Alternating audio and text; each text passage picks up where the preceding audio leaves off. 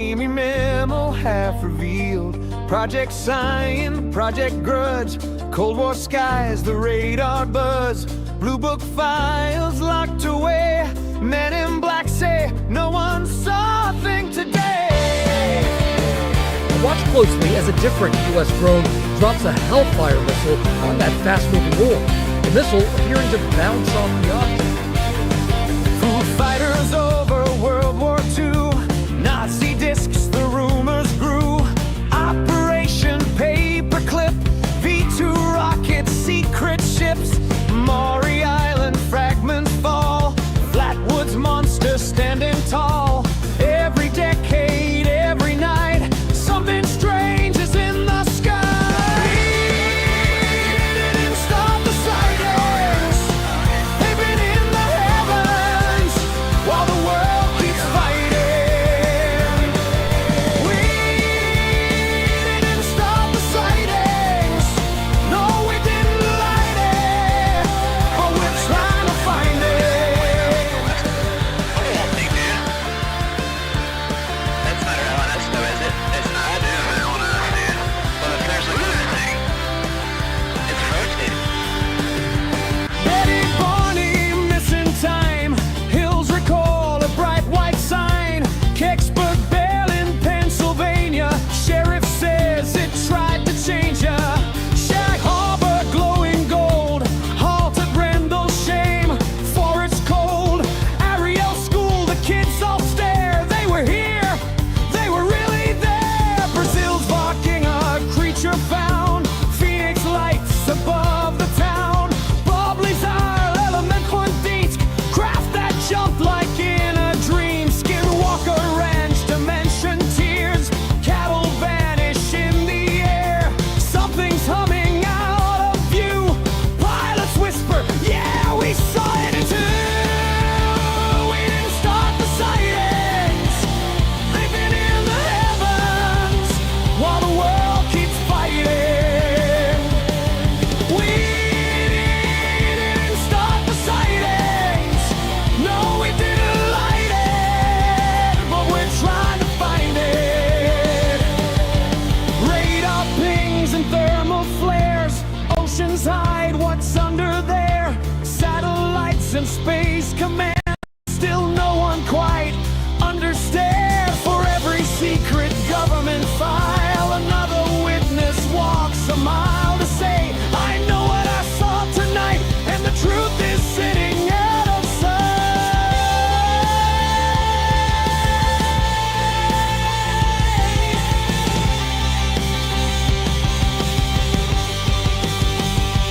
Tic-tac dancing near the fleet. Fravor says it moves too neat. Howdy at them, digging through the past. Wilson memo leaks at last. Eric Davis briefing notes. Kraft retrieved, the rumor floats. Congress asks, reveal the proof. Whistleblowers raise the roof. NASA study, hearings loud. Disclosure talk inside the crowd. Maybe soon we'll read the page. Tape in hiding, age to age. Human future, open sky. What's above we can't deny. From the old world to tonight, something's burning in the light. Ooh. Hello, folks. Welcome to UFOs Around the World. Thank you for the people that are in. I think there's 48 people in. We're just going to have a nice chilled evening, an hour watch along. A lot of you will have seen this. A lot of you won't have seen this. It's the famous On the Record with John Lear and George Knapp. Now, why this is so important is this is the first time George Knapp was really exposed to this, and you can see during this interview he don't believe him. You know, he's looking at him like thinking, you know, he doesn't know what to make. He ended up being quite a big advocate for John Lear. So we're gonna play it. It's about an hour long, so we'll go to it.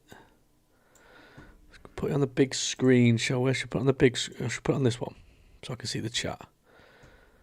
How are you all anyway? 1 minute. How are you all doing anyway? You all having a good Thursday? My eye's a lot better. Thanks for asking.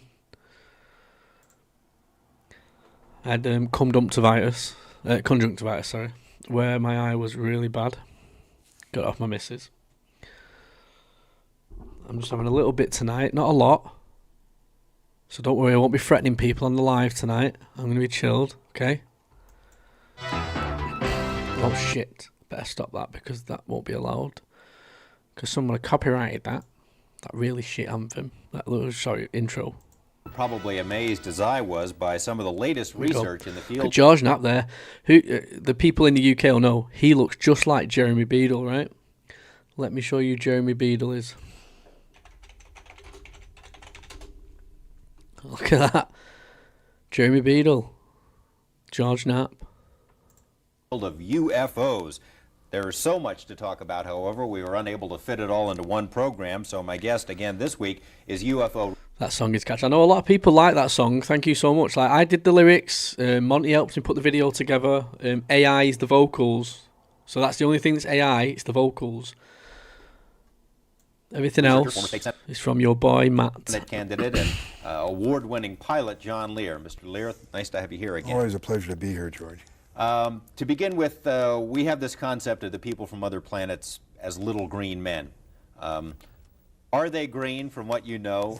Are they all the same, or we got different kinds of them? George, there's at least 70 different species, and probably more. But yes, as odd as it sounds, there are... As always, the watch-alonga will stop and start every now and again, but as promised, the following day I upload the full thing without the watch-along in the archived. And this needs to go in the archived because it's one of those... It's not rare, but everybody needs to see this. And a lot of people haven't seen this. They might have seen clips of it, but they've never seen it, or they've not paid attention to it and sat down and watched it. It's a hell of a lot of information he shares in this. A hell of a lot of information. There are little green men. That's not the ones we usually see, though. We see the little gray ones. They're about 4.5 feet tall. And we see the ones that are called the Nordics. They're about 7 feet tall, look like us, but they're invariably blonde hair and blue-eyed. They're one of the species that we have on ice. One of their crashes we recovered. Obviously, with different species, they have different motives. I mean, are there good aliens and bad aliens? Good from what aliens you know? and bad aliens, and all kinds of ways and reasons for interacting with us. Do we have horny aliens, like ones that want to do sick, sadistic shit with human beings and and young members and stuff like that? Because it looks like we've made a deal with Satan, and there's loads of PDF files. What are some of the reasons? Why would they be here? Genetic experiments, trying to... there's a misconception here. People think that our space brothers would bring us, good things and teach us how to get rid of all our diseases. And if you stop and think about it, that may not be the best thing, because if you had a society without any disease and everybody starts living 150 years, that creates a lot of problems. So they would not meddle in that way. You believe, in part, that the movies E.T., Close Encounters of the... I want to show you something at the end of this as well. It's a new files that have been released on something. I'm wondering if it's connected to the huge UFO that has a building built over it, potentially. I'll show you at the end of the video. New files released. Third kind. We're not entirely just the creative products of some Hollywood director, that maybe there's more to that. Why don't you explain? They were carefully guided by representatives from MJ-12, who is this organization that is in charge of the cover-up, in order to get us ready for the release of the information that there are indeed aliens. And in both those movies, they used small little creatures and in order to get us ready for this release of information. So to prepare us that the idea of benevolent aliens from outer space are going to help us out. Unfortunately, they're not so benevolent. So they made probably one of the most disastrous mistakes when E.T. was put out.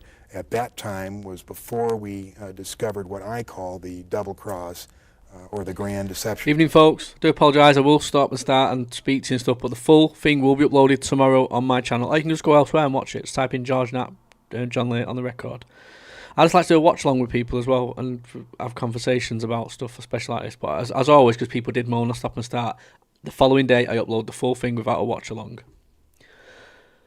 Evening, Banded Steels, Borio Coso, Scott, welcome in. The usual faces and a few different ones. And they were trying to get us used to the benevolent little creatures, but that isn't the case.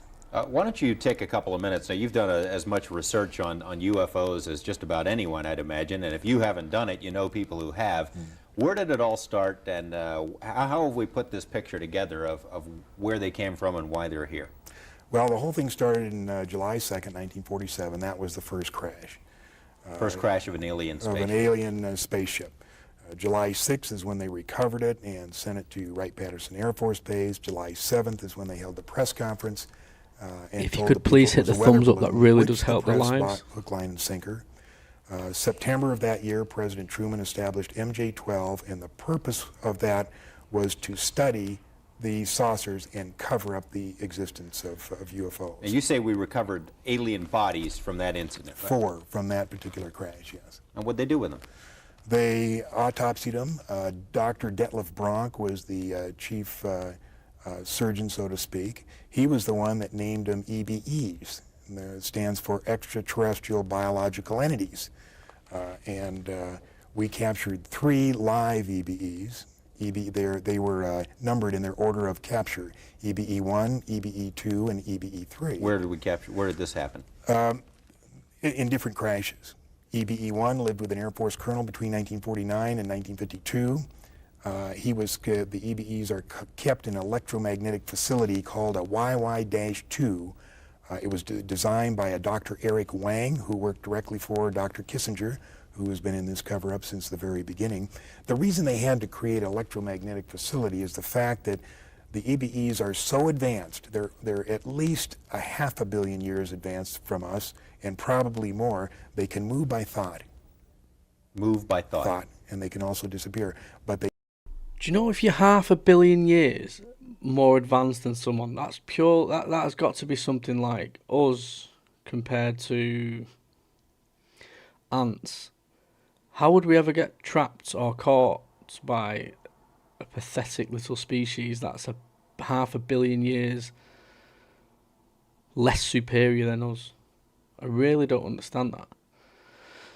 But it happens. Maybe I don't know. I struggle sometimes with that. I don't think they're that far advanced. I think they're interdimensionals, and they can go in and out and stuff like that. And I think ultra-terrestrial. It says something in this, right? EBE wants to see the ocean one last time or something like that. He wanted to go to the ocean, which tells me it's probably where they fucking base themselves, in the ocean. They can't move by thought through electromagnetic facilities, so they built this facility. There was 2, one in Los Alamos and one either at Edwards or up at the test site. At Groom Lake, Nevada. At Groom Lake. Now there's still one EBE still living, EBE-3, and there is a videotape that eventually is going to be released to the public, and it's an interview with him. As hard as that. And, sorry, stop it. So the alien interview tape, 1997, as I keep saying to people, the first time the alien interview tape was mentioned was here, 1987, 10 years before the alien interview tape was released. John Lear also wrote a letter the same year titled to Stevens, which is Wendell Stevens. In that letter, he describes Bill Moore having possession of these tapes, and that he's not happy with MJ-12 because he's been strung along and he wants to release it. However, they've managed to sort of sweet-talk him round. 1989, 2 years after this, Bill Moore, which is on my rare archives, it's a 5-hour thing. Bill Moore, Bill English, John Lear, Bill Cooper, and one more, I can't remember, do a 5-hour MUFON conference. Bill Moore comes clean on Disinformation, saying he was used as a pawn, basically, to do that. He was booed on the stage. He was trying to come clean. And then after that, he went sort of off the radar. You didn't see him again. He did a radio interview in 2004, but I think it was him that released the alien interview tape under the disguise as Victor with a silhouette in 1997. So when people say there's no evidence, it's just a video and it's bullshit. There's a trail. If you're going to make a fake, if you're going to create a fake, you don't speak about it 10 years before. If I was going to create a fake alien video, very, very, very unlikely I'm going to speak about it. Or not only that, it's someone else going to speak about it, and they're going to speak about it. The only way that would happen is if it's a staged psyop, which would not make sense to me. It would make sense if it's a military fake, but even that wouldn't make sense, because you'd just take the sound out, take a 2-minute clip, and share it and see what the fucking world thinks of it, and it'll just get bashed anyway. And I think that's what happened. I think it's a real, genuine 2 or 3 minute clip which was shared. They took the sound out. Someone got some money for it, and it's been up for debate ever since. That's what I do. And when people say there's no evidence for the alien interview tape, yes, there fucking is. There's 10 years worth of evidence leading up to that tape being released, starting here. That may sound sort of. That may be to believe there is a videotape of an interview with EBE3. And what is this language that the interviewers are I haven't seen the tape, so I don't know. But on this trip I told you I took gathering all this information, a guy in Albuquerque handed me 25 secret CIA memos. And if anything can be humorous in all of this, one of these memos, in the body of the text, it said, by the way, EBE3 wants to see the ocean. We better make the arrangements or he'll disappear again. So while he... Why does he want to see the ocean? Probably because that's where they base themselves. So if they come here, they're not gonna park themselves in the middle of fucking Washington DC, are they, or in London or something like that? They're going to go somewhere where it's very hard for us to go, which is probably in the ocean, very deep down, where they can go in water, in the sky, in space, just the same as they would. They wouldn't. It would make absolute sense if we was going to go to another planet like full of humans, we would hide ourselves, and it'd probably be in the oceans and stuff like that. couldn't get out of this facility, he could And it's full of food. make himself disappear and cause him a lot of trouble.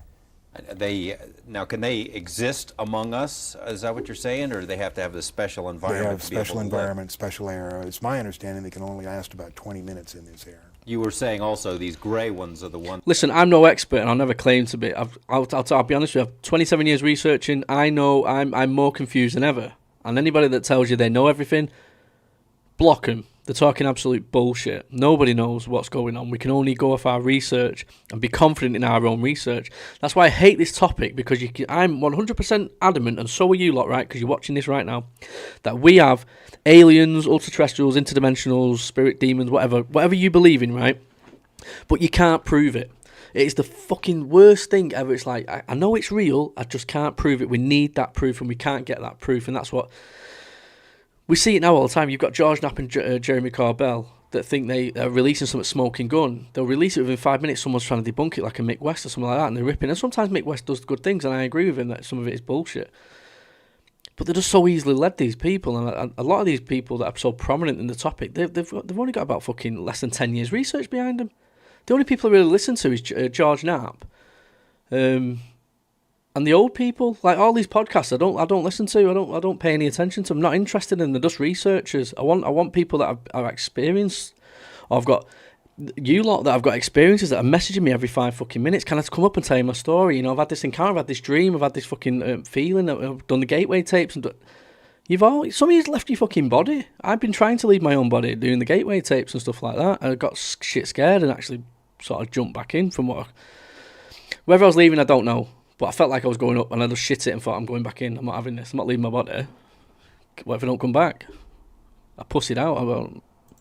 Ones that we see most of the time, and you said that most of that there are a lot of different motives for them being here. The gray ones, what kind of a deal we got going with them? Is that the bunch that you suggest we've made a deal with for military technology? Well, I think we made a deal with them, and their ultimate, what they want to do is regenerate their own race. Now, apparently, they've either had some kind of nuclear accident, or they're on the backside of a evolutionary genetic curve, and they're going downhill instead of uphill. In other words, in the autopsies, of which I have 2, we found out that their digestive system is atrophied. They can't eat through their mouth anymore. You know how they eat? Well, these cattle mutilations, they take the hormones and the enzymes from those cattle, and they spread it on their skin. And their skin absorbs the nutrients. That's a really good point. 70% of Earth is water. Why would water-based world not have a dominant water-based life? You got a good point. We could be in one big zoo planet like a fishbowl, right? And we wouldn't even fucking know about it. We wouldn't even know about it. We keep animals. I have fish and fish tanks and stuff like that. You have guinea pigs, you have hamsters. You know, we keep them in that little environment that they're in. If you put us on a massive fucking planet, give us everything we need, right? And you have certain people from the beginning orchestrating everything, putting laws in place, you know, food, keep us entertained. Bill Cooper said it, keep us entertained, like the Roman days, you know, the fightings, the killings of what they used to do. got football, we got rugby, we got snooker, we got everything. On a weekend, we all look forward to the same thing. We go to work Monday to Friday, we get pissed Saturday, Sunday, and then Friday, Saturday, and then we ring you. You go to the pub, you know, you go watch football, you put your bets on. We live that life, whether we like it or not. We look for Pancake Day, Easter, you know, and then we've got Christmas, you got bonfire night. It's the same thing every year. We live for the same thing, yeah, and we're trapped. We're trapped in it. You know what I mean? Why all these things? It's the same thing every fucking year, innit? Easter eggs, bonfire night, Halloween, Christmas. It's just bullshit. And it's all money. And then excretes the waste back through their skin. And if you read Whitley Strieber's book or listen to him talk, he talks about when he's seen them doing this to their skin, and they're scraping the waste off. Now, these cattle mutilations, there's been a film made about that. Do you want me to give you some advice there or something? Evening, guys, my situationship just broke up with me. I feel like crap. Just get your rumpet rabbit out and ruin yourself. Or just get as many little aerosol cans, vacuum cleaners. If I was a woman for 24 hours, I'd be in hospital with so many objects stuck up me. It'd be unreal. I'd be in the papers. The guy that was a woman for 24 hours in hospital for sticking everything up him. And perhaps in a couple of minutes we can take a look at some excerpts of that. Yeah, Strange Harvest was a good one, but another thing that happened here on March 4th, there was a documentary released on the best UFO photos that have been taken so far, including 1 minute and 38 seconds of videotape. Now, what happened is in November, this guy took these photos, took it into the TV station. They thought it was great, but nobody would believe it. So they spent 3 months checking the validity of the, authenticating the videotape and checking out the credibility of the witness. And when they had it all down, they put out this documentary, 30 minutes. I mean, it's ironclad. They're here. But do you think it got on the network? No, it was just showed locally in Pensacola. We have some of that, and perhaps when we come back, we can take a look at it. So stay with us for more of On the Record. About it, and it's really interesting. I just can't understand. Well, I can understand why the networks didn't pick it up, because each one is controlled by a member of MJ12. That's quite a claim, but we're going to take a look at the film now and see if it's worth suppressing.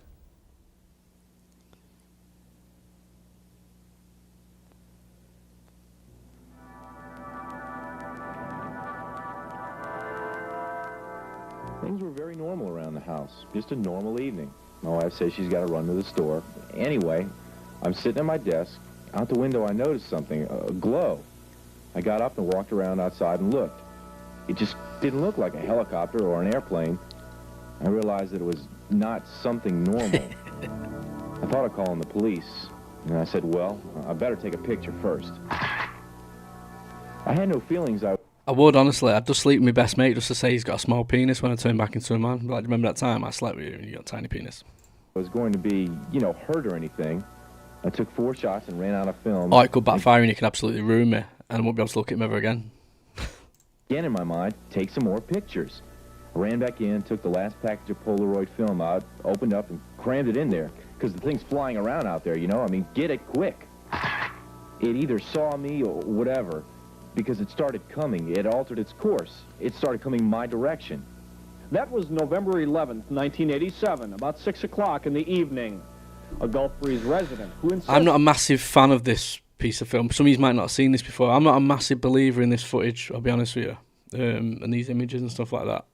But I don't know. I didn't really look too much, years since I've looked into them, but you see them every now and again shared about, and it's just like, it just reminds me like a chandelier, that. Son, remaining anonymous, took these photographs. Charlie and Doris Summerby say they saw the same thing that night over East Bay. And suddenly, do you think the theory that we are in pods is a thing? What's the pod theory? Is that like the Matrix? Like we're in some sort of pod, and we're sort of like just in some sort of dream world, putting it while they're feeding on our actual. No. I wouldn't say that. I'll sleep better knowing that. Cheers. 35 years ago, I was on internal flight to Miami and sat next to a guy who reverse engineered magnets for his job. Wouldn't tell me who he worked for and couldn't tell me much. Reverse engineered magnets. Interesting. Do you know there's a magnetic train underneath some of the famous underground bases? It goes so fast between these bases, and it runs on a magnetic thing. It actually hovers. And there's experiments where you get a magnet, and it hovers just a little bit on the thing. You spin it, and it just keeps on going. Dory said, look, what's that, Charlie? I'll help you down. There were portholes.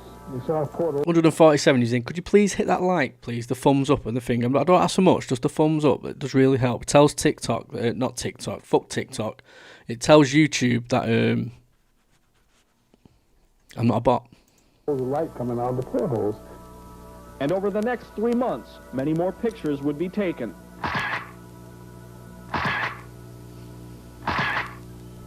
By different people.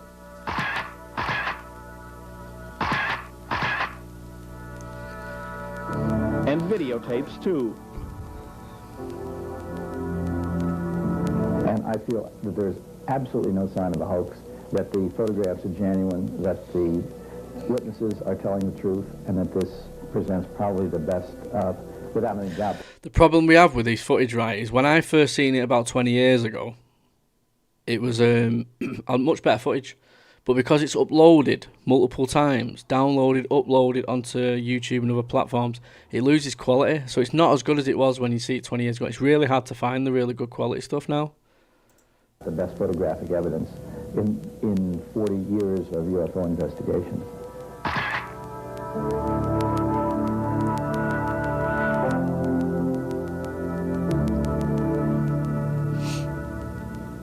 As this series goes on, we see a lot more of that videotape evidence. Yeah, there's a minute and 38 seconds of it, and it's pretty interesting, interesting stuff. We've never seen that before, have we? It's great. And on one morning, he goes out with his camera, and 3 of them show up, and he has a spectacular shot of 3 of them.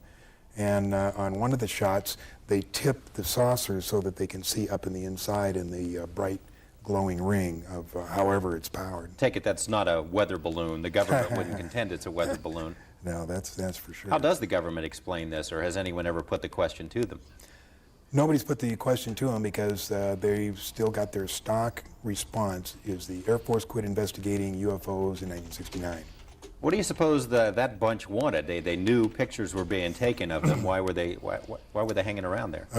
It's got something to do with what's going on now, and I can't even fathom what's going on. But it shouldn't be too long before we find out. A lot of stuff has happened in the interim between July 1947 and that incident we just saw. You were going to bring us up to date on. I was going to tell you that a lot of Air Force pilots and planes have been, the pilots have been killed and the planes destroyed. The first one was the Thomas Mantell crash, January 7th, 1948.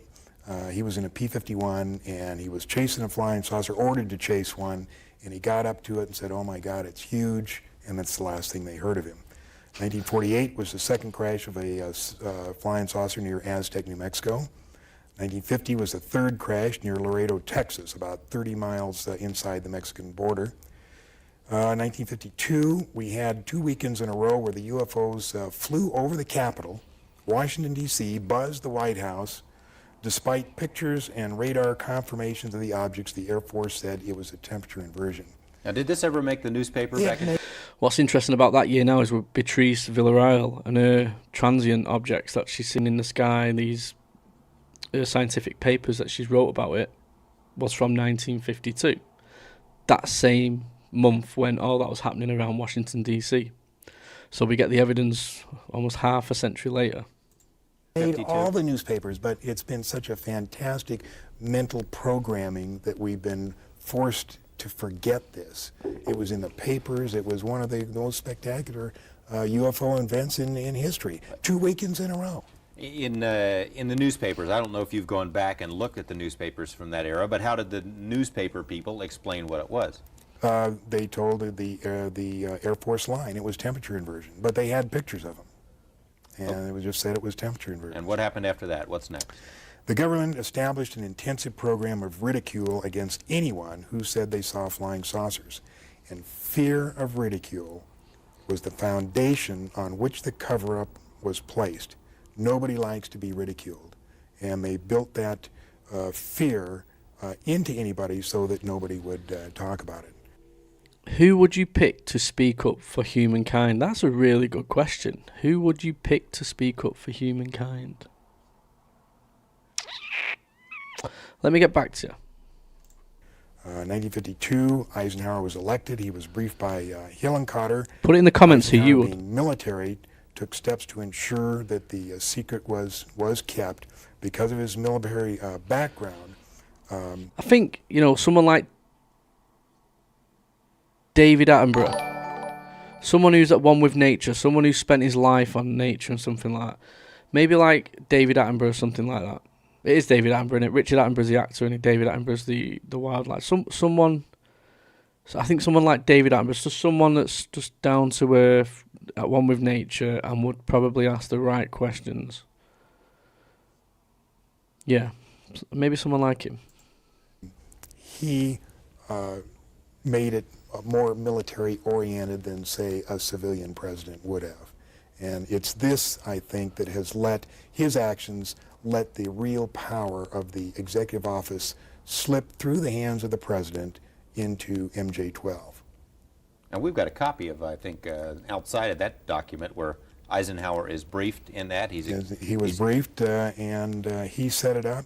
And an interesting thing, in late 53 or early 54, Eisenhower witnessed an alien demonstration of technology and power at Muroc Dry Lake, which is now called Edwards Air Force Base. How do you know that? How did you get that? We have witnesses who were there. Who say the president was there seeing... The president was there. There's an English guy.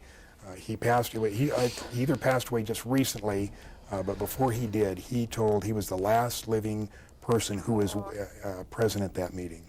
And he said that Eisenhower told the aliens that the world was not ready for him. And nothing happened until the first part of the 60s. Several more crashed in the 50s. In 1960, Kennedy was elected. Eisenhower was the last president to have a full briefing on the alien problem. There was a disdain of elected officials throughout the intelligence and military communities, and they just didn't like elected officials. So every president since then has not had high enough... Mel Gibson is my favorite actor, by the way, Mel Gibson. I love Mel Gibson. ...parents to know the whole problem. Now they know there's... Whether he would be the right person for, like, speaking up for mankind, I don't know. Probably not. I wouldn't even put myself there, like, and I think I speak... No. I'd ask the wrong questions. Aliens, they know we've recovered saucers, and they know that we're trying to get technology. But there are certain other things which probably only about 25 people on the face of this earth know. Now, on April 25th, 1964, was the first official communication between our government and the aliens. No Three chance. saucers landed there by prearranged agreement. It was filmed by 5 high-speed cameras, 68,000 feet of film. The reason we know this is because in 1972, when they were going to release the first information about UFOs to the public, a very knowledgeable writer, his name was Robert Emenager, was asked by the agency to write a documentary, which he did. And they were going to release this thing, and we had the whole history of the UFOs, and the last part of the documentary was the footage of the saucer landing. But in 1973, when they're ready to go, we had Watergate. And they were faced with two problems. Number one is they didn't think the public could handle two traumatic experiences at the same time. And number two, they thought that the public would perceive this picture of aliens and spacecraft as a ploy by Nixon to divert the attention from Watergate. So they shelved it. The documentary actually came out. It was narrated by Rod Serling, but instead of the real footage, they had drawings of these flying saucer landing, and they said, Rod Serling says, let's consider an event that could possibly happen in the future or may have already happened. But it did already happen, but what happened then? I'm jumping ahead of you here, and we can backtrack a second, but the next president after Nixon, President Carter, I remember him as a candidate saying that one of the things he'd like to do when he got into office was to get to the bottom of this UFO stuff, to look into the Project Blue Book files, and to let people know, basically to open it up and let people know if it was a hoax, it's a hoax. If there's something more to it, but he never did that. No, he said when he was during his campaign, he said, if I become president, I'll make every piece of information this country has about UFO sightings available to the public and the scientists. I'm convinced that UFOs exist because I've seen one. But MJ-12 got to him, and they explained how important it was to keep it a secret.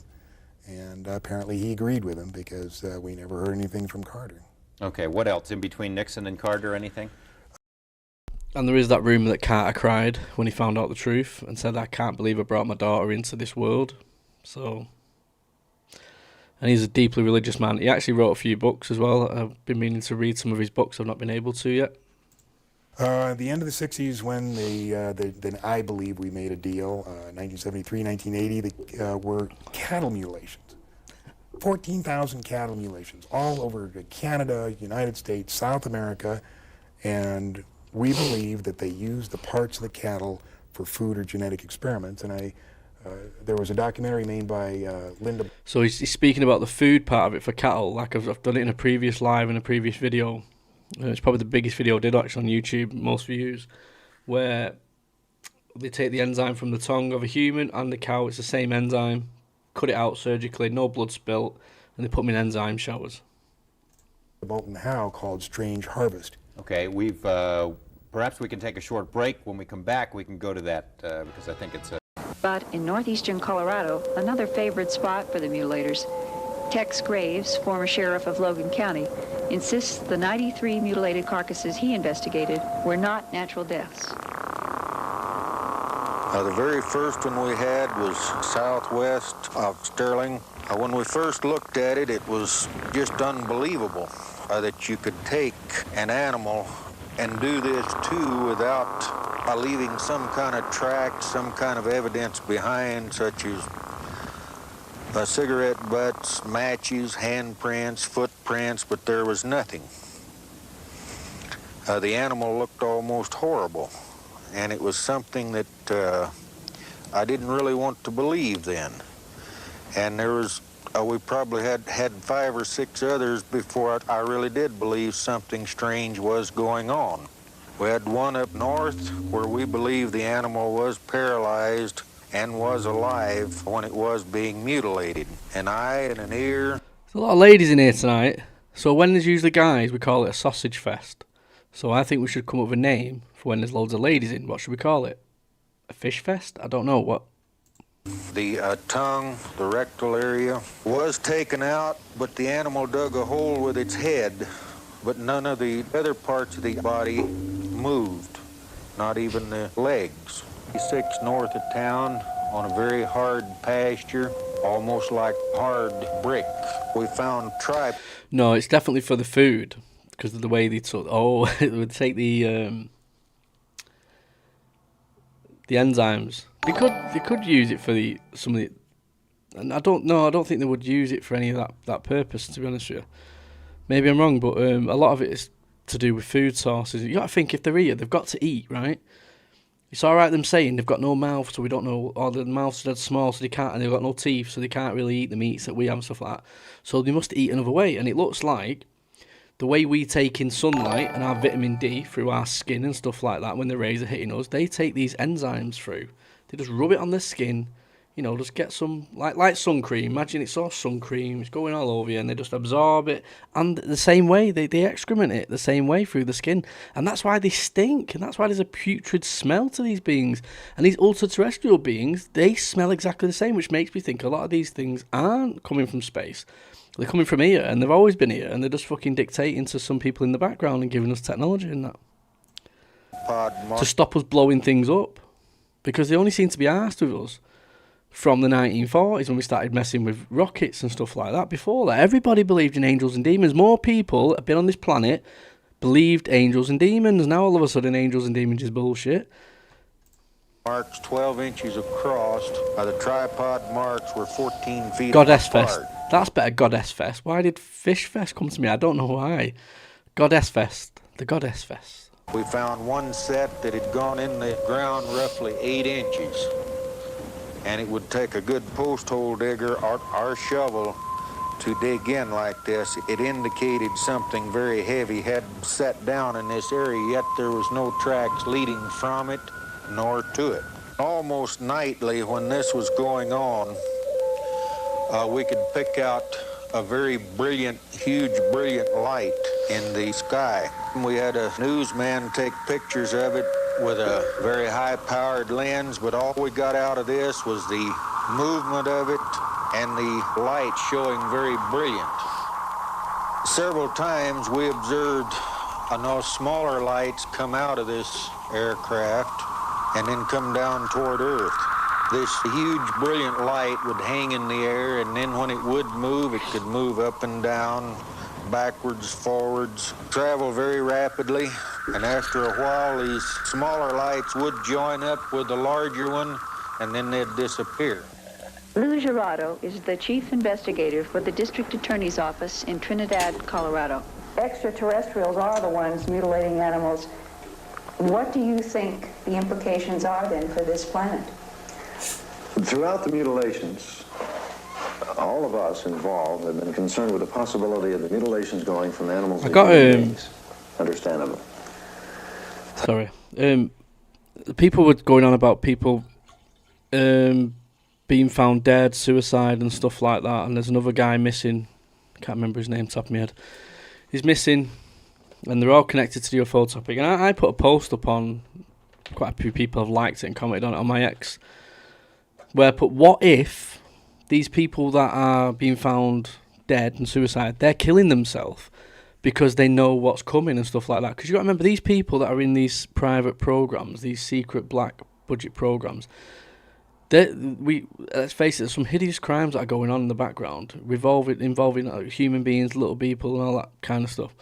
They've got to live with that. And if they realise that, hold on a minute, this is going to be exposed, I'm just a fucking brain here, there's nothing special about me or anything like that, then they'll probably just kill themselves. They'll probably just take themselves out.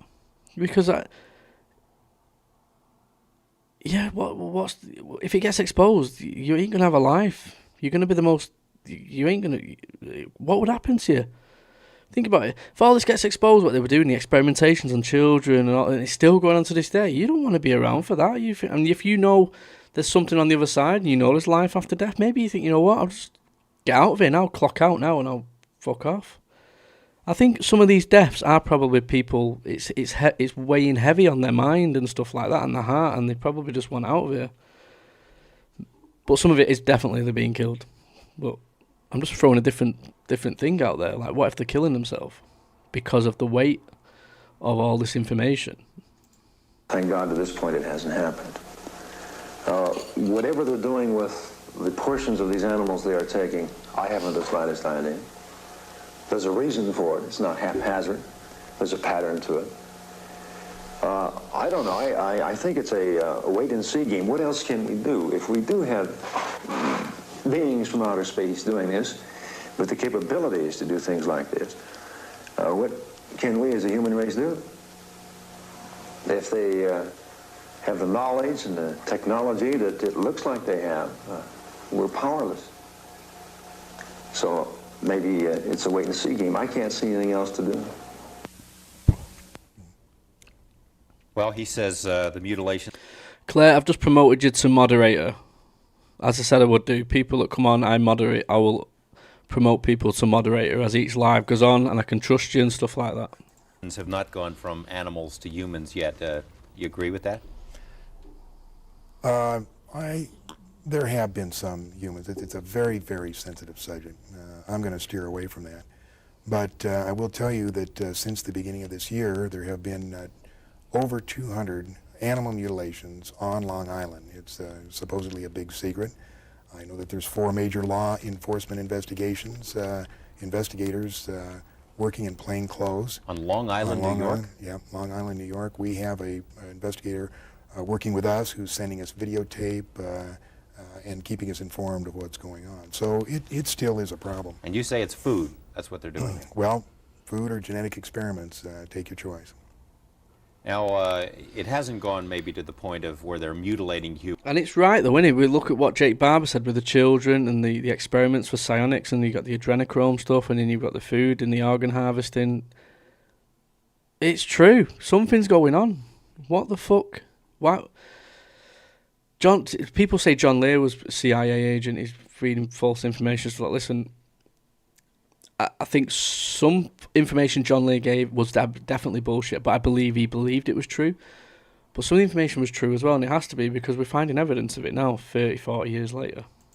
Humans, but you do believe there are abductions, and you also believe that at one point there may have been some kind of a clash between American military forces and these UFO. That's one of the stories when we began to discover what I call the grand deception. No, this is the thing. Someone just put there, will there be retribution? No, do you know what I think is going to happen? I think, seriously, a lot of people are going to lose their lives on this planet, and we're falling for it right now. Why are we going to war for Israel?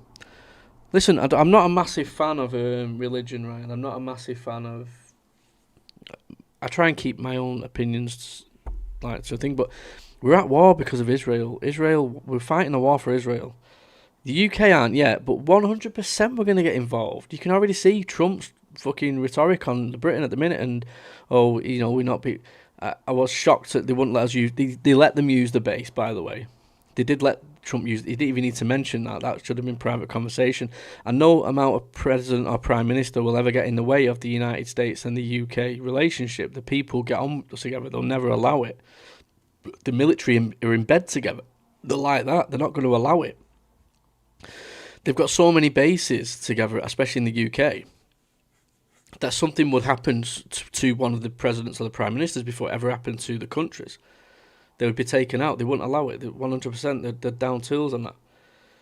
But 100% the UK are going to get dragged into this war. We're already, stalling, and I think that is a planned thing, by the way, why we've not gone to Cyprus yet. And I think there's going to be an event in the next couple of days. This is just a prediction. There's going to be an event in the next couple of days, right? Because I was watching something before of this Iranian journalist thing, and he went, we're using these drones, we're using these missiles, we're not even using our most capable weapons yet. We're watching the United States using their big-ass weapons, and we've not even opened up some of the military bunkers.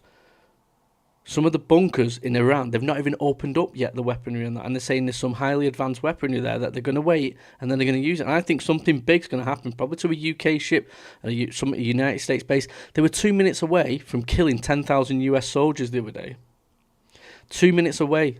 He got shot down or something like that. It was going to hit a base which had 10,000 US soldiers in it. Something big's going to happen. It's going to be a massive slap in the face of the United States, I think. More the United States than the UK. They definitely don't like the United States. They ain't going to let them get away with this.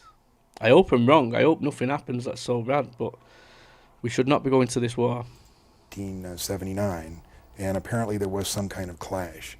1983 is the date that I call that we finally recognized that we had made a disastrous mistake. And that's when MJ-12 realized that they were in deep, deep trouble. They had made a deal with these people, and it had not worked out. And now the question was what to do.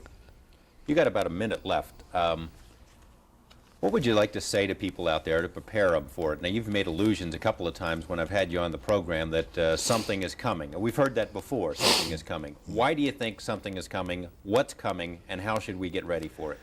There's really no way to get ready for it. The reason I think it's coming is because I have contacts within the government that tell me that they're bracing themselves for something, but they're not going to tell us about it. George, maybe the cover-up was in our best interest, maybe not. Maybe the government underestimated the intelligence of the American people and decided we just couldn't handle it. But let me tell you this, the truth is still the truth, and nothing can change that. Not the military, not the government, and not me. John Lear, thank you very much. It's always a pleasure to have you here, and I'm sure we'll have you back again. Thank you.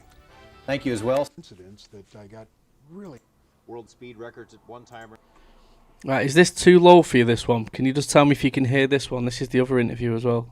Another, you're a member of the famous Lear family that all Nevadans are pretty much familiar with, a former state senate candidate. You don't sound like the kind of guy who would get hooked up in something that a lot of people would say is a bunch of nonsense. No, it's just by coincidence that I got... This interview's 1986 and 1987. There's two interviews. One was 1986, one was 1987. I think this is the second one, if I remember right.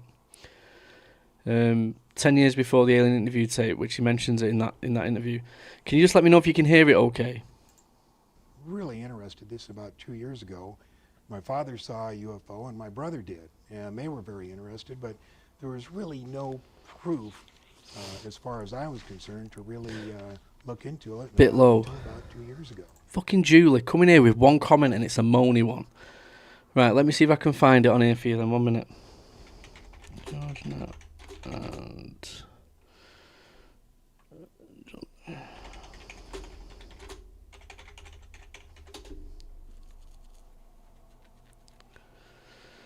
coming here. So.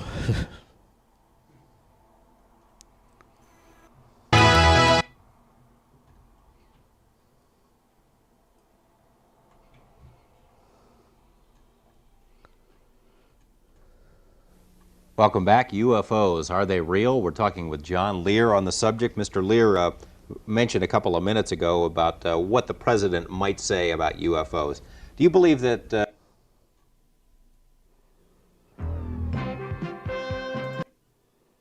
last year, and I have found out that the... I'm going to have to play the low one, I'm afraid, because... You have to have the special environment. They have special environment, special air. It's my understanding. How did you... Pilot, captain, you have held 17 different world speed records. Just turn it at one up. time or another. You're a member of the famous Lear family. Turn it up, Julie. All Nevadans are pretty much familiar with, a former state senate candidate. You don't sound like the kind of guy who would get hooked up in something that a lot of people would say is a bunch of nonsense. No, it's just by coincidence that I got really interested. This about 2 years. I'm going to make you a moderator, Julie. Just so you stop moaning. Years ago, my father saw a UFO and my brother did, and they were very interested, but there was really no proof, as far as I was concerned, to really look into it until about 2 years ago. Your father and brother saw them. Can you give details? My brother saw one. He was flying a P-38 from Phoenix to Los Angeles at night. It just appeared in front of him. He made two turns, 90-degree turns. It stayed in front of him and then disappeared. And my father was flying at night, I believe, over the Arizona desert, and saw one too.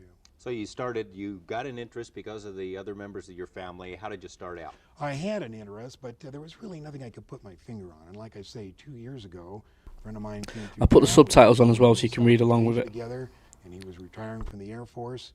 He came over, and we started talking about where he had been for the last 15 years. And he mentioned that he had been stationed at Bentwaters. And I said, oh, Bentwaters, that's where the flying saucer supposedly was in 1980. He said, no, John, not supposedly, it was. He said, I don't care if you believe me or not. It landed. I didn't see it because we were confined to quarters, but I know people who did, and I'll give you the names, and if you ever see them, tell them you know me, and they'll tell you the whole story. Since then, I ran into one of the security police. Like I do say to people, use your mobile phone to comment and put it on your TV. If you've got a television, if you're rich and you can afford a television, put the television on, turn it up. Miles better to watch it on. Who was within 10 feet of the saucer and actually saw the three aliens get out and go up to General Gordon Williams, who was the wing commander at that time. Now, there was quite a bit of documentation regarding this Bentwater incident. Why don't you go into that a little bit? There's the Colonel Halt memo that came out under the Freedom of Information Act, and it told about the mysterious lights and beaming down and everything that happened in the forest except the actual alien landings. That wasn't in the memo. And there was also the tape, Colonel Halt tape, forest tape, that he made over a period of 8 hours. And there's a 20-minute segment that we've been able to get a hold of that you can hear him running through the forest and being worried, saying the thing's after us. Now, why do you suppose that hasn't come out? I mean, this particular incident, why hasn't come out if so many people, and you've told me about this before, have seen it or seen these aliens? Why haven't some of them come forward? A lot of them have come forward, but they're just not getting any press. It's something that people just don't want to deal with, the press doesn't want to deal with, and people aren't going to listen to something unless Dan Rather or any of your big press people are going to tell them about it. And is that better? I put it through my speakers now instead of my PC. Tell me if this is better. They're just too spooked. The Air Force has made an art form of ridiculing people who have talked about this thing. They've done an excellent job of covering it up for the last 40 years. George, basically what we're dealing with here is, I'll give you the bottom line. Okay, I'm not trying to sell I want to hear your thesis. I'm not trying to sell a book. I'm not trying to promote a lecture. This is based on what I've come across after intense research in the last year. And I have found out that the government has retrieved between 10 and 15 actual flying saucers, 3 of which have been in perfect condition, 1 of which they tried to fly. They have between 30 and 50 alien bodies. Can you hear it? Can you hear it though? In cryogenic storage. We even have the name of the person whose job it is to show these bodies to the heads of state and the people who are authorized to see them. They represent at least 5 different civilizations. I can't imagine Dan Rather. Right, I've or come off my Tom speakers. Brokaw, if that I never come to use their speakers. attention, a story of that magnitude, that they wouldn't do something with it. Well, I can't answer that question. I don't know why they don't do it. There certainly is enough evidence based on what I've looked at. For instance, the Linda Moulton Howe documentary in Denver for the CBS affiliate there called A Strange Harvest. Since 1975 to 1980, when she made the documentary, there's at least 9,000 cattle mutilations. Now, the government said that the mutilations were normal. Your desert predator did these, but they weren't. The mutilations, I think we have a picture of these somewhere. Maybe we can see that as you're talking. Well, that's the next picture. There we are. This is the mutilation. New Mexico State Police did the research on, or the. That image was a double of lamb, wasn't it? And they cut out certain parts with a, and the cut was made. It's not echoing now. I've took the thingy off. I've took the I took the speakers off, so there should be no echo now. It should be absolutely fine. With a laser beam far sharper than anything we have. As a matter of fact, they were able to determine that they cut between the cells and didn't cut the cells themselves. We presently don't have this kind of technology. Well, if we don't know that we have this kind of technology, or you and I don't know that we don't, but that doesn't prove necessarily that it's ET. No, except that there's usually a visual sighting of a flying saucer or a light, a strange light at each one of these sightings. Okay, you mentioned the saucers and the bodies. Now, what kind of proof do you have that is true? How do you know that? Well, let me take a look. Let me read to you first what the Air Force says about the bodies. First of all, I'm going to read from the Introductory Space Science, Volume 2, Department of Physics, United States Air Force. This is Chapter 13, Unidentified Flying Objects. Now, this is what the Air Force has the students at the Air Force Academy read. And it says, the most commonly described alien is about 3.5 feet tall, has a round head, arms reaching to or below his knees, and is wearing a silvery spacesuit or coveralls. Other aliens appear to be essentially the same as Earthmen, while still others have particularly wide wrap-around eyes. Just a quick promotion thing here. If I made some merchandise this weekend, cups, t-shirts, would you actually buy it? Would you be interested in it? I hold off because I think I don't want to do it if people aren't going to do it. No, I bought other people's merchandise, cups and all sorts, and t-shirts. I wear Mark Christopher Lee's quite a bit, his t-shirt that he sent me and stuff like that. But I want to keep it quite cheap for people. I don't want it to be over expensive or anything like that. And I want you all to wish me happy birthday as well, because it's my 40th birthday on Monday, so I expect, like, happy birthday messages. Eyes, and mouths with very thin lips.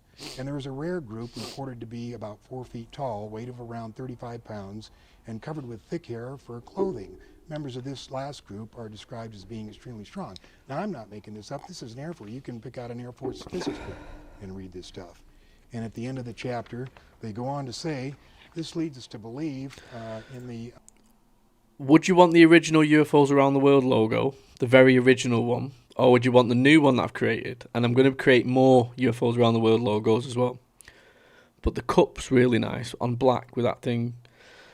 But t-shirts, fridge magnets, I don't know, coasters, bottles, when you're going hiking, drinking or something, just anything like, just to... I'm just trying to think. Other people are doing it, and I'm thinking, right, I'll try it. Because people have said, where's your merch? I should have a merch. I've never bothered with it, but I'm going to try. Unpleasant possibility of alien visitors. And I'll try and keep it really cheap as well. It's not about profit. I'd just be happy for people to have like a cup of mine or a t-shirt of mine and stuff like that. And probably the first few I'll just give away. So I don't even know how to do it. I'll just have to see how I'll do it. Now the picture that we have of the big beanie. head. You want a beanie, yeah? Oh, I'll sort a beanie out. This picture was drawn by an Army surgeon. These are one of the bodies that was recovered in the famous Roswell incident of 1947. Shot Tell us glass. about that. It was the first Do you know what? saucer that crashed. Yes. UFOs Around the World, pint glass. I think that would be very nice. And a whiskey glass, because I drink on my streams. I think it'd be good to have my own whiskey glass. UFOs Around the World. Yeah, you've got a point there. It's part of me. It's part of my humour. So, yeah. and was recovered by the Army. It was covered up. There has been several books about it. They recovered 4 beings, and one of the surgeons that was responsible for the autopsy drew that picture and came up with some of these. Yeah, I won't say big lad. I'm 5'9". The only thing big about me is my chippy tits, which I'm working on at the minute. I'm working on it. Diet tomorrow. Promise you, my diet starts tomorrow. It's supposed to start in January, but there's been a delay because we had food in. Interesting things in the autopsy. I'll just read a couple. 3.5 to 4.5 feet tall, 2 round eyes without pupils, no earlobes, nose is vague, neck described as being thin, arms is described long and thin, reaching down to the knee section. You can see that there's a webbed portion in the hands, no teeth, no apparent reproductive organs, brain capacity unknown, colorless liquid prevalent in the body without red cells, no lymphocytes. And there's more in that particular report. This is an autopsy report. And you said the government goes to great lengths, the Air Force in particular, to discredit this kind of stuff. Where did this come from? How did you get this? That came in a private, that came from the private collection of Leonard Stringfield, who was one of the premier researchers. He worked for the Air Force in the early... I just found your channel, How Long You Been Rocking. Have you not been on before? I recognise your name. Like Eastman. Researching 27 coming up to 28 years, but like social media, TikTok 2.5 years. That's my biggest channel, and this one probably only been pushing it 6, 7, 8 months now. It's going well. I'm enjoying it. I'm enjoying the lives. More people coming. We've got 18 now. We've had 150, 116 before. It depends on the day. Thursday night. I think people enjoy that it's someone from the UK. I think that's a bit different, that someone's actually from the UK and they're not like boring cunt, and they can actually have a chat and a laugh and stuff like that and not take it too serious, because people are too serious and they'll sit there and they'll be loud like, so in 1947 there was a crash, and then they go into all sorts of bullshit like, we know that, we just want to have a bit of a laugh as well along the way and not get pissed and shut up. 50s. In a secret project reporting UFOs. Then as a civilian he continued his there's basic researchers, then there's me. Out of his collection. Why does the government want to hide this? Why doesn't the Air Force just come forward? Why doesn't, why don't they level with us if this is all true? Well, there's not really much they could say based on what I've been able to find out. George, they're really, what could they say about it? They've been researching it for many, many years, and based on my information, let's say that the president decided to make an announcement. This is, if he made it today, this is what I think that he would say. My fellow Americans, I come to you before you tonight with an announcement of great importance. Despite all our denials, flying saucers do in fact exist.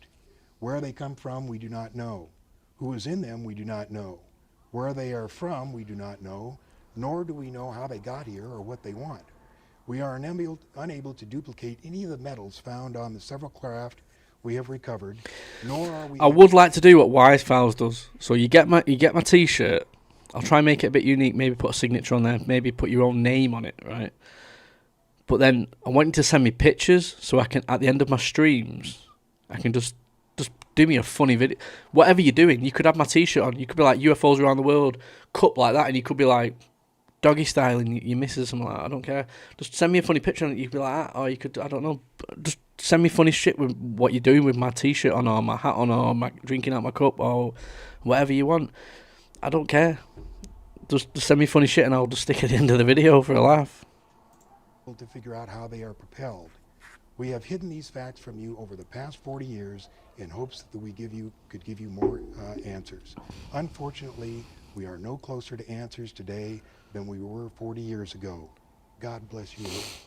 In other words, you find it highly unlikely that the president would ever make a statement, anything like that? No, it's just, it's too big. It's the problem is not only just the fact that there are 5 and as many as 10 different civilizations visiting us. Apparently, and this is from the research that I've done, at least 90% of them are hostile. And when I say hostile, if not hostile, they have a completely different set of morals than we do. Okay, I'll tell you what, we're going to come back to the president and aliens, because there have been some statements made by presidents, including Right. President Reagan. President Reagan. I'm not sure to the extent they are informed.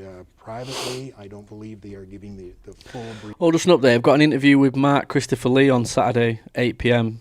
I don't think it's going to be live. Maybe it might do it live, but it's definitely going to be pre-recorded. So if you've got any questions, I'll put a post up on my YouTube. Drop a comment in there. Every comment will be replied to. Every question will be asked to Mark Christopher Lee. Mark Christopher Lee is the guy that's doing he's done documentaries on Rendlesham Forest and God versus Demons and Angels. God versus Aliens or something like that. But he's also the person that said that there's going to be a presidential announcement, and he went viral for that. So, and obviously I've spoken to Mark for quite a bit now and stuff like that. So I'm not scared to ask him these questions and stuff, and he's fine to come on. He'll ask. And hopefully I'll try and get something a bit different. And I think he's coming on at the right time now, where the dust has settled and a bit more's come out, so we'll get a good interview out of him. So if you've got a question, just drop it in this one, but then come to the post that I put up later on and drop your comments in there. Briefing. The people that control this information is a organization that we know of as MJ-12, and they're a top group of military and scientists. And I do know that when the president becomes president, it takes at least 3 or 4 months before he actually gets the clearance to know everything there is. Now that doesn't mean they tell him, but it does take 3 or 4 months to get. Now, talking to the president, let's talk about what the president has actually said. Has he mentioned anything about aliens? President Reagan? President Reagan on December 4th, 1985. Wayne, are you related to John Lear? You call Wayne Lear, I've just noticed that. Or have you just changed your name? How did I not notice that before, Wayne Lear? You related to him, aren't you?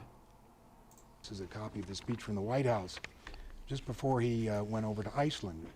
He says, I couldn't but, one point in our discussions privately... We do get crop circles. We had a couple last year which Interstellar Luke went and checked out. I will not go to a crop... Unless it's fucking in my garden, I am not going anywhere near a crop circle because I think they're bullshit. A lot of them are bullshit. The famous one in the UK, the Castle one, whatever it's called, it was proven to be a fake, and yet people still use it in their videos as evidence of crop circles being formed, and it was clearly made. And he's shown how he made that. Crop circles, they actually originated in Australia. It was called the Nest. They called it the Nest, and then it changed to crop circles. I do believe some of the crop circles are probably real and stuff like that, but I think some of them are just bullshit as well. I can't remember the one. It's Castle something it was called. Castle in the UK. It's fake. It's the famous one in the UK, and it was fake. But we have loads down in Wiltshire. I think it's Wiltshire, innit? Warwickshire. Is it Wiltshire, Warwickshire? Some of that bullshit down there south. It's always in down south, innit? Where down south. They're the ones that always get these crop circles, and it's always in the same place. It's like, well, is it because of ley lines maybe, or is it just because they're all the UK lunatics are down there creating them with fucking boards and rope? I don't know. I'm just not a massive fan of crop circles, although I do think some of them are genuine. I just think a lot of them are bullshit. I'd probably say it's 90-10. 10% being real, 90% bullshit. A lot of them. With Wiltshire. Secretary General Gorbachev, when you stop to think that we're all God's children, wherever we may live in this world, I couldn't help but say to him, just think how easy his task and mine might be in these meetings that we held if suddenly there was a threat to this world from some other species, from another planet outside in the universe. We'd forget all our local differences that we have between our countries, and we would find out once and for all that we really are all human beings here on this earth together. He couldn't be just making a supposition for purpose of making a point. You're saying he's trying to tell us something. Well, here, 1 week ago at the 42nd General Assembly in front of the UN, September 21st, he says, in our obsession... Yeah, I'm from North, so I probably just lost all my South UK followers because I said that, and they're all right. They're just a bit, they're a bit rude. They're not as funny. They're not as good as the North. You're going to come to the UK, you come to the North of the UK. Do not go to the South. You'll have a disappointing time. And it's like immigration central down there now. With the antagonism of the moment, we often forget how much unites all the members of humanity. Perhaps we need some outside, universal threat to make us recognize this common bond. I occasionally think how quickly our differences worldwide would vanish if we were facing an alien threat from outside this world. And yet I ask you, is not an alien force not already among us? Now, this is right out of a White House speech. I'm not making this up. What did he mean by this alien force? I mean, does it say? Does he go on to say something? Yeah, he says, what could be more alien to the universal aspirations of our people than war and the threat of war? But the point is, why would he even bring up aliens? I mean, it's pretty far out for the President of the United States to be mentioned threats from outer space. Okay, what about President Carter? President Carter, we have the quote from Carter when he was during his election campaign. If I become president, I'll make every piece of information this country has about UFO sightings available to the public and the scientists. I am convinced that UFOs exist because I have seen one. Jimmy Carter says he saw one. That's Jimmy Carter. He saw one. So, but he didn't. Evening, Commander. Commander wants to come up for a chat sometime with me because she's got a story to tell. She's telling it in part. So if you want to advertise your thingy, Commander, you can do in the chat if you want. I'm giving you permission to advertise your thingy because you have promised to come up once it's promoted to come and chat to me and tell your story. So if you want to share that, please feel free to share that. And tell us, did he? He doesn't. The pressure is enormous on these people to cover this stuff up. How can that be? Are they afraid of a panic? That people would panic? There's the panic problem, and there's also the problem that, in fact, in Cro-Magnon man, there may have been some tinkering to make us what we are today. And that's hit the thumbs up, please, people. I really don't want to have to threaten every single one of you again. We couldn't have I'm just one more drink away from threatening every single person that does not do a thumbs up. Happened to get us going. Between 4000 and 8000 BC, we had just been going along and for hundreds of thousand years not doing anything. All of a sudden, bang, we started making pottery, invented the wheel, invented fire, and everything took off. What was the key that did that? I don't know, but it causes one to think. You mentioned a couple of minutes ago before the break that you think 90% of these visitors are hostile. What makes you think that? Well, doesn't fit with what we think of as ET, you know?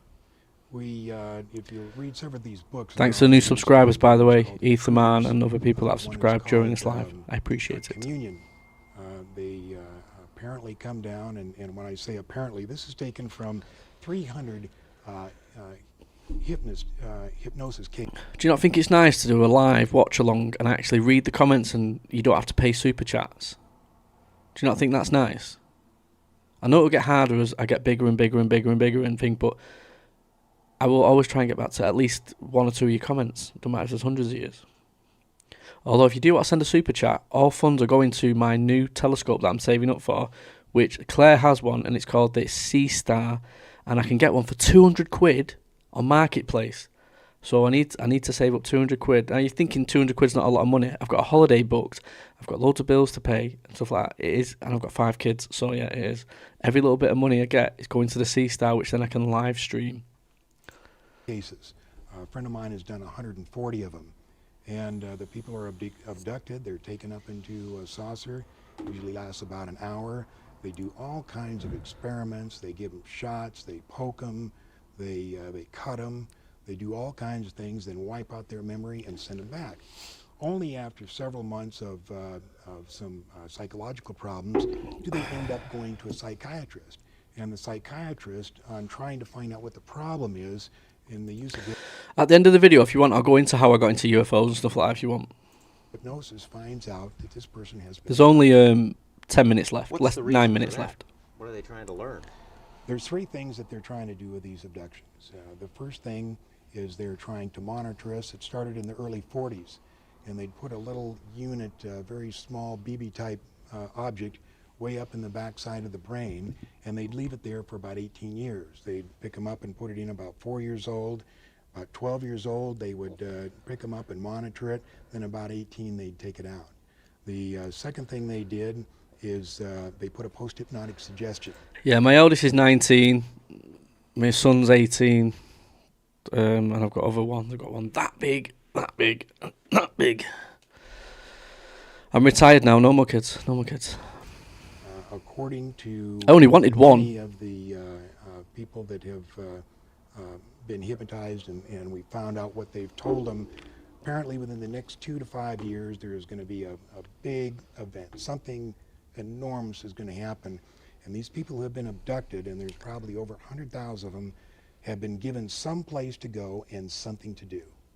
But under our best hypnotic techniques, we cannot find out what it is. So how do we know that that's true? Because they said they're going to do something. They know that they're going to do something, but under the hypnosis, they can't find out exactly what it is. And the third thing that they do is genetic experiments. They've been crossbreeding. There's a very good book out now called Intruders, written by Bud Hopkins. You've got 7 kids. See, it's different for a man. I've got 5 kids. It doesn't do any harm to me. But a woman with 7 kids, you must never be able to sit on a stool again without sliding over it. Oh, why did I say that? I'm sorry. It's a joke. It's a joke. I've had some whiskey. It's a joke. It's a joke.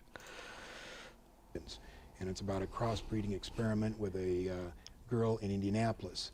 And they actually, 21. I should have 6 kids, to be fair. I had a stillborn when I was 17. 3.5 foot tall with a big head. Crossbreed that with... yeah, I had my first one at 21. And there were 7 children. And just last fall, before the book was published, they brought the oldest and the youngest to show to her, and they let her name all 7.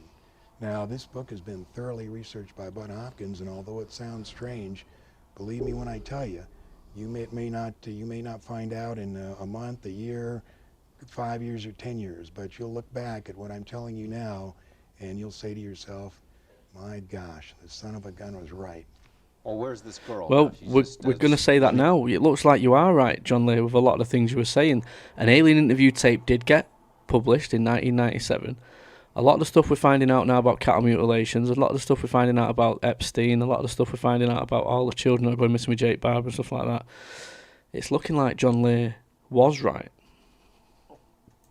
She lives in Indianapolis. She lives in town, or just outside of town. She just got married. Bud went to her wedding. We all know who she is. She gets along, just fine. It doesn't mean, just because she was abducted and gave him children doesn't mean it was the end of the world. It was just a part of her life.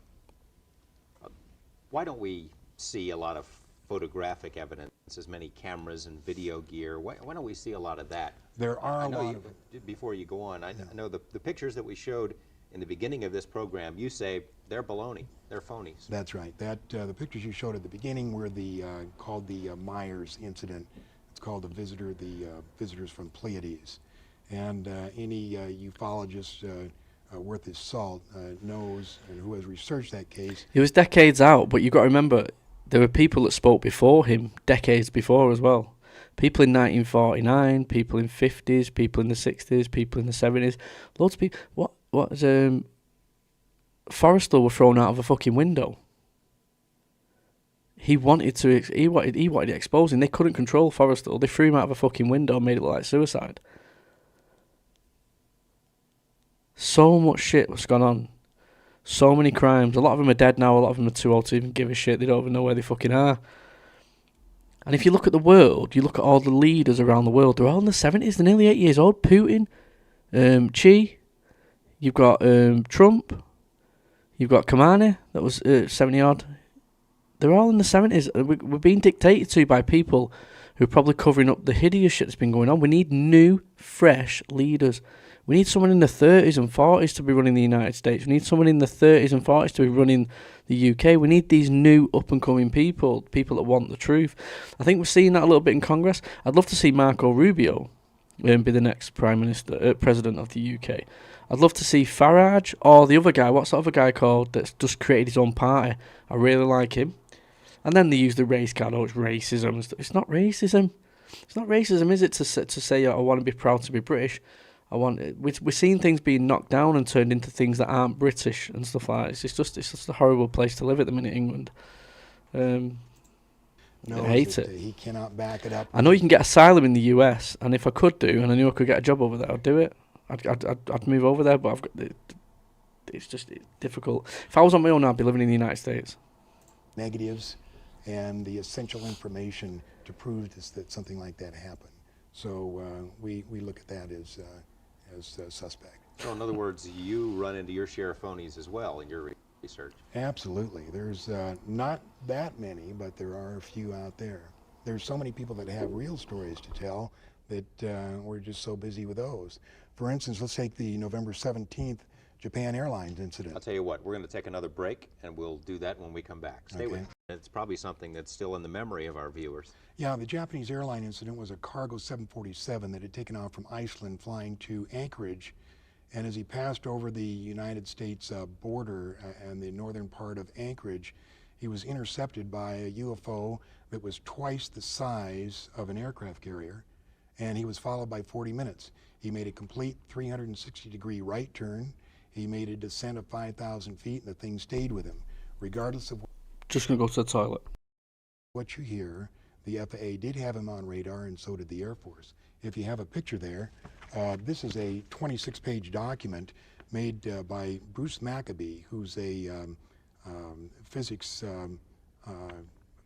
employed by the Naval Surface Weapons Laboratory and one of the most respected figures in ufology. I don't think we have that picture, so go ahead. Okay, I'm just going to hold it up here, and you can see the size of the 747 to the UFO. Now, the UFO was not brightly lit like that. It's just made like that for reference. It was dark, but this is what he saw beside him. Well, whose rendition is this? This is the captain's. This is from the captain's rendition when he was debriefed by the FAA. Now, certain UFO debunkers have said what he saw was the planet Jupiter. Well, this is an insult to all transport category captains around the world. I mean, the guy knows the difference between something that's twice as big as an aircraft carrier and the planet Jupiter. I've also heard that it's the reflection of his own plane. What, the radar? Yeah, that was an attempt to describe it. You can't imagine what pressure these people are under to cover this stuff up. It's tremendous pressure. It really is. Okay. You were going to tell me that the church, did you want to go further into the JAL incident? No, I just want to say that's a 26-page report. It had the captain and the ATC conversation. It had the radar plots, and it had the Air Force plots and the FAA radar plots. There was no question about it. You want to tell the thing me, folled him. The church, what do they think about UFOs? Well, here's a copy from the London Evening News, July 21st, 1987. And it says, "Prepare to meet thine aliens. Vatican theologians have acknowledged that there could be life on other planets. Now they plan to train missionaries capable of working in space and meeting aliens. Jesuit scientists at the Vatican Observatory in Frascati near Rome have reported moving lights and other identified phenomena in the sky. Starting in September, the Vatican University will have a special UFO section." You've said before you thought a lot of their intentions were hostile, and you've mentioned before that a lot of the sightings are around military bases. Why don't we see them here, Las Vegas? We got a lot of military bases here. Well, in fact, there have been a lot of reports of UFOs in and around Las Vegas, not specifically over the Air Force bases. We have the test site, and of course we don't know what's going on there, and we have Nellis Air Force Base, but there have not really been a lot of sightings over there.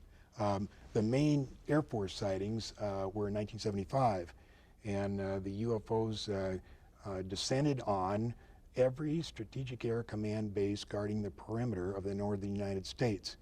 And they hovered over the nuclear weapons storage area, and they stayed there with impunity for up to 2 and 3 hours over a period of 3 days. And nobody heard about it?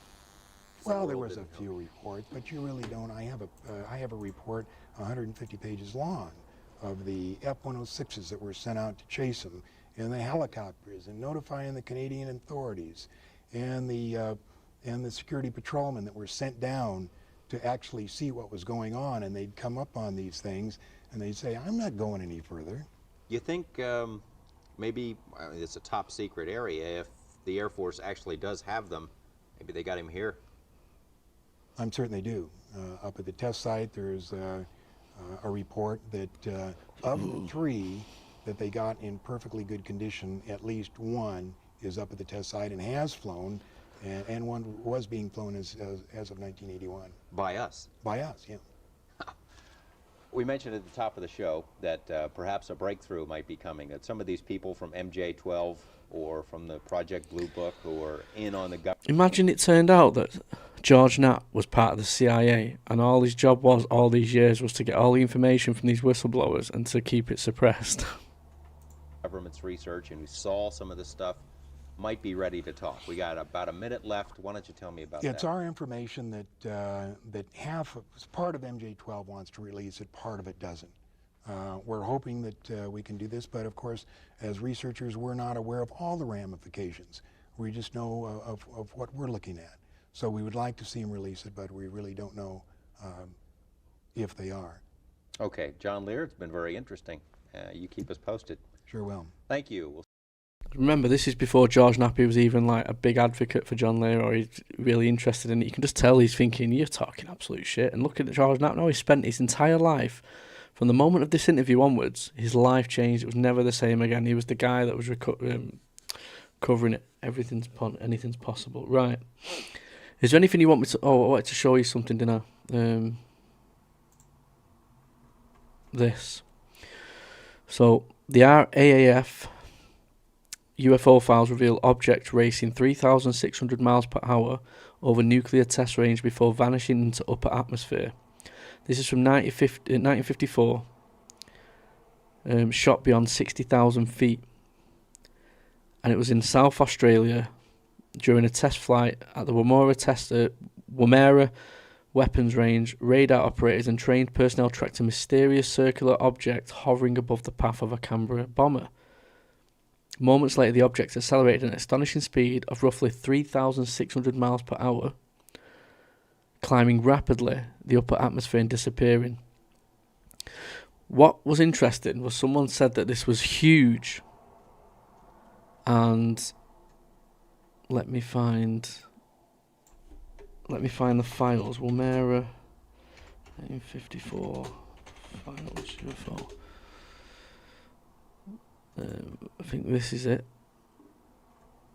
And the website is here, I think. Yeah, this is it. So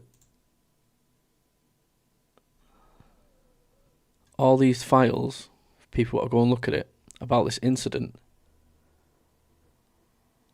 I think this is potentially where the huge UFO is. And it was from 1954 in that Woomera area.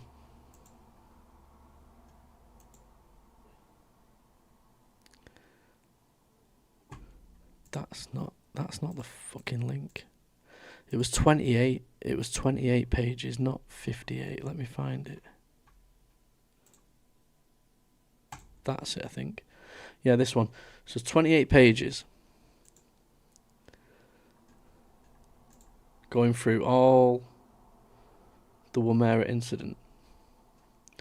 So let's jump to page 20. I was one of a party of 4 DID personnel who attended the Woomera West Open Air Theatre on Saturday the 27th of September. The other was Sergeant Major Walker and 2 others. I have just arrived up here myself. Sergeant Major Walker will give the other names. Sometime after the show started, Sergeant Phillips, that his name, nudged me on the arm and said, "Look at this." I looked from my position on the left of the projector towards the right of the screen, and in the sky, well above the level of the fence, round the theatre, I saw an illuminated object shaped like a cigar with a spurting light at the rear travelling from west to east in a horizontal way. These are brand new files, by the way. So it's breaking news, this, if you've not seen this today. It was travelling in an even keel and was observed until it was out of sight. If you want to screen record this, share it, feel free. As I saw the thing, I then nudged W.O. Walker and remarked, "Look at this," at the same time pointing in the direction of the object. I would say that the object was visible to me for about 5 seconds. I did not hear any noise, as the pictures show my face. May have drowned any. Comparing the object with a shooting star, I would say that it was definitely something other than a shooting star or anything from the heavens. Let's go to the next one. At between 2045 and 2900 hours, nudged my arm and said, "Look at it." Oh, that's the same one. I have observed fast aircraft, meteorites and shooting stars. This object was travelling at an even steady keel, faster than any aircraft I've seen, but as far as the falling star beside this object was travelling horizontally southwest. Eighth man wants your story. Oh, right. So, my story. Well, let's go for it. So, let's start 1991, 1992, when I lived on Darnhill. This is the weird story, right? Feel free, you can clip this, do whatever you want. I don't talk about this very often. So I was in the living room with my mum. I was about 4 or 5 years old, maybe 3 or 4 years old, I can't remember. And my mum just collapsed onto the floor. And she started convulsing at the mouth. And I remember it clear as day. It's probably the only memory I've got. I've got one other memory with my nan pushing me in a pram. I was eating quavers. That's the only memory from the age of 3 and 4. That was about 2 or 3 actually. That memory. So I don't have many memories of that age. And then she got up out of nowhere after convulsing and stuff like that. And she started hopping. And she hopped out the room, up the stairs. 1, 2, 3, 4. About 4 steps.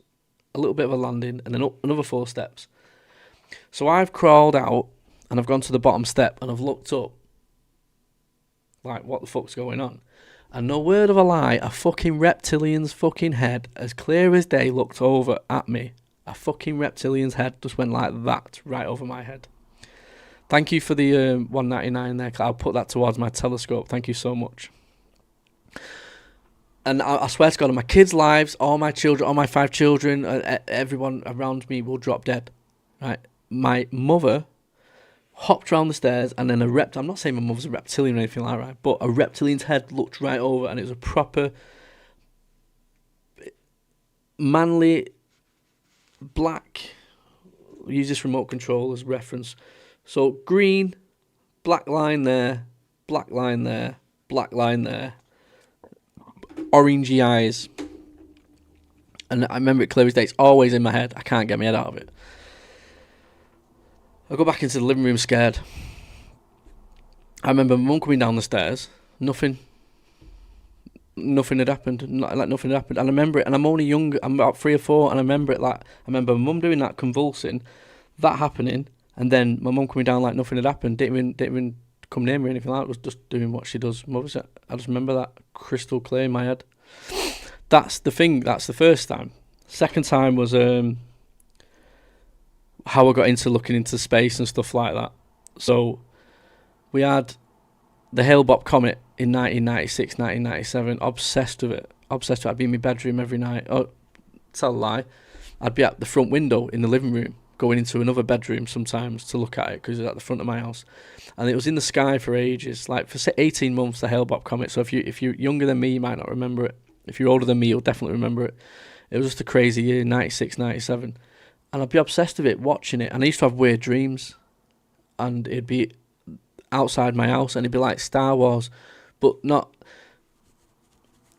like a futuristic planet. My house and the street was exactly the same, but there was silver spacecrafts going across, square ones, whatever, triangle ones, whatever you can think of. Just normal crafts going across. Then I got to 1999. I got my first PC. And it was under the stairs in the kitchen, and I started doing research, went on the dark web, got into Bob Lazar, got into George Knapp, got into Wendell Stevens, John Lear, Bill Cooper, Robert Dean, Jacobs, all them kind of people, all the good people. Got straight into it. Started to research it heavily. Ended up on the dark web, seeing some videos I'd never ever want to see again. People screaming in underground bases, children that were screaming in underground bases, and the military personnel were there. Them videos had never seen the light of day. But now we're seeing things where possibly them videos were being uploaded on there in the 90s because the internet was quite new and people was able to observe it, but them videos were never seen again. People like Ross Coulthard mentioned about dead letter drops. People would drop videos on there like dead letters, so they'd drop it on there and it'd only be like a V1 thing and stuff like that. My experience though didn't happen until about 2 years ago when I did the People of the Light. Someone at work told me, you can do People of the Light, and I used to think, what the fuck are you on about? This is before Psionics. This is before Ross Coulthard mentioned that, or Skywatchers. If you say People of the Light and you give your location in your mind and you throw the thought out there, you'll have things. So I was like, I tried it. Every time I've tried it, it's not always worked. But on 3 occasions it did. I was sober. No, I've tried it when I'm pissed and stuff like that. It's not worked. But when I'm sober, it's worked. And it'll just give you 3 flashes. to let you know it's there. It's not a satellite. I have all these satellite apps. It's not a plane. I know what a plane looks like. I'm not a fucking idiot. I'm the one that points it out when people are going insane. You send me it. Everybody that follows me, no, don't send Matt a video. He will debunk it, or he'll say you're a fucking dickhead. It's just shit. They don't send me anything anymore because it doesn't interest me. They'll send me an orb and like, it's fucking orb and stuff like that. But I've had my own experiences with it, and it's hard to catch it. I understand. I tried to record it myself. It's impossible to. It's just a flash. And then 5 seconds later, another flash. And then 5 seconds later, another flash. And that was it. That was that telling me that I was communicating. That's my only experience I've had. And it was me, in my opinion, summoning it with my thoughts using people of the light. Not psionics, not a frequency or anything like that. So, yeah. And the rest of it is just research in between where I've come to my own conclusions of what the conspiracy might be. The one thing I would 100% bet, and I'd bet my life on it, is that there is a horrible thing that's been going on with the children on this planet to the point where they've probably been creating their own children so they can carry on this without harming the population of the planet because it become too obvious. And all you have to do is go on Google searches and look at how many children go missing and stuff like that. It's insane. But that is a wild story, right? That's a wild story, I get it. But it's true. Especially the mum one, that's a true story. The summoning one, that's a true story. I've told people to do it, by the way, and they've had experience as well doing it the same way I did. People of the light. Try it. Matt, you better not be joking. About what? People get abducted, they still about. I thought it was like TikTok, I'm getting used to this. I need a technician to sort my phone emails. I can't pay anything on my phone. Sorry, when I tell my story, I will donate to you 100%. Listen, if you've got a story, and I don't care if it's a 5-minute story or something like that, if it's not a video with, I will add it to a compilation of things and upload it as multiple people telling stories. I don't mind doing that. So I just want random people that I've never told the story to come up and tell us a story, because that's where people start to wake up, and that's where if you watching this channel and you see someone like Claire or Louise come up and tell their story, you're like, well, if they can do it, I can do it. No one's mocking them. We're all here wanting to hear this. I'm going to tell my story then. And that's how it promotes itself. So one person doing it, you promote yourself, don't you? That's how you want to do it. But yeah, should I ask my mum if she was a reptilian? I can't remember if I asked her once either, pissed up. I think I might have done when I was about 17, 18. Pissed up, I went, Mum, are you a reptilian? Her reaction was weird, actually. She went, what? What? That's what she said. What? I'm pretty sure I asked her when I was pissed up, are you a reptilian? And then I told her, I said, well, you went out, like, convulsing, then hopped up the stairs, and then I seen a reptilian's head pop over the balcony. What? Maybe she's just, like, playing me. Maybe I'm part reptilian or something, I don't know. But, yeah, that's typical mum answer. I'm going to ask her again. Maybe I'll record it. I'll record it for you. She's going to come, I'll tell you what, she's going to come round, so she's going to give me something for my birthday, right? She'll probably, I don't know. I'm going to ask her on my birthday. Mum, are you a reptilian? Well, I'm 40 now, you need to tell me. You know what I mean? It's stuck in my head since the age of 2 and 3. Are you a fucking reptilian, Mum? As I'm holding a weapon. Are you a reptilian? I need to know now. Imagine she just went, yeah, fine. That's how she'd say it. She went, oh, whatever, Matthew. Yeah. I eat people. If she is, then you're a hybrid. I know, yeah. Maybe I'm a hybrid. Did you ever go upstairs by yourself after? Yeah, I went upstairs. I used to play with my toys on the stairs because it was a small stair. It was weird. So you had like four or five steps up, so not very high. Then you had like a sort of a landing thing. Then it came back up on itself, so it was sort of like that, and then that up. So it was like 5 steps up, big step, and then 5 steps up again. That's how it was. So yeah, it wasn't like the stairs I'm at now. It's like a fucking escalator. You go up. I need to stand a stair lift now with my fucking chippy tits. But yeah, she's something was on. It's always stuck in my head whether my mum's a reptilian. She looks a bit reptilian-y as well, like not like in a weird way, but I could imagine it, and I'd expose it. My mum's a reptilian. Oh, that's funny. It's true. Right, is there anything else I need to look at while we're online? Let me go to the big screen here. What are we on here? Typical Mummy Son's grim. I have witnessed. Who's got a story then that they want to come up and tell me? Like, have you got a story and you want to come up and tell me? If you want to do it now, if you want to tell me now, go to my Discord, put your video on, and I'll put the Discord up on here. In fact, no, I had a problem with my Discord before. He said I need to update something. It won't let me in my Discord for whatever reason. Like, people, only some reptilians eat humans, yeah. Does your mum eat her steaks red? She likes a steak. She likes a steak. Doris, you being nice. Doris is always nice. No, listen. I expect the shit. It's a mad story. Even, like, but it's true. It's fucking true. It's like there's nothing, like, I can't explain it. My mum was, like, convulsing, foaming out the mouth. I remember it clear as day. It wasn't a dream. It actually happened. And then, because it was around the time, because I remember I used to sit in that house, and it was around the time in the 90s when my dad would be at work, my mum wasn't working, she was looking after me, and she'd be watching Home and Away during the day. The Home and Away would be on at like 12 o'clock, 1 o'clock in the afternoon, do you know what I mean? Something like that. Home and Away. She was watching all that shit, and I'd be sat there, me, playing with my toys. Even at that age, I was thinking, this is bullshit, this. What the fuck's she watching? And then Kylie Minogue would come on or something. Is it Kylie Minogue that was on there? And then, yeah, she was a bit nasty as well at times. I remember once she threw a slipper at me. I ducked, and it smashed a glass pot thing that my dad had got off his Uncle Jim that died. And she went, and she made it look like it was my fault. She went, oh, what are you doing that for? I was like, what? And then she picked us up and threw us in the car, and then we went to Castleton to get a new one. Otherwise, my dad was going to go ape shit. So, yeah.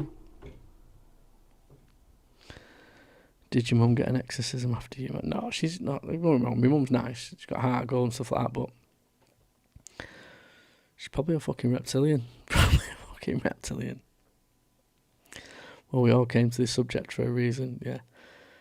That's not the reason I came into it, I don't think, but I think the Hale-Bopp comet was the thing that got me into space and fascinated with it. It was a huge year. 1997 was a big year.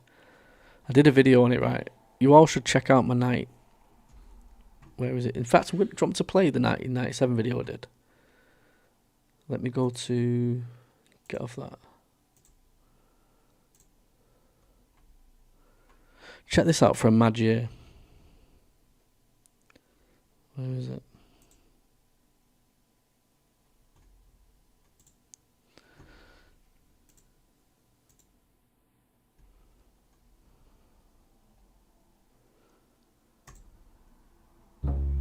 Amazon Spring Deal Days. Up to 40% off. This is the video I did the other week. We believe investing is for everyone.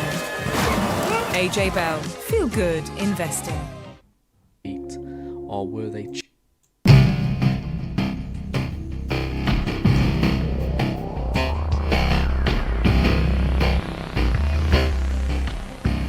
So for people that was born in 1997, lived through 1997, some of this stuff you might not have known about. Hello everybody and welcome to UFOs Around the World. Welcome to a journey back to 1997, a year that felt like the universe was whispering secrets to the earth. It wasn't just another turn of the calendar, it was a cascade of bizarre events, cosmic spectacles and tragedies that left the world questioning reality. From cult suicides tied to comets to massive UFO sightings and leaked alien footage, 1997 pulsed with otherworldly energy. Was it a coincidence or were extraterrestrial forces pulling the strings? Let's dive in. So let's kick it off with the heavens putting on a show. Comet Hale-Bopp, one of the brightest comets in... So this comet was in the sky for 18 months. Imagine being able to witness that. I was obsessed with it. I was obsessed with it. Telescope and everything. I wanted to see this. And a lot of people, I think, if you was my age at the time, I was 10 years old. I was obsessed with this. Centuries blazed across the sky from early 1997 into spring, visible to the naked eye from months. 97, I was 10. Yeah, you're the same age as me. No, 96 I was 10, 97 I was 11. I was born 1986. It captivated astronomers and skywatchers alike, but for some, it wasn't just a rock hurtling through space, it was a harbinger. Hale-Bopp's appearance coincided with whispers of alien activity. UFO reports spiked worldwide as if the comet was drawing something closer. In the UK alone, declassified government files later revealed dozens of sightings, strange lights hovering over Lincolnshire, multicoloured orbs in... All these lists that you're seeing here, they're all from 1997. You can't see them clear on here. If you watch it on the telly, you should be able to. All them are June, July, all these, and it goes on to the next page. And triangular crafts zipping. If you have time to read through them, it's insane. It paints a picture of things happening in the UK. Silently through the night. Was Hale-Bopp a natural wonder or a cosmic signal? That signal seemed to resonate with the Heaven's Gate cult led by Marshall Applewhite. In 1997, 39 members donned matching black tracksuits and Nike sneakers, ingested a lethal cocktail of phenobarbital and vodka, and lay down in a San Diego mansion. They believed suicide would free their souls to board a spaceship trailing Hale-Bopp, escorting them to a higher plane. The mass suicide shocked the world. Bear with the editing, by the way. I'm new to all this, making videos and doing editing, so just give me a break. Yeah, it's not the best edited thing, but it's a story, and it gives you it in little bite-sized things, and it gives you enough to go away and do your own research. That's how I like to do my videos. But dig deeper. Applewhite claimed direct contact with aliens. Cult members called themselves the Away Team, ready to abandon their human containers. That's a real body, by the way, from one of the Heaven's Gate, and they all wore Nike trainers, black Nike trainers and stuff like that, and they all thought that they'd take this suicide pact and then they'd go on to this Hale-Bopp comet, which they said was a harbinger, a messenger and stuff like that, and an alien spaceship. Conscious that this happened as Hale-Bopp peaked, or were they tuned into a frequency the rest of us missed? Reports from survivors hinted at strange lights seen over the compound weeks prior, perhaps a reconnaissance. Tragedy wasn't confined to the stars. On March the 9th... Good evening, everyone. I'm Linda Laverne. Miriam is off tonight. He was only 24 years old, was just starting what was expected to be a promising career in music, but tonight it's... This guy got killed on my birthday, by the way, March the 9th. March is a very, very important month, by the way. In 1997, hell of a lot of fucking shit happens in March.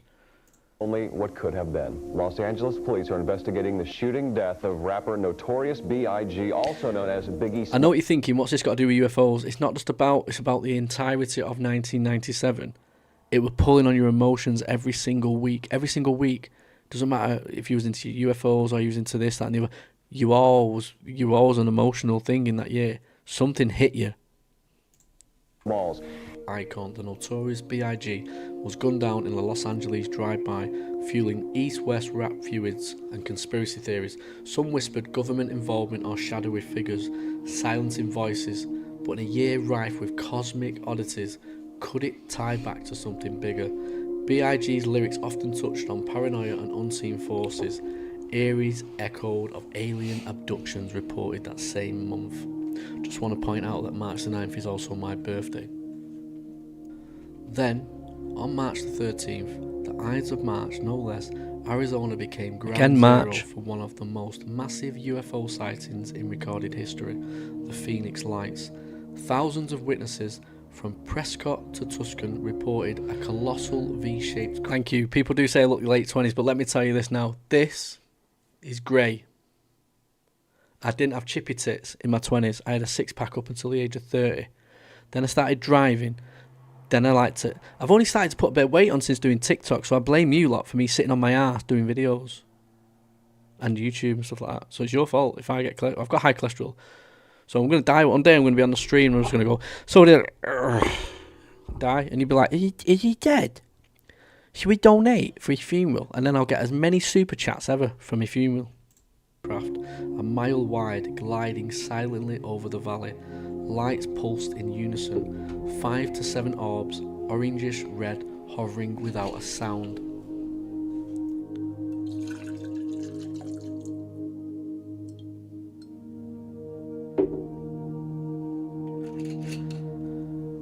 What do we think of the Arizona lights, by the way? What are people's opinions on the Phoenix lights? Drop a quick comment there before I carry on. Nothing to do with the beer. Listen, right? I don't get when you know as much as I do in the UFO world, and you've been down those rabbit holes, and some of them are deep and dark. You need a drink to get through it. This reality that we live in. I need some fucking pleasure. That's funny. I blame you for making me sit on my ass watching YouTube. Listen, Heiser. I try and make my lives entertaining. And I seen you in Vetted's live the other day, actually, by the way. The thing is with Vetted's lives, he never gets back to many comments. You have to super chat for that. I don't want to be that live. I want to be the live, the people's live. Governor Fife Symington initially mocked it, parading a staffer in an alien costume at a press conference. But years later, he admitted seeing it himself. It was enormous, otherworldly. The Air Force blamed flares from military exercises at Luke Air Force Base. Skeptics bought it, but witnesses insisted flares don't move in formation or block out stars. Was this a test of alien tech reverse engineered at Area 51, or a bold extraterrestrial flyover scouting amid Hale-Bopp's glow? And I'm not sure about the date. You've got a better memory for the dates than I do. Yeah. But there was no, like the Clinton day, no. The interaction is important because, listen, I've been there where I've been watching. I'll tell you, Etherman, you want to know where. The reason I do social media isn't because I wanted to do social media. I did a Facebook account. I've had a Facebook account since 2012 on UFOs, because UFOs around the world. But I never put my face to camera. I just upload research and stuff like that.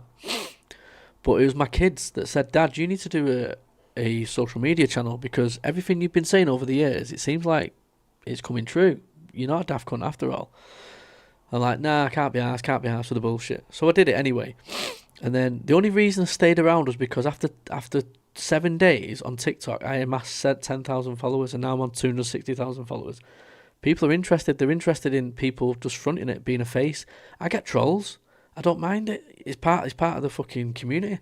But people just like something to interact with. They don't want these faceless accounts where they're just uploading videos. They want someone that's actually going to explain stuff to them.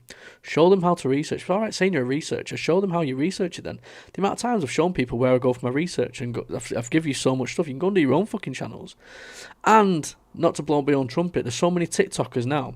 Shiv, Foil Hats, Interstellar, you've got all these other ones. Ashton Forbes came over to TikTok. Mark Christopher Lee have helped him out. They're all over 50, 60, 70,000 followers because of it. Daniel Knightley, 199,000 followers. He did his channel off the back of my comment saying you need to create your own channel. These people just needed someone to give them the kick up the arse, and it was a lad from Manchester that had the balls to take the shit and then create a community. And here we are. And I'm going to do exactly the same on YouTube. You want to create? Well, let's do it together. Let's build each other up. No, I was on a strict diet.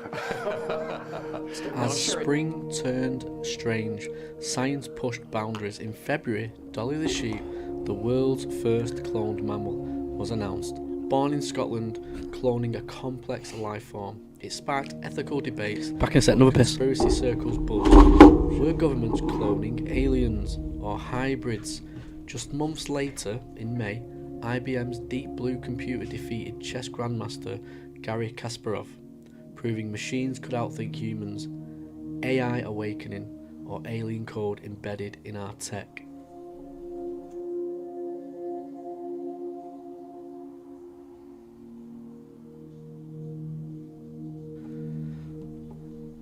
Speaking of aliens, 1997 brought us the infamous alien interview tape, leaked anonymously by a whistleblower codenamed Victor. It showed a frail, grey-skinned being in a dimly lit room at Area 51. The creature, allegedly captured in 1964 but interviewed in 1996, communicated telepathically about its origins and warnings for humanity. Released in a documentary that year, it divided viewers. Masterful hoax with Hollywood-level effects, or the real deal smuggled out. Special effects guru Rick Baker analysed it. Puppetry, CGI, undecided.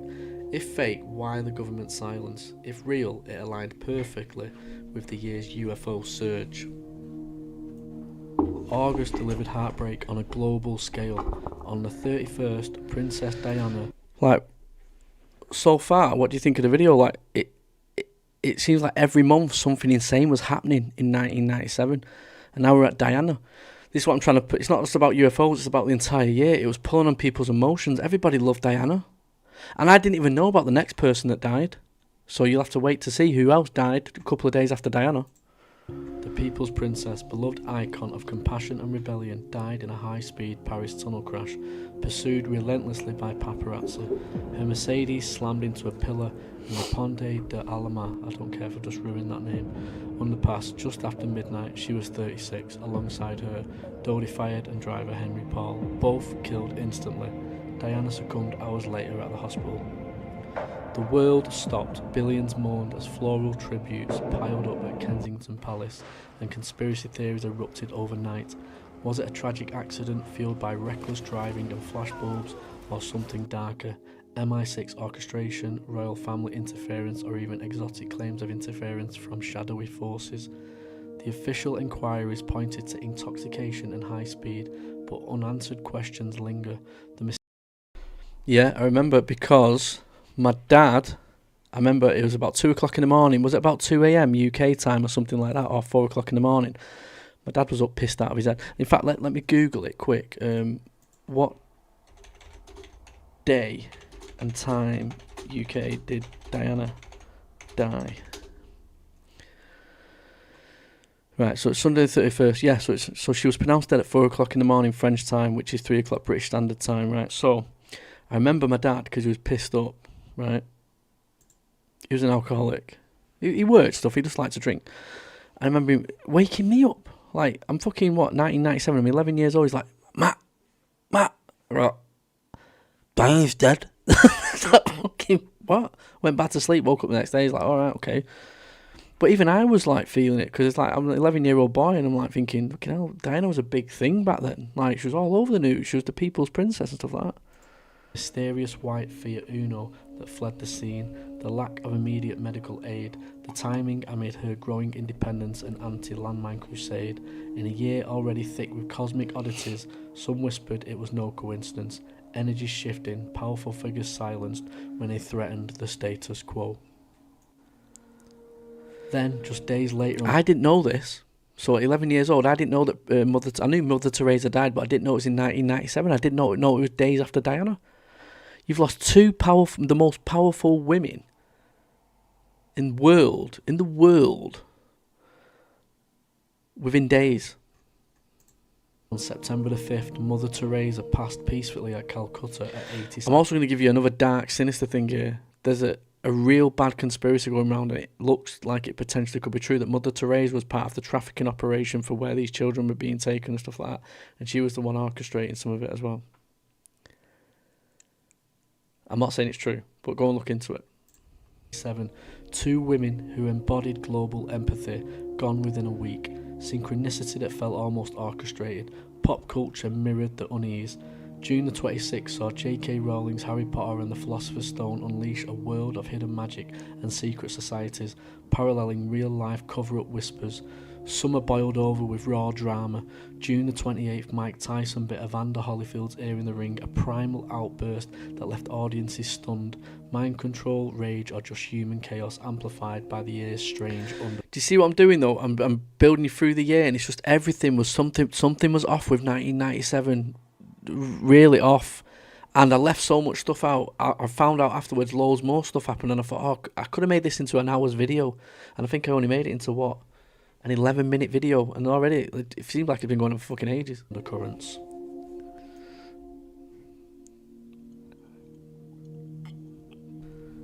July the 4th, NASA's Pathfinder rover touched down on Mars, beaming back images of the red planet, proof we are not alone. Meanwhile, on June the 24th, the US Air Force released a 231-page report debunking the 1947 Roswell crash as a weather balloon. Convenient timing amid 1997's UFO frenzy. Damage control. So everybody, that was 1997.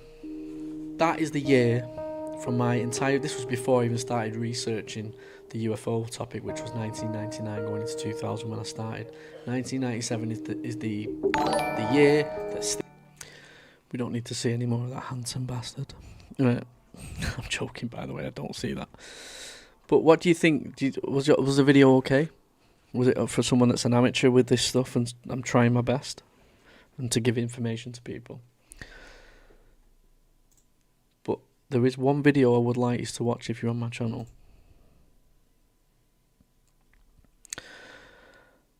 And that one there, that's got the most views, but it's this one here.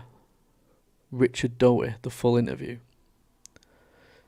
We had him for 3 hours and 23 minutes. It's a bit messy. There's loads of us that were talking, was interrupting. Just ignore that. Just see it for what it is. It was a group of lads on TikTok that had him live. 25,000 people came through that live that night. He then tried to say that it was fake.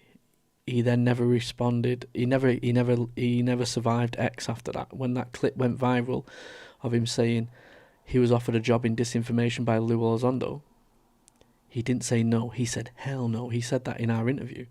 A month later, someone clipped it. I think it was Red Panda Koala and Chupacabra. It went viral on X. He had to explain himself. He tried saying it was AI. I did a video calling him out. He said, no, I wasn't on about you, I was on about Gaia. He realised he'd fucked up. He's left X. His missus is ill. It's probably to do with that as well, but he's not recovered from that interview. So this interview is what really finished Richard Doty off on X. If you want to watch that interview, he goes on about Antarctica. The thing is, it's not a clickbait pending deathbed confession. I ask him that question. I say, when you die, you're getting old now. People commented saying I shouldn't be mentioning his age. Listen, I don't give a shit. I'm going to play on him. Listen, he potentially has caused a lot of harm to people. I have no commitments to Richard Doty.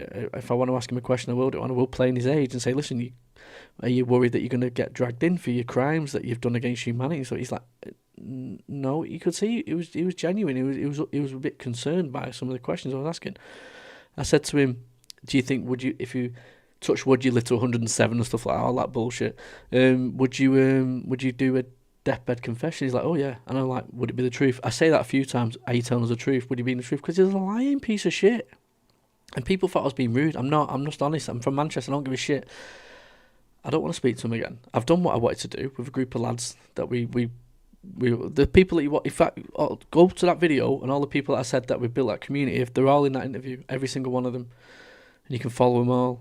We asked him. We got the interview of him, and he was live. It's the first time Richard Doty had been interviewed live, and probably one of the longest interviews on YouTube, 3 hours and 23 minutes. You're not going to get a longer interview. It was even used in WI files. That's how good the interview is.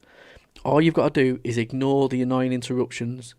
That is the only thing I apologise about. If I was interviewing by myself, it wouldn't be like that. If they was interviewing by themselves, it wouldn't be like that. It was just a group of lads, mainly from the UK, asking Richard Doty and pushing him and pushing him and pushing him. He said he can't speak about Antarctica. Mark, I think, asked him one more question and I said to Richard Doty, right, I want to take you back to Antarctica. And then he answered saying, okay, they opened up a massive cavern. And then he couldn't say much more than that, but he gave us more information on it. Listen, there's no right or wrong way to ask questions.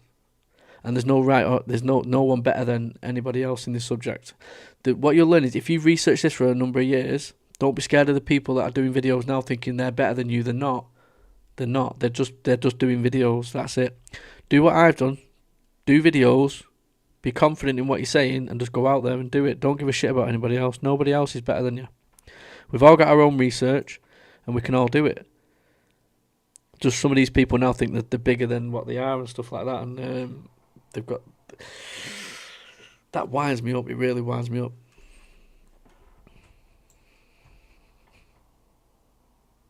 I'll definitely be watching that Doty video. Yeah, just watch it. Like I'll show you what it looks like, so you know what it's. It's not like professionally done, but it was found sometime after. So you've got Interstellar Luke, you've got me there, you've got Foil Hats, you've got Mark, and you've got Shiv off screen. So there's 5 or 6 of us. I think Mark Christopher Lee's in this as well.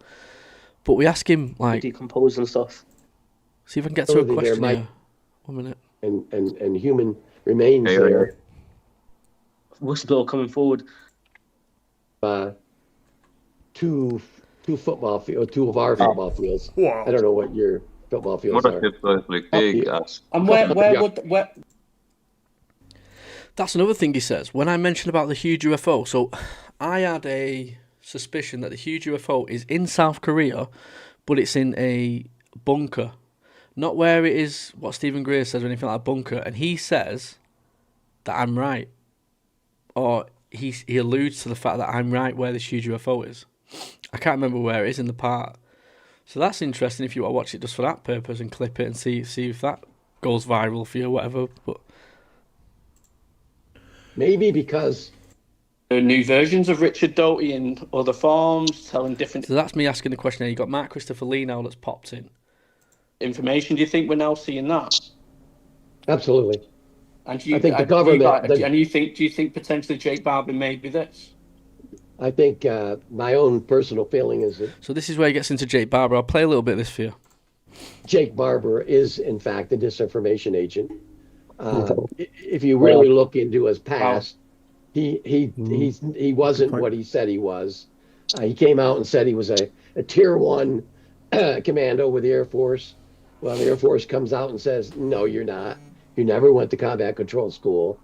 I'll play it in a sec. So on my channel, if you're interested, we've got Simon Holland interview, we've got Patrick Jackson interview, we've got the Richard Doty interview, we've got a John Stewart interview, we've got I've got another interview. Someone that claimed to be part of the Anunnaki interview. More interviews will be coming to my channel, by the way. I just enjoy doing my own content and uploading rare. So what you'll see is my own content where I'm doing like voiceovers, and you'll see rare archived videos going into my rare playlist. Then you'll see interviews coming up. This channel is going to cover everything you can think of. There's no woo woo on this channel. It's all fucking woo woo. This topic is when people say, "Oh, we don't have woo woo. We don't do woo woo here." Well, you're not fucking researching them because the fucking topic's woo woo. I'm afraid. Every aspect of it goes into the woo woo. So if you're not interested in the woo woo, go and watch fucking Love Island or something like that, because this is a woo woo topic and it's getting woo woo about the fucking day. So you need to. It's going to cover everything, and I recommend if you want to, you would give me any tips on what you would like to see. Just put it in. Just drop a comment. Mac, you do a video on this? Yeah, 100%. I'll do it. I get back to every single comment. Go through every single one of my videos, every single one of my comments. I've replied to every single person on my channel. Every single person on my channel, in every comment on every one of my videos. If you want something seen, you want something putting out there, I will comment back to you. You actually flunked out of combat control school, and then he changed his story. Is that not typical? The way they sort of is that not typical compartmentalization? No, it's not, because number one, he comes out and says it's DD Form 214. Which is your military record for anybody in the United States military. This might be where he says Lou Elizondo offered him a job in disinformation, and that's why I'm leaving it playing. Was classified. The Air Force comes out and says, the major, Air Force major, chief administration says, there's no, ever been a DD Form 214 classified. There's stuff within the DD Form 214 that's redacted. Yeah. But it's never been classified. In fact, she even released the regulation that says it's not ever been classified. So that's my take. Is I don't know why he's doing it, but I read in that he is part of a disinformation program. That's what I read into it. Is it just him, or is it the whole psionics movement? What's your opinion on CE5? Is it a valid tool? No. Absolutely not. So Mark, who's just asked a question, and I'm speaking to him on Saturday. So like I said, any questions you want to ask Mark, or if you don't know who Mark is, do some research on Mark Christopher Lee. He's gone quite viral over the last few months because he was the one that said that President Trump's got an announcement to make on the UFO subject.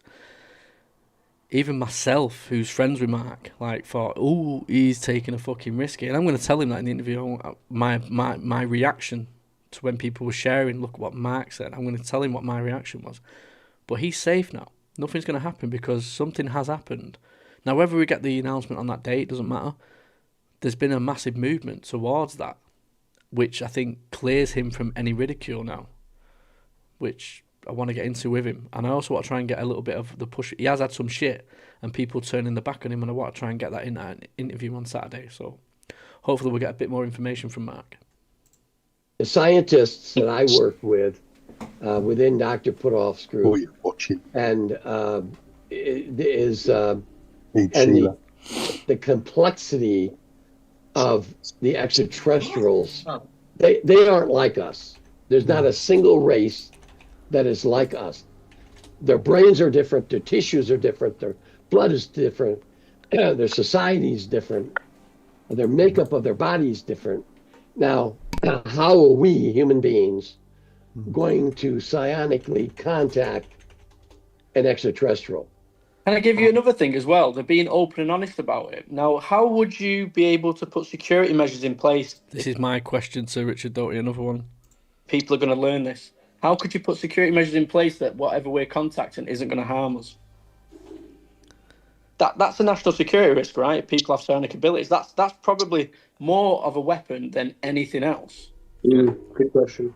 Well, there is a lot of things that I had access to in my government time, and also with Dr. Putoff, because we worked on DARPA project. Was that an interesting question? My question was then, if you've got psionic abilities, and that's a real thing, that is more of a danger than any weapons, because if I've got a weapon in my hand, right, and I'm going to attack you with that weapon, and you've got psionic abilities and you can manipulate things, you're a danger. More of a danger than me holding that weapon. You're a danger, full stop. You can make me turn that weapon on myself. Do you know what I'm saying? So how would you put security measures in place for people that have psionic abilities to make sure that they're not tampering with politics or making people say things or making people do things? It's 100%. It's an invisible weapon. That's what I was trying to get. It's the worst weapon you can go against. That I can't talk about.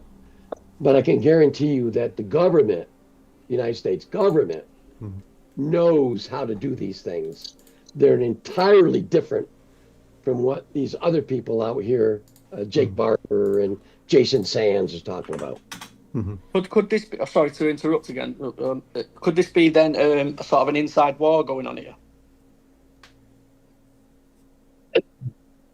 There's a movement within the government, within the U.S. Space Force, which is our new branch of the military, and also within the DIA to disinform the public.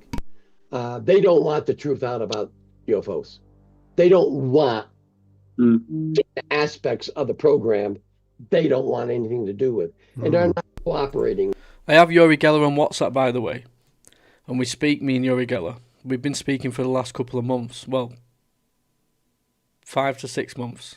He gave me his number. The first time that Israel were attacking Hamas and stuff like that, that's when me and Yuri started speaking. He says he doesn't want to speak to me yet. He wants to gauge who I am. He wants to feel who I am and stuff like that. I've tried to get him on. He's very hard to get an interview with.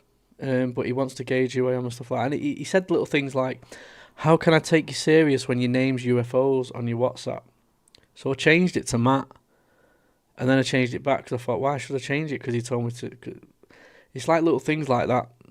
So he's weird. He's very weird. He's a spoon-bending weirdo. But I would love to chat to him. With the groups, they're not cooperating with the legislators. James Fox is the one I'm getting. That's the one I want to interview him. I want that to be live, but I don't want it to be a sellout where I don't get any viewers in the live. So I need people to support me and make sure it gets shared and the people in there. I'd love that to be live. Mark, I can get him whenever. Kaz Clark's another one I'm going to get on the Penturk one. I need to speak to her actually. It's going to be a huge live that. Or a huge recorded one. I'd like to do that live. Yeah, spoon bending weirdo.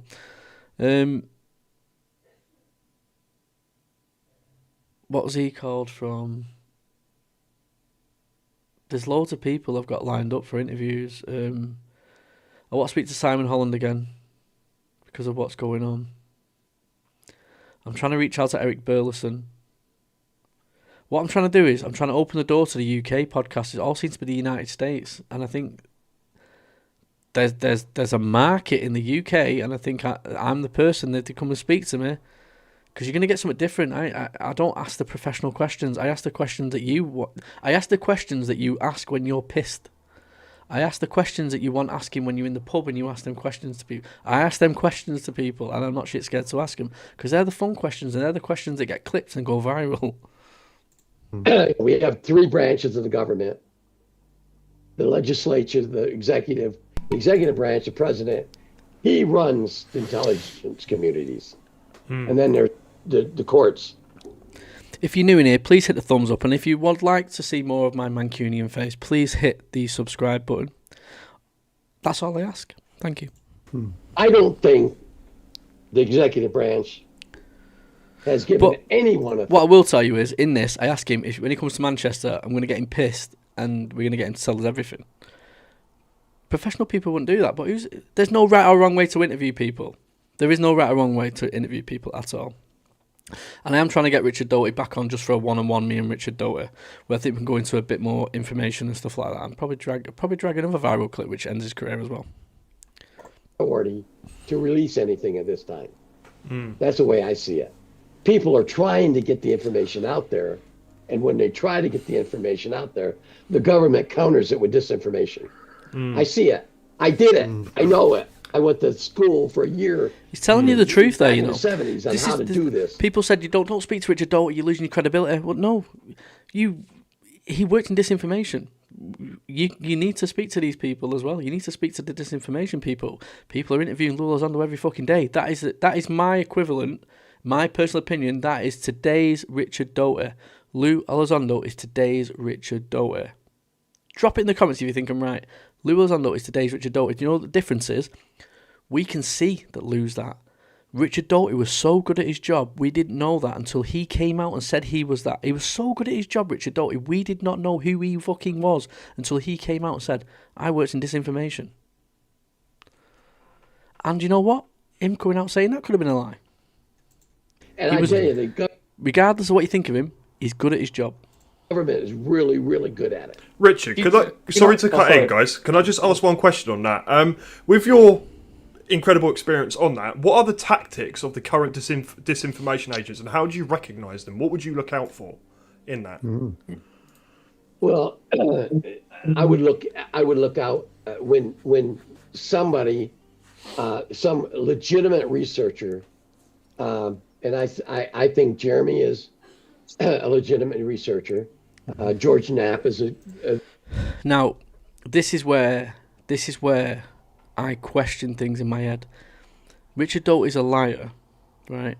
It's disinformation. You're not supposed to trust him, right? He's just said Jeremy Corbell, George Knapp are legitimate researchers. Should we be sceptical that they are then, if he's saying that? Or is he saying that on purpose to make us think that they're not, and he's playing mind games with us? Come on, folks. You've got to play devil's advocate. People say, oh, I don't like Richard Doty, but you'll have Jeremy Corbell on your channel, you'll have George Knapp on your channel, but yet Richard Doty, in this interview we did, said that we can trust Jeremy and we can trust George. Let's play devil's advocate. Does that mean we can't? Does that mean we can't? Come on, drop it in the comments. Play devil's advocate here, see through things, right? You can't have one without the other then. You can't say you want George Knapp there and Jeremy Corbell, but you can't have Richard Doty, but yet Richard Doty says that them two are credible people. Do you see where I'm coming at here? Legitimate researcher. One of the best, I think, is Linda Howell. And when they start going after something, and then you see the government or some third party out there start feeding different information about that. Like, excuse me, when Linda started talking about Antarctica, suddenly Heckers comes out. Oh, I was there. A couple other people come out. I was there. I know this. And that's a sign that that there could be disinformation being countered, because we call it deception in the military. We got to deceive the truth. If you know the truth, I'm going to come after you with deception to make it sound like you don't know the truth. And that I do think as well during the interview, he wanted to make sure that I believed him. Because there's a moment in the interview where he goes, I don't know who you are. I know who some of you are. And then he points out my channel and he goes, and I know UFOs around the world once. And it was like he wants me to believe what he's saying. And I was the one that kept throwing in the curveballs of your age, you cared about getting dragged in and stuff like that. Do you want me to carry on playing this, by the way? What's going on? You've just answered one of my other questions. One of my other questions was going to be, do you believe there's a genuine effort happening right now for government disclosure, or is there still part of a controlled narrative? I think the government is doing everything in their power to keep disclosure from happening. Let's face it. If you followed the subject for 5 years or 10 26 years. I'm 26 years deep into this subject. Okay, 26 years or 40, 45, 46, 47 for me. Disclosure's already happened. We know it's out there. The government just hasn't. No, that's me. That's me talking. That wasn't Interstellar Luke. That was me. Acknowledged it. Why do you think? What are they afraid of? Well, number one, they're afraid of the reverse engineering. Okay. They don't want our knowledge, and I guarantee you. What I'm going to do is, for you lot, I'm going to create an absolute brand new UFO community. I'm going to team up with Hallucination Hippies. Make sure you follow Hallucination Hippies. I'm going to get Luke involved. I'm going to get Daniel Knightley. I'm going to try and get involved. So we've got 3 UK people. We've got 1 American people. We've got to keep the Americans happy. And I'm going to get Polarity involved on some of these lives as well. Get him involved in us. Like you have Night Shift and you have Pavel and all that. We're going to do it our way. We're going to do our UK side of it as well. So, but to do that, we need brand new faces. We need new enthusiastic people. Just people where you can trust them. You can trust me. And the people I'll get on, you can trust them. Because if I trust them, you can trust them.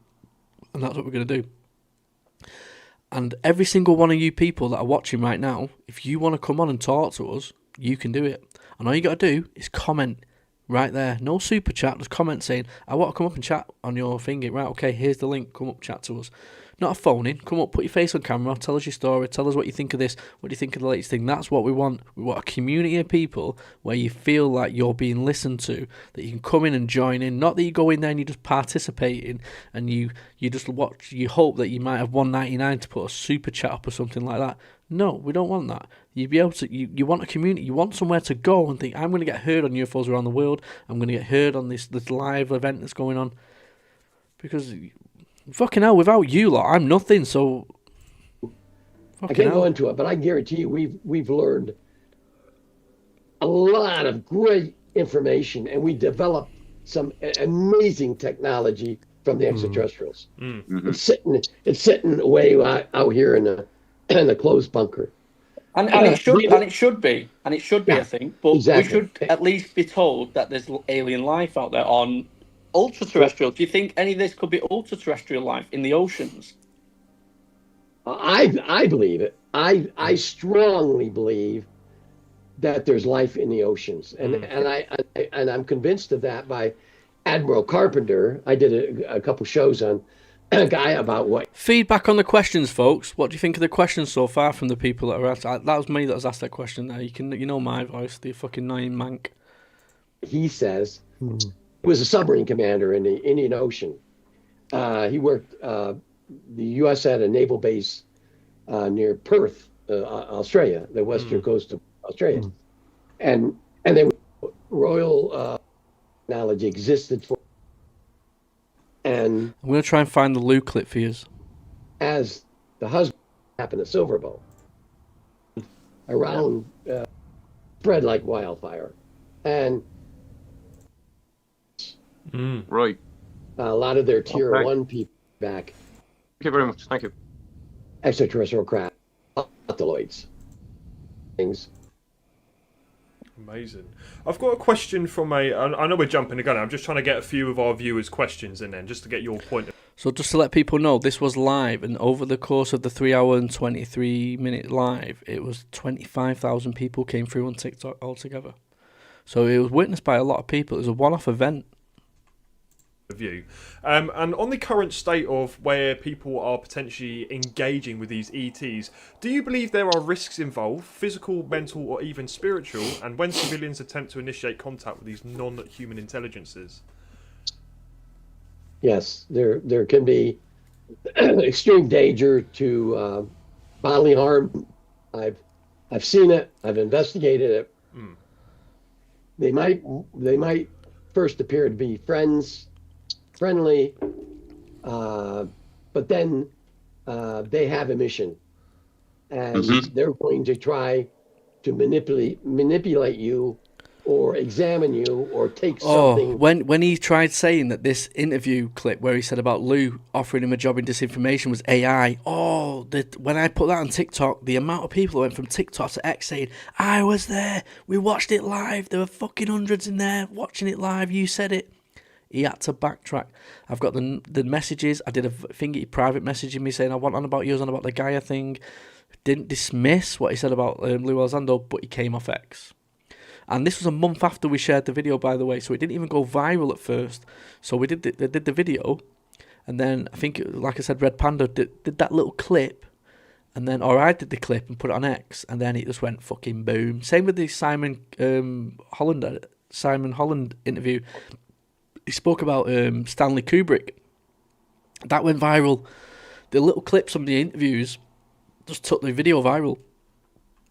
And if you've not seen the Simon Holland's Kubrick bit where he talks about that's interesting, very interesting, and sick.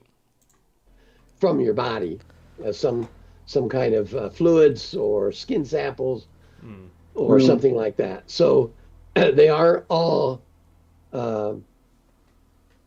friendly and docile. We do need some women. So like I said, we'll have hallucination nipples, we'll get Interstellar Luke, Daniel Knightley.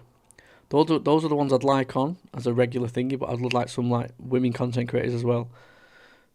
Just message me for fuck's sake, and we can get a weekly thing going on, like a Sunday night. A Sunday night, hour, 2 hour live. We get multiple screens on, and we leave a guest box there so people can come up from the chat and just have 5 minutes with us, however long it is to tell the story. And we don't finish until everybody's told the story. If we've got people pending, we don't finish until we fucking get everybody up. And what that'll do is it's like promotes people. I told my story. They'll tell their friends. They'll come to our channel. They'll come up and tell their story. And that's how we go about it. I'm not seeing a UFO channel on YouTube doing that. I'll be honest with you, I'm not seeing that. What I'm seeing is content creators licking each other's bumholes, trying to get on each other's fucking podcasts, and I don't want that. I want a community of people that are content creators, and we want to make the focus on the people on the ground.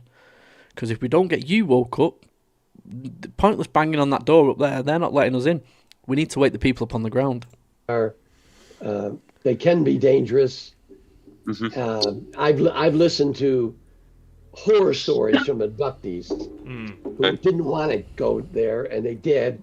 And then I listened to some legitimate stories from people who made themselves available, and then were very regretful after they had contact. Richard, Wendell Stevens, you know Wendell Stevens? Oh, I knew Wendell very, very well. Yeah, so Wendell Stevens spoke about these aliens that would... this is me. They would use this certain enzyme, and it was the same enzyme that was in cattle, so like cows' tongues and certain other body parts would have the same enzymes as human beings, and they would feed, but they would sort of use like an enzyme shower, and they would shower themselves into feed, but they would also wipe away the excrement on their arms and stuff like that. Any information on that, whether that's true? I've heard the same story from Wendell. I've known Wendell. He, of course, passed away, but I knew him from the 80s on, even when he just got out of prison. And he's been a friend. He was a friend right up to the day he died. I listened to probably almost all his stories, and he showed, he used to, at UFO conventions, he would take a group of us into a different room in a hotel, just a certain number of people, and show us things, a little film clip or something that he had that he wouldn't want anybody else to see, or documents that he'd had that he wanted us to read. So yeah, I've heard Wendell's stories, whether some of them might be exaggeration or fact. Window did exaggerate in a few things, but it's a concern because it makes you think about whether these people that go missing, which is there's millions over the decades that have gone missing, primarily children, whether they're being used for purposes of maybe to fly these conscious crafts. If they're not used for that purposes, it doesn't matter what purposes. But where are these children going? We're not seeing them. They're adults now. Some of them will be a lot your age. I'm asking the questions you're asking in the pub, right? These are the questions you want to know. Let's ask Richard Doty. I'm asking the questions, people. You're not going to get these type of questions anywhere else apart from UFOs around the world. Where are the children? The missing children? This is the thing that I try and push out there. There is something going on. This is what worries me, Richard. Jake Barber says that they are put in fight or flight mode.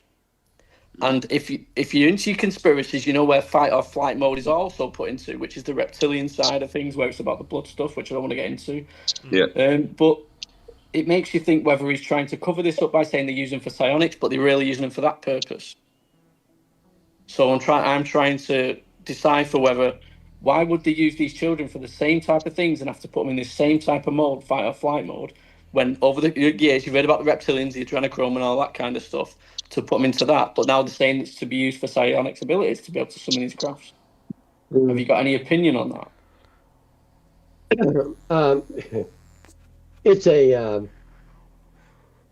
It's really a mystery of why, number one, why so many humans, and it's just not on Earth, it's all over, just not in the United States, it's all over the world, that go missing every year.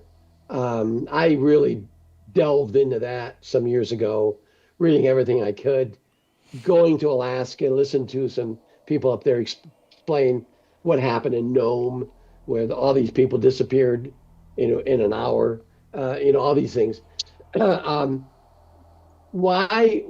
are the extraterrestrials doing what they're doing? That's a problem that humans.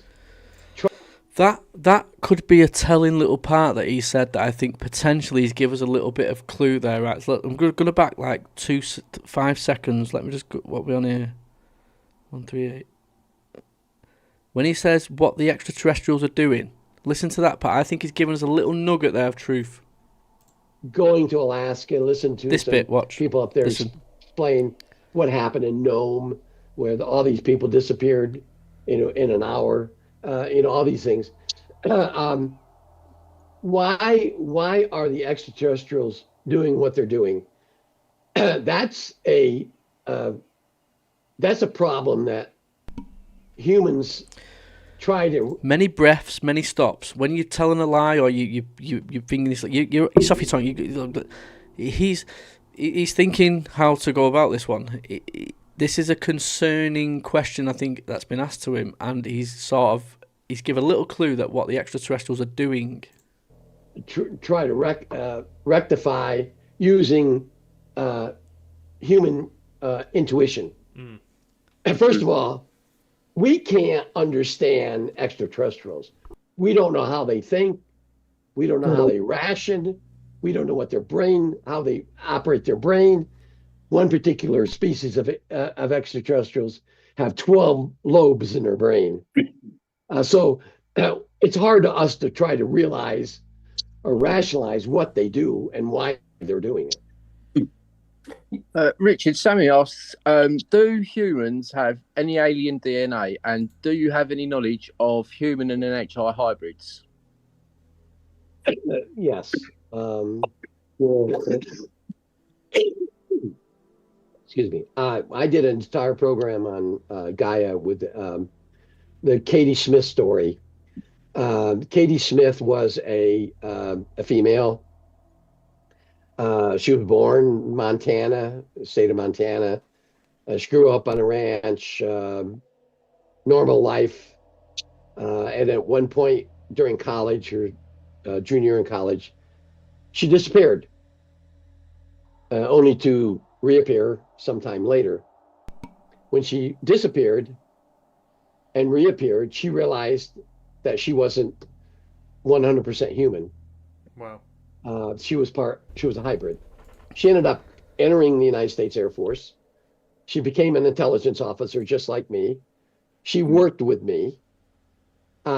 We realized that she wasn't, and this is in the 80s, early 80s. So interesting that hybrids could be working within the government. We wouldn't even know about it. We realized that she wasn't totally kosher. She was different. Yeah. She was Yeah. different. And even then, we realized that there was a possibility of hybrids, even in 1980. We didn't understand it that well, but we knew it. She assisted us. Please hit the thumbs up, please hit the thumbs up, guys. It really does help the videos and stuff like that. I was only going to do an hour tonight. We're on at 2 hours and 35 minutes. At least give me a thumbs up for that. I've gone an hour and 35 and beyond. It could be another 3 hours yet. I don't know. Let's just fucking see. Understanding hybrids, what the DNAs were and how she was different. The fingernails, the earlobes, the irises, all these different things that you can detect that particular species of extraterrestrials, hybrids. So, and she assisted us in finding other hybrids. Wow. And over the years, welcome in, Kyle. She's You're out late. Of AFOSI. She still works for the government. Heiser, if you're there, you need to tell Skywatch that he's for not coming in. He came in. He knew about the live. He's not come in. I have conversations with her periodically. She's in Washington, D.C., but she's a hybrid, and she's one of, if you can believe it, millions of other hybrids. Wow. Yeah. I'm not being a commitment. What it is I know a lot of people that research the UFOs topic, they don't sleep at night. They want some late night watching. And you fall asleep to my voice because I've been on TikTok live. Someone's invited themselves up and I've got to it about 20, 30 minutes later. Invited them up and what I've heard is they fell asleep to my voice. We've all heard it in the live, and I'm like, "Hello, this is your conscience speaking. You're a dickhead," and stuff like that. Because they fall asleep, they forget that they've invited themselves up for the chat. I've not got round to it straight away, and then they fell asleep and stuff. So I get it. People fall asleep listening to UFO stuff. I tell me if this is just me. I can't go to sleep at night unless I feel like I've learned something new on the UFO topic, or I need to research something to make sure that I'm up to date with everything. I need to make sure I'm there, I'm tuned in with it. Every night I have to make sure I'm tuned in with it. I'm driving and I'm not even thinking about the world. The world's a simulation to me now because I just don't think everything. I think we're being lied and played to and everything like that. I don't see the world. I don't see the beauty of the world as I used to and stuff like that. And it really it depresses people. I think that I'm not the only one. The further you go down to this rabbit hole, into the rabbit hole, the more detached you get from reality because you're like, I see through it. It's just bullshit. And I guarantee half the bullshit we're seeing with Iran now, we think we're doing the right thing. We're probably doing the wrong thing. We're fighting a war for Israel and stuff like that. We have no idea. We're probably doing the wrong thing because killing people is not the right thing, is it? So demonic shit's going on. And the sad thing is, the UK and the US, the country that we love, we're probably the problem. And we're probably seriously a fucking problem. And the people we've elected into power in the United States and the UK, we think they're the right people for us, and they're not. They just played us so they can get in power, cover shit up, and go about what they want to do. We get played. Wow. You're afraid now. Yeah. Could I just ask a question on the hybrids themselves? There are long-standing claims that people with Rh negative blood types, especially O negative, are disproportionately involved in abduction cases and contact experiences. Were you ever briefed on any research targeting or interest in Rh negative individuals? No, I was never involved in any of that. Okay. I'm going to replay that question. As that question's been asked, watch Rick Doty's face.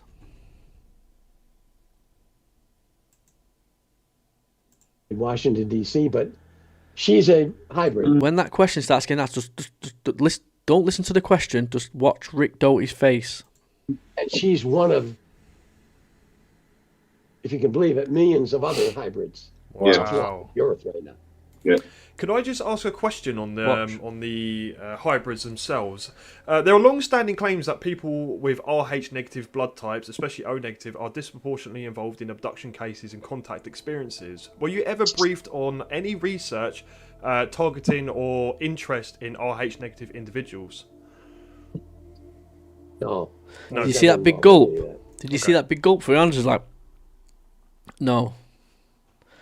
Not even a bit of a lie or anything like that. It was just a no. He didn't want to entertain that. Just thought I had to clear that up. Just interest, because a lot of people were asking. Thank you, mate. Is that not suspicious? Is that not suspicious? Every question is answered. That one, he gulped and said no. Not even a little bit. Not even a fucking make-up story. He did not want to touch that. Did you get that? In fact, will someone do me a favour? I'm going to go back. Will someone screen record that for me and send it to me? Because I think that needs to be shared. Because that is a moment where I think we've seen a little bit where Richard Doty was not comfortable answering that question. So let's go back just a little bit here. Put yes if you got your screen record ready. Rhesus negative blood it's about. You got your screen record ready? Start screen recording now. Millions of other hybrids. Wow. You're afraid now. Record this now. Could I just ask a question on the hybrids themselves? There are long-standing claims that people with Rh negative blood types, especially O negative, are disproportionately involved in abduction cases and contact experiences. Were you ever briefed on any research targeting or interest in Rh negative individuals? No. I was never involved in any of that. Okay. Just thought I had to clear that up. Just interest, because a lot of people were asking. Thank you, mate. So we've got in the Congress hearing not so long ago. I can't remember the lady's name. The Congresswoman said, "We've been told they've been given evidence that there are human hybrid programs going on." Do you think that could be disinformation that's being given to Congress in these hearings as well, and they're trying to manipulate the narrative of the Congress hearings, and we're believing it? Because one thing I need to point out is these, like Mike Gold, Lou Elizondo, Tim Gallaudet, and whoever it was, I can't remember the last one. Who was it? I can't remember. They all write books and they all tell their story in the books, but when they're asked under oath, they seem to not be able to speak about it, and they don't seem to give the answers that they like to give in the books. Do you think these are grifters? Do you think they're trying to grift and they're trying to think? Or do you think these are basically doing the job you were doing, but they're doing it in this day and age in a different way and making money from it? Because I don't think you was making money from it, was you, when you was doing it? Look, I was my job. It was your job. I had a salary. You was getting paid. I had a salary. You was getting paid. What I'm trying to say is, you was getting paid to do a job where I think people are getting paid now a lot more money and able to make books, making a lot of bullshit up. And this is what I'm trying to say to people are trying to make loads of stories up, putting things out there and just muddying the waters of this subject. It's a total different world to when you grew up, Richard. That's what I'm trying to say to you. So we're trying to use your experience here with your job role in the past as what's going on now in this day and age to try and help us. And I'm not trying to say that you're going to help us. You still be muddying the waters. We don't know. But, I'm hoping that you are giving us some honest answers tonight, and that's what we want. Well, if you look at Lou Elizondo, he was a counterintelligence officer. He did what I did, the same thing what I did. Yeah. He operated. He conducted counter-espionage operations, counterinsurgency operations, deception operations. So, and then he left. Now, whether he's doing that now, I don't know. I have no inside information on him, or Claudette, or Grush. Grush, I think, is as legitimate as can be. The reason why they can't talk in front of an open hearing is they are limited to telling non-classified information. So you hear them talk. The the Congress people are asking questions that can only be responded with a classified response. Do you know, I've not listened to my own interview back yet, right, this interview, but I'll tell you what, it's quite a good fucking interview, this, you know. It's quite some good information on it. I'm proud of the lads for what we did here. Answer, but they can't talk about that. They have to go in a secure environment called a SCIF to talk about this. Now, I can guarantee you that Senate Representative Luna and some of these others that are asking have already been. Thank you for the subscription on the program. There's a number of people within the Senate Intelligence and the House Intelligence Committee that have been briefed. They have clearances and they can be briefed. And so they know the truth. They just can't talk about it because it's classified. And they also only get what they need to know. They don't get the whole story. Nobody gets the whole story. I don't get the whole story. When I was in, I wished I got the whole story. I only got what I needed to know to do my job. Now, and so, and I always tell, an example is, I was one of 4 intelligence officers working at Groom Lake. The guy across the aisle from me, across the hall from me, he was working on something. I didn't know what he was working on. He knew what I was working on. Okay? When I had to help him, he could brief me on what I needed to know to do the job. That's the way it works in the government. And so, an executive, remember, in the United States, the executive branch, which is where the intelligence communities are, where the president is, they're the holder of the secrets. Congress doesn't have any secrets. They can't go out and collect secrets. Only the intelligence community. Okay? He says, I'm only saying this because I don't know if we're going to get to that part, if we watch the majority of it. He says something big's going to happen in September, which was September 2025. This interview was, 1 second, 9 months ago. And something did happen. We had the hearing, and we had the drone incursions and stuff like that. Now, he does say that in this interview. I don't know which part. I need to chapter it. Right, quick question. Does anybody know how I can chapter this interview using AI without me having to do it because it's a fucking pain in the ass, it's a long-ass interview? If you can chapter this interview for me, download it to your PC, chapter it, give it to me, whatever. I don't care. Just do it. That would massively help, because I think chapters on this interview would be really good, because there are so many different things he speaks about.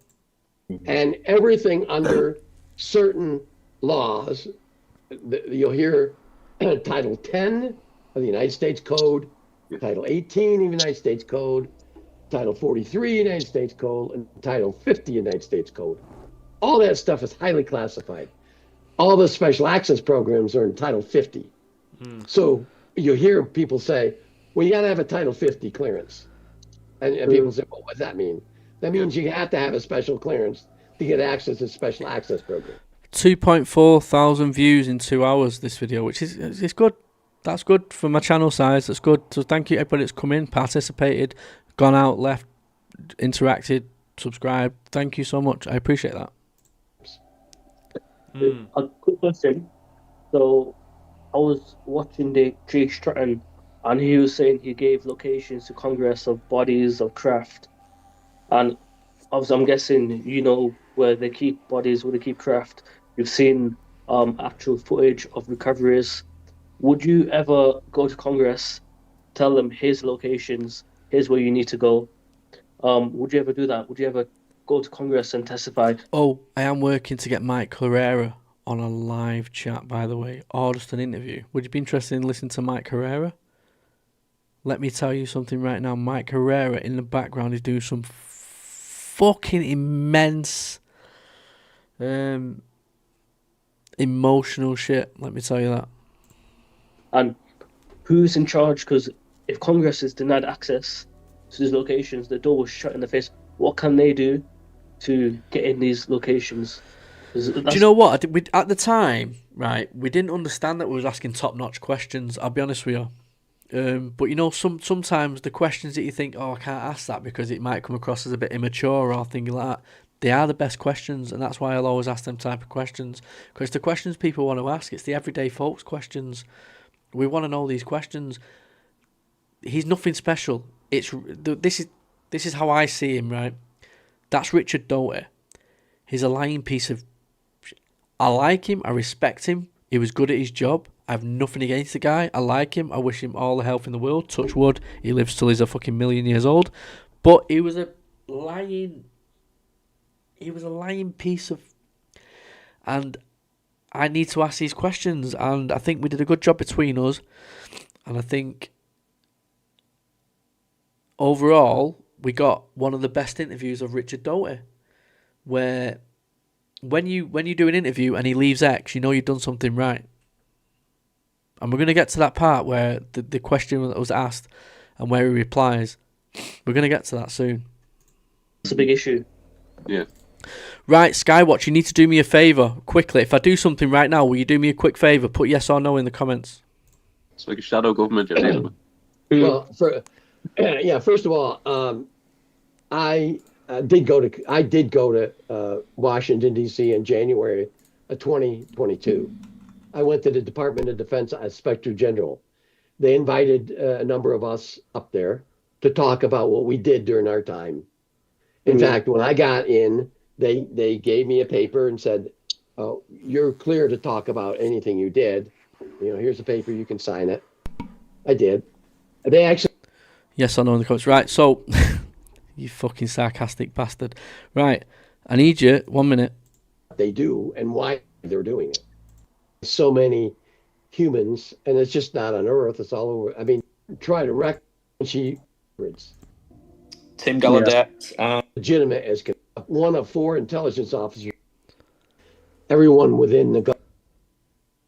Different. Right, what was the minute where that question was asked? I need Skywatch to clip it and put it on his X for us. The one he asked about the rhesus negative. What minute was it? Species of extra. Actually, the way treaty between what investigated that something from there were stories whether you read about the reptilians, you understand extraterrestrial for the years. Thank you, mate. So we've got in the Congress hearing not in these.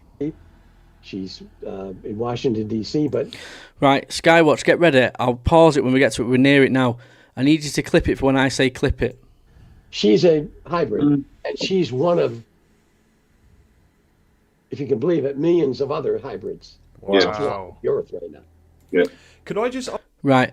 So get your screen record ready, and I want you to put this on X. So the reason I want you to put this on X is Luke asks him a question about rhesus negative. Look at Richard Doty's face. I want you to put that in your title, and watch the gulp he does, and I want you to reference this. During the 3 hour and 23 minute interview, he answers every single question. He comments on everything, but this one question he did not want to entertain, and he just said no. And didn't even follow up with anything, not even a bullshit lie. He just did not want to put anything around this one. Okay?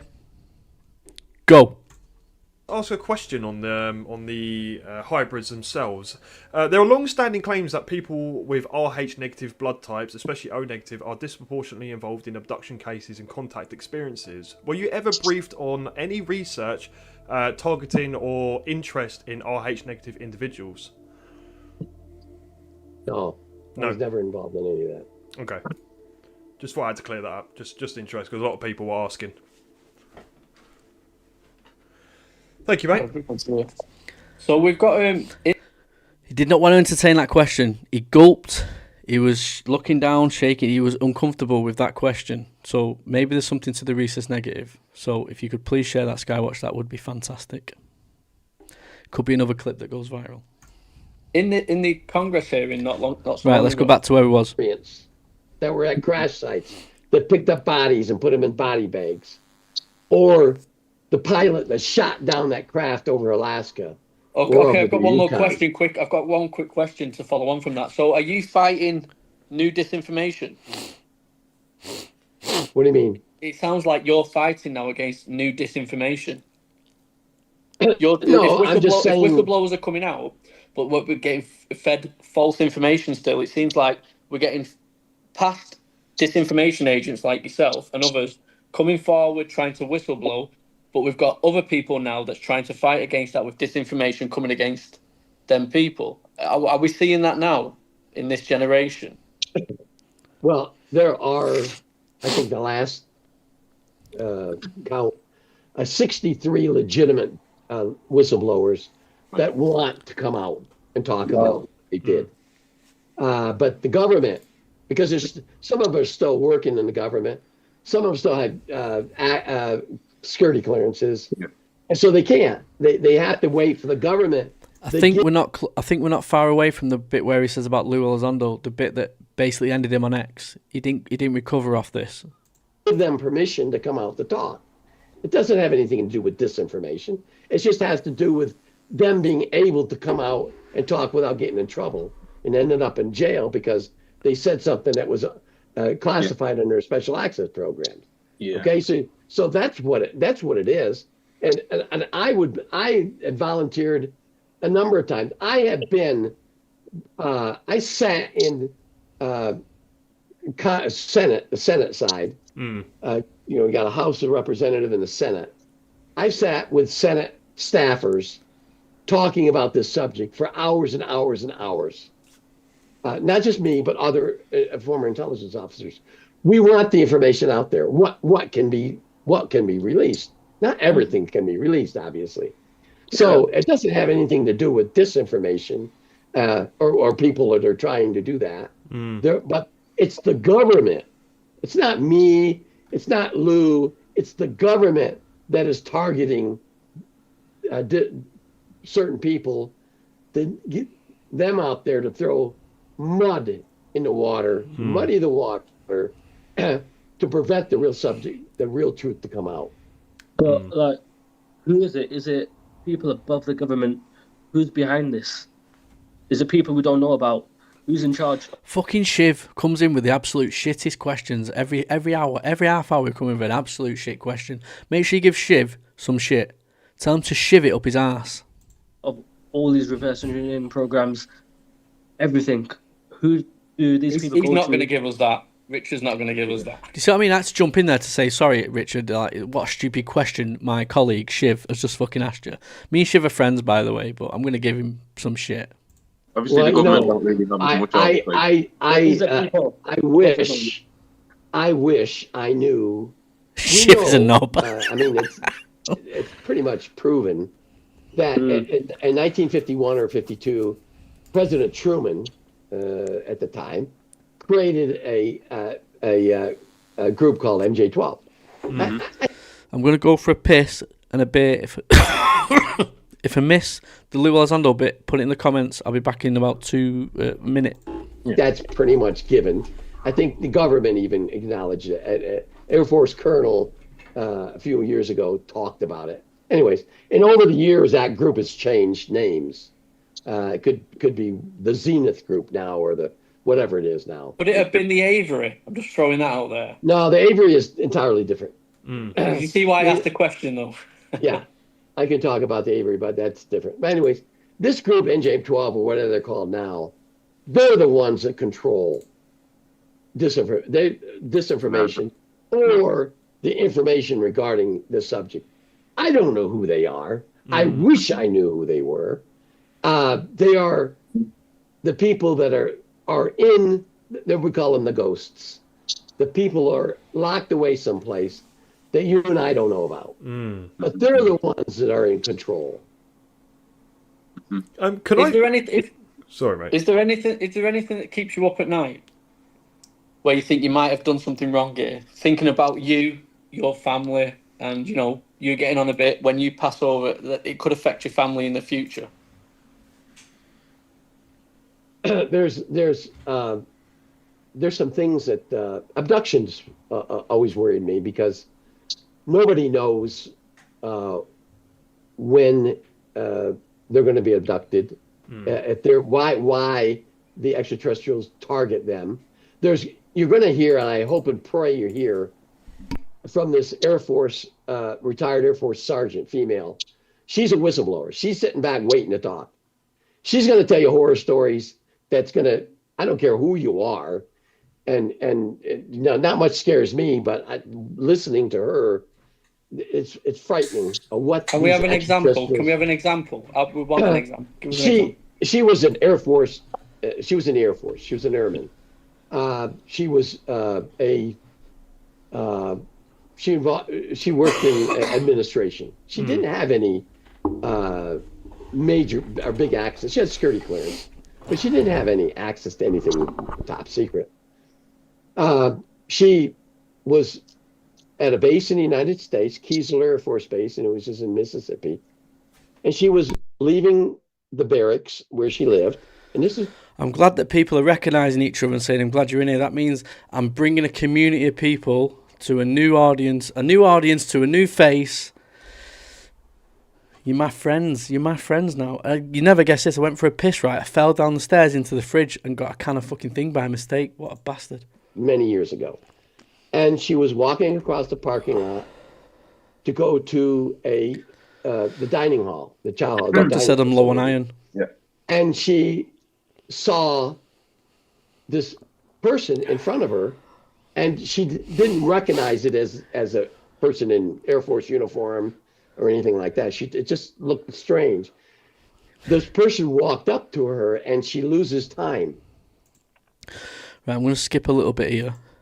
I knew what a special access program was. I was okay.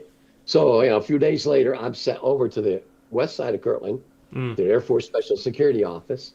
I go in and I get the briefing. I get this briefing on the United States government involvement with investigating and having contact with extraterrestrials since 1947. Wow. We talked about, we saw the film, the recovery film of Roswell, everything. Now, that lasted several hours. I left that building driving back to the east where our OSI office was. I pulled into a parking lot and I sat there and I thought to myself, what the hell did I just go through? I thought, is this a psych-op? And I thought, well, is this a psychological operation? Are they trying to send me out? Why didn't they do this during our training? And I'm thinking all these strange things. So anyways, I get back to the office and I go in and talk to my boss, John. And he said, what do you think? I said, is any of that stuff real? He said, you're going to find out in your career that everything that you saw in there is fact. Wow. So beginning that day. So can I have some feedback? Because this is the proper time I've actually listened to the interview back. Because when you've been there, you don't really listen to it back because it's been so long and stuff. How are you finding the interview so far? It was one of our first interviews. Obviously, it's not one of my own. It's a multiple thing. But how are you finding it? Are you finding it interesting questions, right? Up until 1988. What's this Shiv's blocking people? Do you want me to fill him in for you? Shiv. Shit. I turned my monitor off. You still see me though. Shiv, stop blocking people. I'm going to fill you in. You know less than me. His TikTok channel is about clipping things and sharing clips. He doesn't front himself. He doesn't talk about the UFO topic. He just clips other people's videos. I'm going to call you out, Shiv. You need to stop doing that. You need to front that channel or people are going to turn against you. Front it. Everything that I saw or did pertained to UFOs. Wasn't disinformation, wasn't a psychological operations. It was real because I experienced it.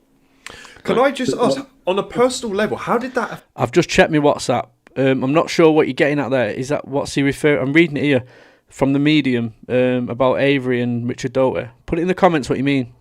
Affect you, obviously, like experiencing and knowing all of that information in one go. How did that impact you as a person from who you are today? Yeah. Were you a religious man prior to this, Richard? Like, did you have religious? I was raised a Catholic. Okay. How did it affect that? Alder boy. it did affect me religion. I mean, I thought about it, and it didn't affect me.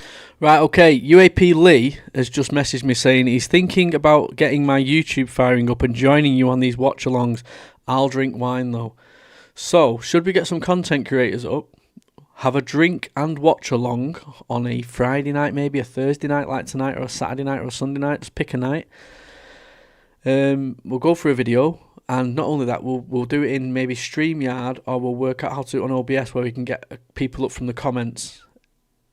5-minute intervals, people come up, random people come up, join us, have a chat, have a laugh, have a drink with us and stuff like that. Who would like that if we get something and have it a drink and watch along? Because we all know when I've had a drink, anything can happen. Anything can happen. If you know me from TikTok. Psychologically, other than I always wanted to know more. And like if I told you, if I brought you in and gave you a briefing on something, you want to know everything about it. And that's the way that I am. But thank you, Claire. You have to go back to training.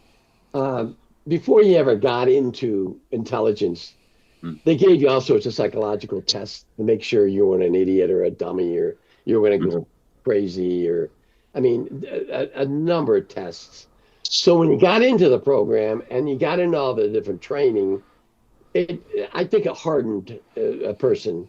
And so things, and they prepare you for this.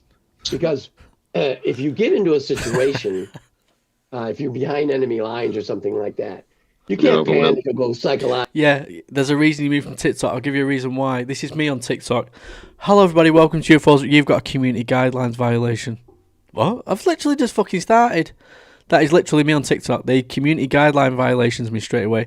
So I used to go on people's lives, and people will tell you. They'll go on lives. They'll go, Matt, I've got a community guidelines thing here, but I'm not going to get rid of you. Because a lot of these are smaller channels, and then I come on and they think, I'm not going to kick out a 260,000 follower commenter here and someone that's joined the live because of a community guidelines. Usually community guidelines means people under the age of 18, which we don't want fucking people under the age of 18 watching our lives anyway. So yeah, I get absolutely slapped arsed on TikTok. YouTube, I like YouTube. I really do like YouTube, and I don't care that it's less people watching, but I'm happy with what I'm getting. I'm happy with it. It's growing. It's growing on me. I'm growing on you. You're growing on me. I'm only going to get more friendly. We're only going to meet up and get pissed. We will end up meeting up and getting pissed because of something. You just accept it and you work through it. Yeah. I've got a question about the Men in Black. So a lot. Oh, for fuck's sake, Shiv! Let's just go back to that question. Clip this if you want for a laugh, Skywatch. This is Shiv's question. He waited half an hour for this question again. Every half an hour he'll ask a really stupid question. Shiv, they're waiting. A number of tests. So when you got into the program and you got into all the different training, I've got a question. I think it hardened a person, and so I've got a question. Things, and they prepare you for this. Because for that. If you get into a situation, if you're behind enemy lines or something like that, come on, let's get to Shiv's shit question. Psychological nuts because of something. You just accept it and you work through it. Yeah. I've got a question about the Men in Black. So a lot of reports of witnesses who've seen incidents, have had visits. Some say they seem robotic, others say they're human. Do you know anything about that? And are they human or are they a bit of both? Well, there are real Men in Blacks. During my time, man, they were working for the 7602nd Air Intelligence Wing at Fort Belvoir, Virginia. They were a special group of clandestine or covert operatives that went above and beyond anything we could do in the field. Now, one of the things that we were OSI agents were federal agents. We had federal authority, and we had to operate under the law. And there's different things you could do to sidestep the law, but we didn't really do. Listen, don't call me a baghead and say he's my mate. If you're my mate, I rip the shit out of you. That's how you know I like you, and I'm comfortable around knowing that I can rip the shit out of you. But if someone else rips the shit out of him, that's a different fucking thing. Yeah, I'll have his back. I'm allowed to rip the shit out of him with his stupid fucking questions. Those things. If we couldn't do something or we couldn't get information, then they would come in, and I guarantee you they get it. Yeah. Because they don't follow the law. No, fair yes. So they were the men. How have we been going for 3 hours and 10 minutes? I only come on for an hour. I'm getting more and more drunk, and I want to go longer now. Real Men in Black. I don't know. We're going to have that femboy song in a minute. I like femboys, I cannot lie. You know, there's stories about them being robotic or strange, and I never experienced any of that. I worked with them, not in the field per se, but they came in. I would brief them on something, and then they went out by themselves and did it. Okay. Richard, on a completely human level, right? Completely human level. Yeah, they were human. Yeah, they were completely human level. Yeah, no, but what? How on earth do Men in Black, UFO? That's John that's answering. He's not asked it. I've not heard him yet in the interview. That's John. That's UFO Anomaly. John's a really laid back guy. In his 50s, I think he is. He asks. He's deep. He's a different type of researcher to me. He's different. We fell out, I think, or he blocked me or something. Then he added me back. Do you know what? Everybody's fell out with me, and then they add me back because they know that. Just don't take me personal. I'm just a twat anyway. Those extraterrestrials, disinformation campaigns, all these crazy things fit in with a family. How did you pull it off? Shift delivery kebabs. Oh, shall I ask him? Shall I ask him on the live?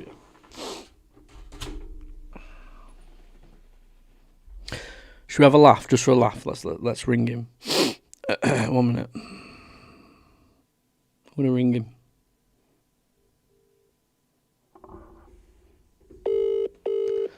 I'm not scared.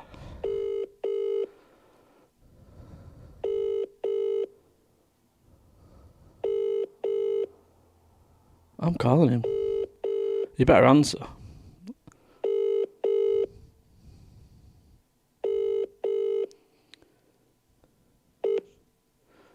Yes, Shiv lad. Yeah, I'm ringing you. What's up? You alright? Yeah. Are you woke up? Yeah.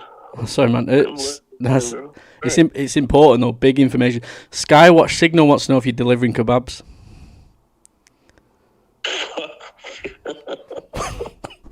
You trying to call me fucking immigrant or something? I would never ever say that. Never, and don't even accuse me of being that guy. Are you live right now? Yeah. Are you fucking... Go to YouTube, bitch. There we go. There we go. There we go. There we go. How did I pull it off? Yeah, I mean, like, how does it not? How's it not bleed into your life, or did it? Well, I didn't. I wasn't married. I married late. Shiv will be in the chat in a minute. Never married in the regular force. I never married in college. And, I didn't marry until 1985. I've been married 40 years to the same woman. Because you had no point. Yeah, right, exactly. They look at single people. And there Shiv is in the live. Doesn't want to miss out. Get your Uber deliveries in now. Shiv's in the live. That's not me, by the way. That was Skywatch. He asked me. I have to do what my followers asked me to do. And I was single, and so I didn't have a family. I'm awake at 6 a.m. You're awake now at 11:30 as well. You'd have to go, or you might as well do some deliveries while you're up now. My job as an OSI agent, I worked incredible hours, and they added money. You didn't get actually overtime, but you got a percentage of that to you. Anyways, and you get time off when I needed it, annual leave and so forth. It messed me up a lot in my dates because I liked to date women, and sometimes I had a date schedule, and they I had to go out and do something, and I had to cancel the date. Sometimes I like to date women. Has he just come out of the fucking closet? Let's go back. It messed me up a lot in my dates because I liked to date women, and sometimes I had a date schedule, and they. No, he didn't. But let's pretend he did. I had to go out and do something, and I had to cancel the date or things like that. But it didn't really affect my. Yeah, go back to bed, Shiv. It was just a dream. This is your conscience speaking. You are a dickhead. My family life. I didn't have I had a mother and father, a sister and a brother. They lived. My parents lived in Albuquerque, so I could see them anytime I wanted to see them. My dad had retired military, so I had the opportunity to talk to him. Yeah, we're only messing, Shiv. I hope you have a nightmare and you shit the bed. About certain things, not classified things, but just certain things. So no, it didn't affect me or my family. After I got married in 1985, and again, I just told you, I've been married 40 years to my wife. I'm same woman.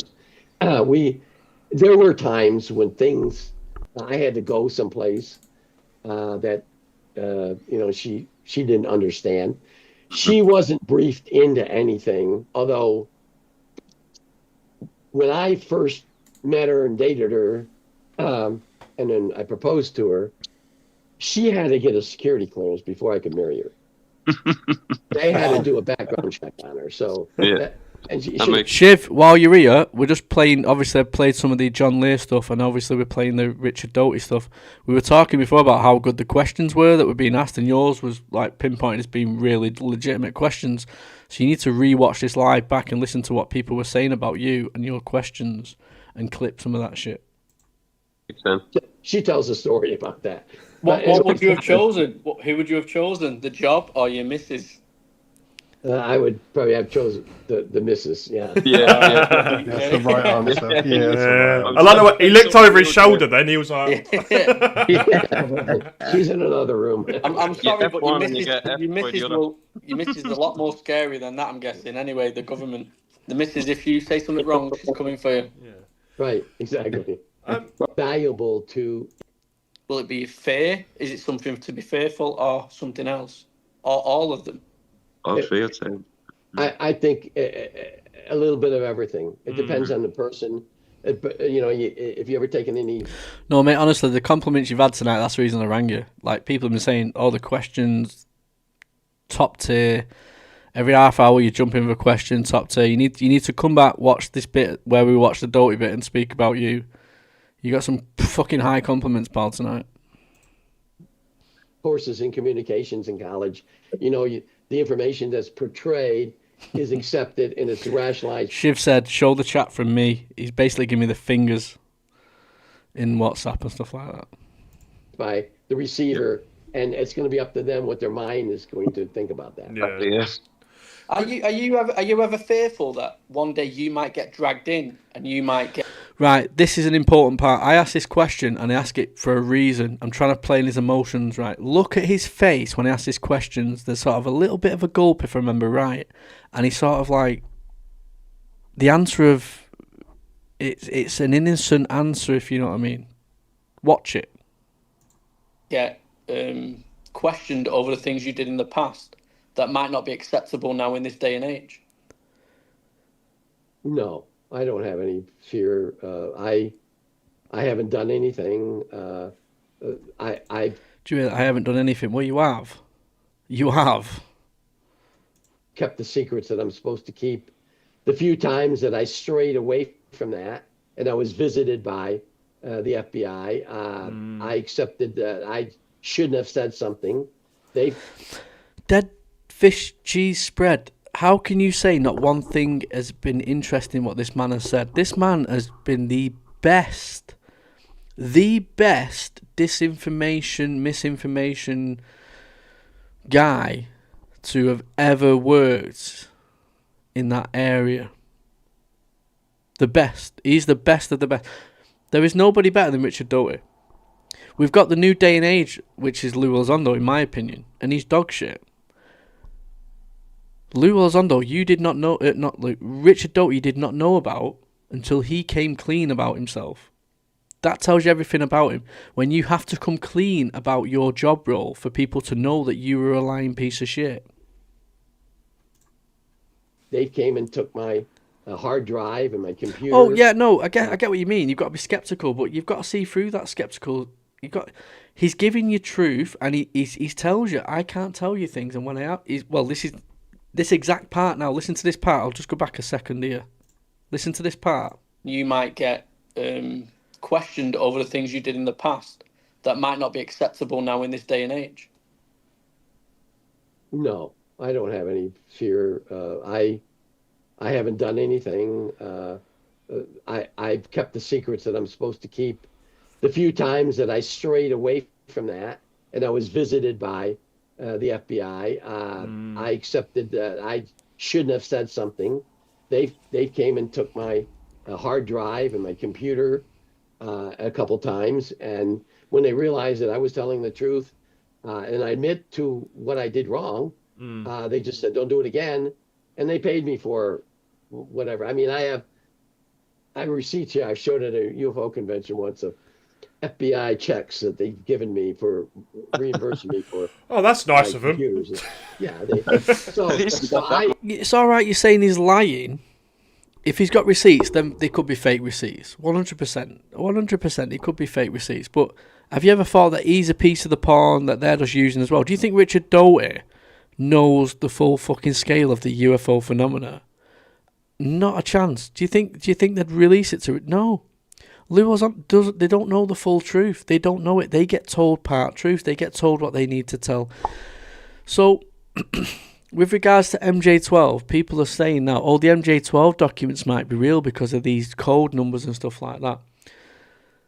MJ12 would use proper letters, type it out multiple different times, and spread it out to people like him to go and give that information out there. And when I see people saying that the MJ12 stuff is potentially real, MJ12 is real. MJ12 has always been real. I don't know why it's even being questioned that it's not a real thing. The documents are sometimes questionable, but most of them are legitimate fucking documents. MJ12 existed. We know the 12 members of MJ12. You've got to see. I don't know your level of research, Dead Cheese, to go into it with you, but we all know Richard Doty is a lying piece of shit. But I'll tell you something now. I would much rather interview him again for 3 hours than Lou Elizondo for 5 minutes. Give me Richard Doty for 3 more hours than Lou Elizondo for fucking 5 minutes. And I'm being honest there. I do not ever want to speak to Lou Elizondo. I asked Lou Elizondo one question. I went back 5 minutes later and I got blocked on X. And it was, why did you contradict yourself in 2016 and then you said this in 2019 and shared the 2 clips? He blocked me. Richard Doty answered every single fucking question.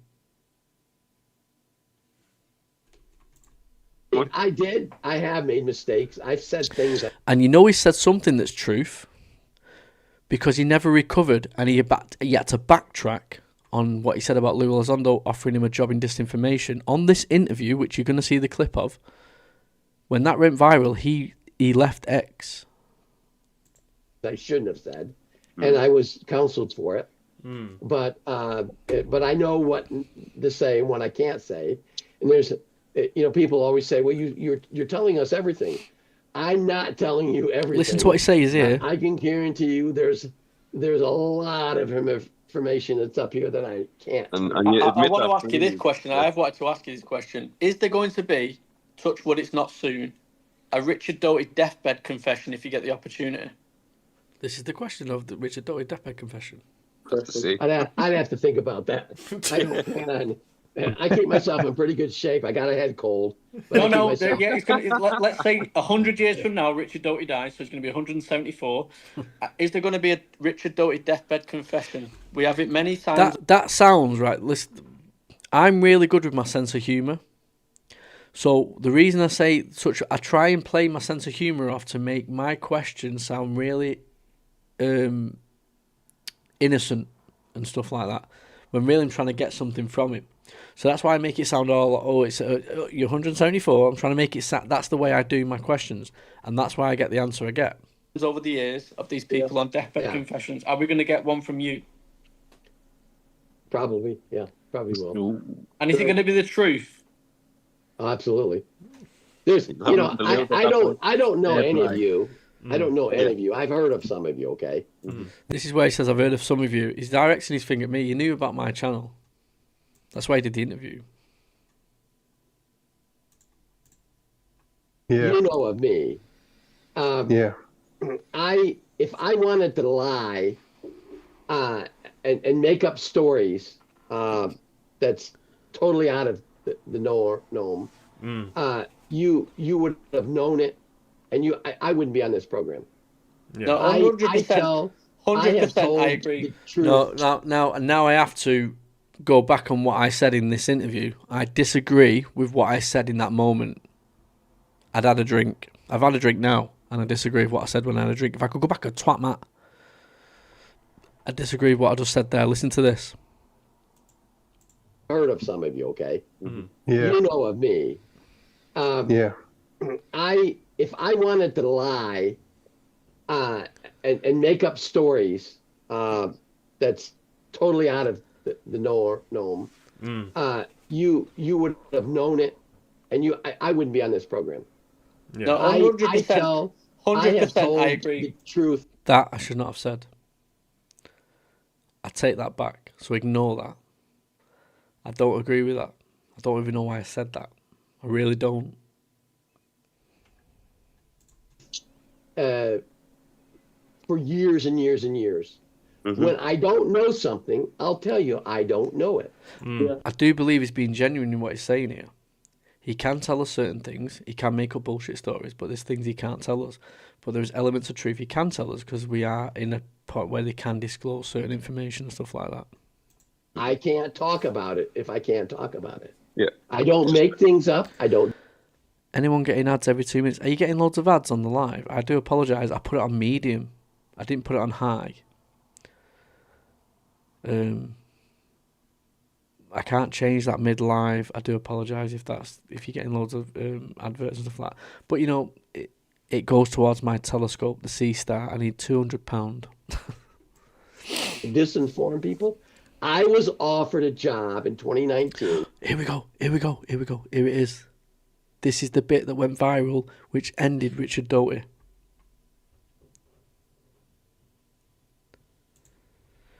Are you ready? I don't know it. I can't talk about it if I can't talk about it. This is the bit that went viral and ended him. I don't Listen to this. Disinform people. I was offered a job in 2019 by the United States Space Force, where Lou Elizondo worked, to work with him in disinformation. And I said, not no, but hell no. I'll never do that again. Did Lou? He had no idea at that moment. It was at this moment Richard Doty knew he fucked up. That clip that you've just seen there went absolutely viral. It's in the millions of views. He's now no longer on X. Lou Elizondo obviously seen it. Such a flippant thing he said, and I believe him. Because why would you say that? And why would you backtrack and say it was AI? This moment brought the entire live, as good as the live is, right, and I'm only listening to it back for the first time with you lot, it was this 5 seconds, 10-second clip which made the live and the interview go viral. Bend the knee? Worked for him. I don't know what he did. You'd have to ask Lou. Okay. I've got a question. I was listening to one of your videos, and you said there was a crash in 1949, and a craft crashed, but it was found sometime after, and the bodies were decomposed and stuff. Yeah. Has anyone else noticed Richard Doty's doing this a lot? He's uncomfortable with these questions. What we need is a Richard Doty and UFOs around the world one-on-one live chat. And in that live chat, would be in agreement that I get at least 30 minutes where people in the comment section get to ask questions to you as well. Was that the same beings that was found at Roswell? Yes. And they, okay, can you tell us about that? And they got artifacts from inside the craft. What happened is, let me tell you what I was briefed on in 1979. There was actually 3 different crash sites. So Shiv asked the question there, and what you notice is, he says, I know about it, but I'm going to tell you this story about it. This is what you got to be careful of in the UFO topic. So Shiv might know the real story. He's asking the question, and Richard Doty is trying to tell him, yes, it exists, but this is the real story. That's where we need to work our way around it. And I think that's where Dead Fish Cheese Spread, fantastic name by the way, you need to do it. You're going to be my first guest when we do the live next week. We're going to do a drunken watch-along live next week. 4 of us are going to do it. We're going to get a guest up every 5 minutes, and you're going to be one of them, because I think you might be trolling me. Of the July incident of 1947. There was a lightning storm occurring in New Mexico. Now, I live in New Mexico right now. We have really severe lightning storms. These 2 extraterrestrial crafts, even crafts, are flying around New Mexico in 1947. We think... You don't need headphones. You can use your mobile phone. You don't need headphones. Headphones are for twats. If you wear a headphone, if you look like this when you're talking, you're a twat. I don't care what anybody says. You don't need headphones. You can hear me clearly. You can see me clearly. You don't need headphones. The headphones are for people that want to hear their own fucking voice. Headphones are for wankers. At least in the briefing, that because of the lightning, they didn't have lightning on their planet. They don't even know what lightning is. That the lightning interrupted their avionics. It caused the 2 crafts to crash. Wow. One craft crashes and falls to Earth near Corona, New Mexico, which is north of Roswell. The debris field from the antenna, the back portion of that craft. Please hit the thumbs up, guys. It really does help the live. I was only on for an hour, with 3 hours and 30 minutes in. Ends up Please drop some thumbs. miles away, west of Magdalena, New Mexico, in Pelona Peak. That craft wasn't found until 1949. The craft that landed near Corona, New Mexico, was near an archaeological site. An archaeological team from the university. No, don't mute anybody. Right, so my moderators, if you want any ground rules on what to do in my chat, if they're racist, if they're homophobic, if they are that kind of person, mute them instantly. If they're just kicking up a fuss and wanting to be heard and have an argument, just highlight them so I can see it. If I don't agree with it, then I'll ask you to mute them. Only mute and block. No, don't block, mute. Racists, homophobics, and people that are just like generally just being a hurtful thing. People that have an opinion and want to be heard, and I respect that. We've all been that person. We all are that person. So there's nobody in this chat that I think is a racist or a homophobic, but they have opinions. Nobody deserves to be muted. This isn't the Labour Party. This is the Matt Party. And we're not pussies, and we stick together. If I can't deal with them, then they get muted. That's very rare that I can't deal with them. Who was it you was referring to, Claire? So I can just take a look, just to make sure that I've not made a mistake.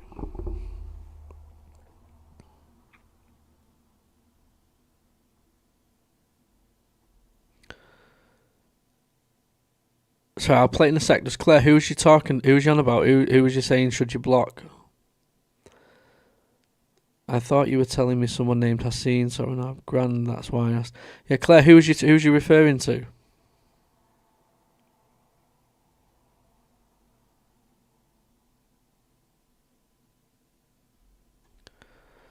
Skywatcher, you fucked. No, Claire, who was fucking, it's typical Irish woman. Potato. Just fucking tell me, right, who you referring to. It wasn't me.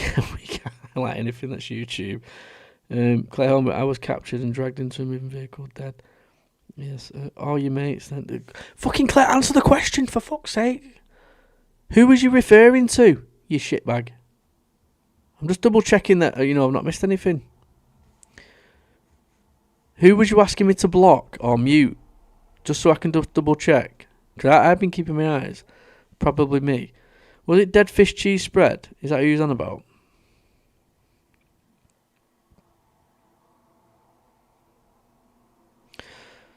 Oh my fucking God. Oh my God. How many times have I asked Claire in this live to answer the question? Claire, answer the question. The dead fish... No, don't block him or don't mute him. He's not done anything wrong. You're letting power get to your head. You're letting potatoes get to your head. No, he's not done anything wrong. He's just got an opinion. They're allowed to argue with me and stuff like that. I don't mind that. The thing is, he's arguing, he's commenting, he's still in the live, he's still participating. He doesn't hate me. He just wants to be heard. Let's not forget that. Yeah, I feel like I was Keir Starmer then. These people just want to be heard. He talks a lot of shit, but he doesn't deserve to be blocked or muted. And like I said earlier on, I will get him up when I'm on a live, and he can come and have his face-to-face conversation and get it out of his system. Basically, he's a virgin. That's it. Person in New Mexico found that site and found the evil one. Okay, in 1949, a rancher was moving his cattle to a higher grazing spot in a very remote area in New Mexico. He comes across this craft, doesn't know anything about UFOs. They have no idea what this craft was. Okay. Well, on that gay note, moves his craft. Skywatch, on the other hand, bring him up now. I would bring him up now if I could do on the OBS, but we'll save it. Next Friday, Saturday night, we're going to get me, UAP Lee. I'll get Hallucination Hippies, hopefully. We'll get a few of us. Or if I can't get any of them, I'll get me, UAP Lee.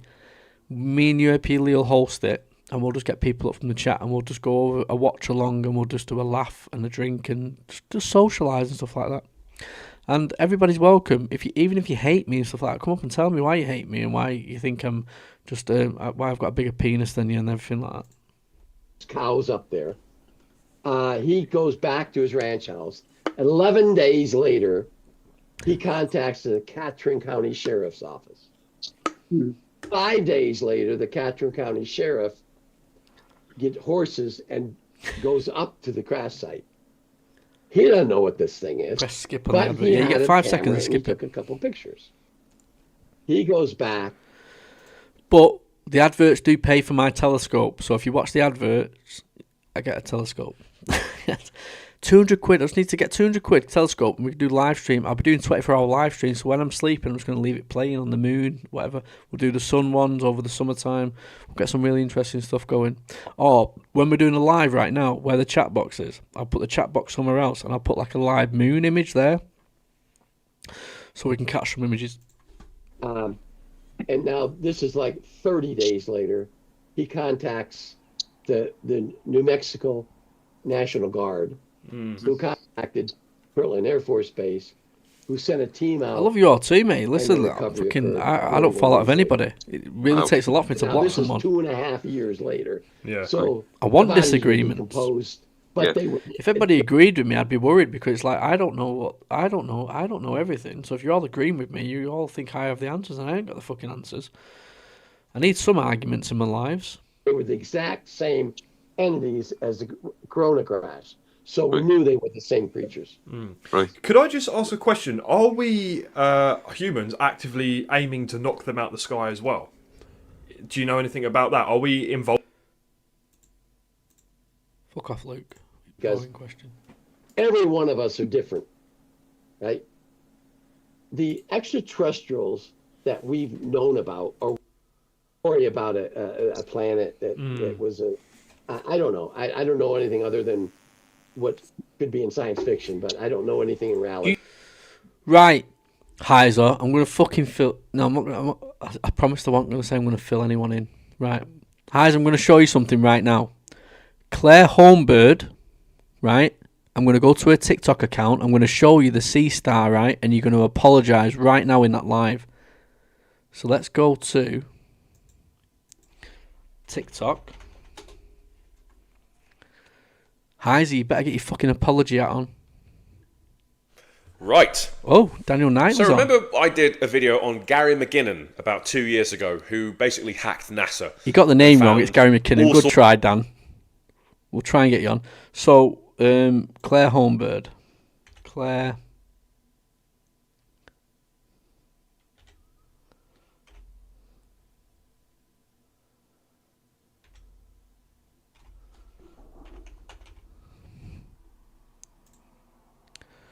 Right, you tell me.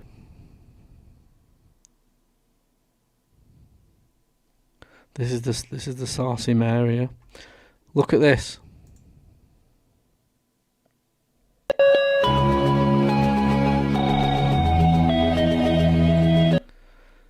This is the telescope, Sea Star telescope. She was streaming it live. This is the image of the moon, and this is what she captured on it. Now, it's my opinion, Claire, and I don't mean to piss on your fucking parade. I think it's a bird going past the sky and it does things, but the image of the moon is fucking crystal clear.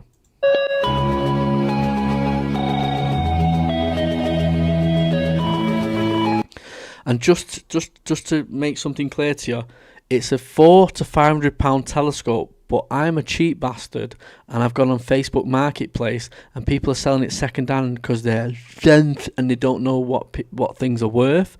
So I can get one for £200 to £250 instead of paying £500 brand new. It does the same thing. It's just second hand. It's been fingered by someone else. It's if you get with someone that's been with another person. It's second hand, third hand material. I just want a second hand telescope for a cheaper price. So apologies, please. Apologise.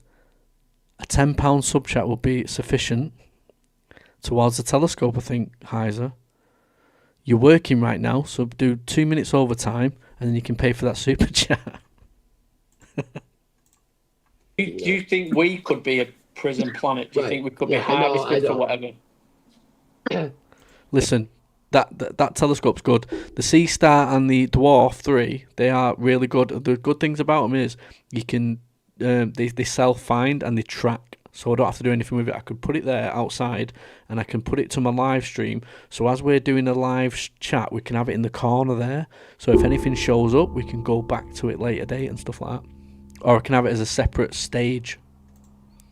That's an interesting, really, really interesting subject. If you I'm really fucking around, I delve in- apologise. Yeah, you fucking apologise. Yeah. We definitely, it doesn't matter. Within the next year, you owe me a £10 super chat. You've got a year to get some overtime in. Because every one of us are different, right? The extraterrestrials that we've known about or we've had contact with are all the same looking. We are different. And I think that's one reason they're coming here, because we're all different. Why is everyone on this planet different? Is it a possibility that we were brought in and placed here, at least our ancestors, for some particular reason? That's the possibility. That's a good question. That's really a thought-provoking question. So I'm going to ask you a last question before I pass it on. So with your past and everything you've gone through, what is your theory? What is a Richard Doty theory on what's going on? Well, I think that we have, we've been visited hundreds of thousands and maybe billions of years ago. I actually believe that there have been civilizations on this planet billions of years ago. And there were wars, even nuclear wars, that eliminated us. I think that at one point, Mars was just as full of life as Earth was. And that some of the Martians ended up coming to Earth for a particular reason. And I think we also were we evoluted, during our evolutionary process, billions of years ago, we went from land to the ocean, and that's why we have life down at the bottom of the ocean. That's Rick Doty's theory. It's a great theory. It's a great theory. I've also got a great question here, and I need to ask another one because people are asking in the comments. You've got to go with your followers. Ross Coulthard, you know Ross Coulthard? Yes. So he mentioned with an interview with. Oh, I think we're getting into my question here about the huge UFO with a building built over it. And you'll never guess what happened. I went for a piss and fell down the stairs and fell into the fridge again and opened another can of beer. How does that happen? Project Unity, about a UFO that was so big they couldn't move it, they had to put a building over it. Now, Stephen Gray, we've not spoke about Stephen Gray yet. Stephen Gray alluded to it being in South Korea. I've done videos on it, alluding to it being in South Korea, and also being in the B1 bunker. And my reasons to it, some of it being in the B1 bunker. Have you any information on that? And I don't expect you to tell us. No person will even know what the B1 bunker is, right? And it was a recent. I've not even done a video on it. The B1 bunker. I think it's in the B1 bunker. And probably you'll be like, "Where's the fucking B1 bunker?" That is my opinion. I think it's in the B1 bunker. I've never actually done a video on it, but for some reason I mentioned it in this interview, and he said something interesting. If you know, but can you just, give us something? Give us something. I'll just say that you're on the right track. So I'll just leave it at that. Wait. If you want to clip that part, that's entirely up to you. Maybe there's a clip there. I don't know if Skywatcher's in here. He likes to clip things for his ex. But he said we're on the right track. Now, I read that as in, it's Richard Doty. It's not right then. But who knows? There you go. When you say on the right track, Ross or me or both? Both. Wow. Okay. Okay. Thank you for that. You've just probably raised the views on that video. Go and check out the video on that one. Go and check out that. Thank you for that one, Richard. Amazing. Yeah. No, you can ask away now. Sorry, I took 4 questions there, but I like to. You don't get. It's not the opportunity to get to. Yeah. Questions. Oh yeah, it's quite humbling actually. Thank you. Dan, I've got a question from Nebula, who was meant to be on the panel, but she was having problems with her internet. She was asking, are you aware of any covert programs where the government intentionally aims to wipe the slate? While we're there, I'll just show you. The B1 bunker. South Korea. The B1 bunker in South Korea is a top-secret mountain-based command facility for the military situated on the border of Seoul and Gwacheon. It serves as a hardened long-term survival bunker for key officials to manage wartime operations capable of withstanding severe impacts and holding hundreds of people. And I guarantee how many people have heard of the B1 bunker? Purpose, it functions as it basically used for laudatory purposes. It's in the side of a mountain. Designed to accommodate over 500 people for several months with extensive provisions, it is built to survive high magnitude earthquakes up to blah blah blah blah blah. Operation provides real-time video command capabilities connected to overseas military units and joint chiefs of staff. Significance, it is part of a broader network of strategic bunkers including the B3 bunker in Gyeonggi. I didn't know about that bunker. Let me check that bunker out.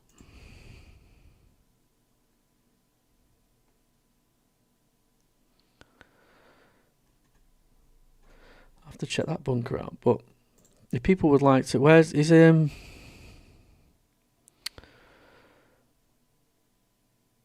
anybody on X that would clip that for me and share that on X for me and just tag me in it and just share it and tag Red Panda Koala in it because he likes this type of shit.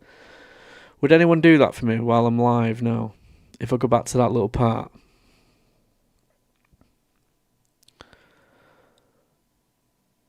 Old man builds is someone who's listening to me. Will someone clip this part for me if I do it? Hey, talk about Stephen Gray. Well, I think that we have Martians. An interview with Project during our evolutionary process being Phoenix, are you on X?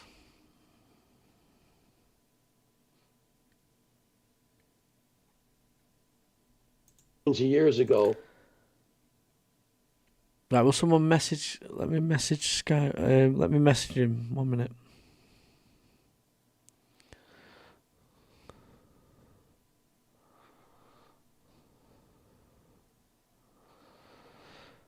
Skywatch.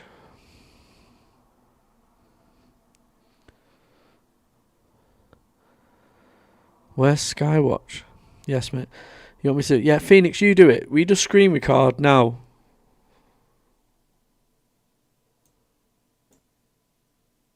You ready? We went from land. 1 minute. An interview During our evolutionary process. It's coming on now. Billions of years ago, we went from land to the ocean, and that's why we have life down at the bottom of the ocean. That's Rick Doty's theory. It's a great theory. It's a great theory. I've also got a great question here, and I need to ask another one because people are asking in the comments. You've got to go with your followers. Ross Coulthard, you know Ross Coulthard? Yes. So he mentioned with an interview with Project Unity about a UFO that was so big they couldn't move it. They had to put a building over it. Now, Stephen Gray, we've not spoke about Stephen Gray yet. Stephen Gray alluded to it being in South Korea. I've done videos on it, alluding to it being in South Korea and also being in the B1 bunker. And my reasons to it, some of it being in the B1 bunker. Have you any information on that? And I don't expect you to tell us if you know, but can you just, give us something? Give us something. I'll just say that you're on the right track. So I'll just leave it at that. When you say on the right track, Ross or me or both? Both. Wow. Okay. Okay. Thank you for that. You've just probably raised the views on that video. Go and check out my video on that one. Go and check out that. Thank you for that one, Richard. Amazing. Yeah. No, you can have to wait now. But I'm fully aware he probably just bullshitted the fuck out of me just to feed my ego. Just like, yeah, right, Matt, yeah. But please share it because people like that kind of shit and people want to see Rick Doty talking about the huge UFO. And there is rumours it is in South Korea. Now, one thing I will say is Eric Burleson has made it obvious it's not in where that location, that big circular building. It's not in that location. But if it is in South Korea, and my research has led me, because there was a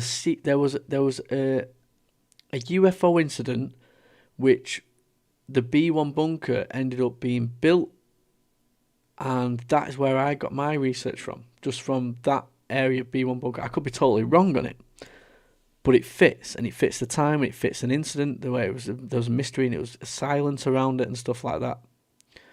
So, is it the B1 bunker? I don't know. Sorry, I took 4 questions there, but I like to say it's not the opportunity to get to. And that's really the only thing I know about them. They're not the most pleasant of species, I heard. No, they're not. They're not friendly. They'd be deemed as a threat to humanity, as such. We're being asked in the comments. Obviously, no. Would you like to see me offer Stephen Greenstreet out for a boxing fight on Misfits? Because Stephen Greenstreet winds me the fuck up, and I want to fight him on Misfits. And you can clip this, and you can stick it on X, and you can tell him that I'm calling him out, and you can tag KSI and say, I want to fight Stephen Greenstreet on Misfits. Dead fucking serious. The fucker winds me up. Oh, you're 74 years old, you've got a bit of a cold. Are you okay to carry on, or do you want to end it? It's gone midnight here in the UK. Yeah. But you've got a lot of followers in, you've got a lot of watchers in the UK. We're touching 400, and it's been consistently 400 people coming in and out, asking questions. Is Richard Doty want to end it and maybe do a part 2 another time? No, I'm fine. I can go another. It's only 17:31 here. I can go for another 30 minutes if you can. Okay, so there we go. So there's the answer. This is the thing. We only thought we had Richard Doty for half an hour. This was like 2 and a bit hours in, and we got offered another half an hour and a bit longer. We basically got another hour out of him. You're not going to get that anywhere else. He was enjoying this. And I think he got too involved. And I think because the way the UK people are and the way we ask our questions, he fell into the trap of slipping up a little bit, and that's what fucked him up. And like I said, I actually like Richard Doty. I've nothing against the guy. Following on to the question about the reptilians not being nice, then you did actually mention earlier about contacting aliens they may come across. Clip this right now. Whoever's got the balls to clip this right now. I want Stephen Greenstreet a fight on Misfits. I want a UFOs around the world versus Stephen Greenstreet Misfits fight. Yeah, let's fucking have it. You twat. All very friendly and things like that. There's also another whistleblower that stated that we have completely upset a race of aliens, which is the EBEs. And he stated that they're actually on their way back to Earth at the moment. Do you know in your own professional sector if we have ignored any other species, and is it a fact that they're not actually all coming to save us? Well, I can guarantee you that there's hostile species that are not here to save us. In fact, I can guarantee you that President Reagan spoke about them when he took office, and because of an incident that happened that killed a number of military personnel, directly blamed on this one particular species of extraterrestrial. And there were 2 secret executive orders that the president gave, one to eliminate that particular species, and the second one to develop a defense mechanism, i.e. Strategic Defense Initiative, or Star Wars, to prevent that particular species from invading Earth. Wow. Could I just butt in there? Down and had contact. You had contact with a species, didn't you, yourself personally? Yes. Yeah. Could I just talk a little bit about that? Okay, go on. Sorry. No, you're right, mate. Who's watching it on the TV, by the way? I hope you're watching it on the TV and you've got it on your mobile phones for commenting. It's miles better to watch it on the TV. I set my screen up for the TV. It's not really set for mobile phones.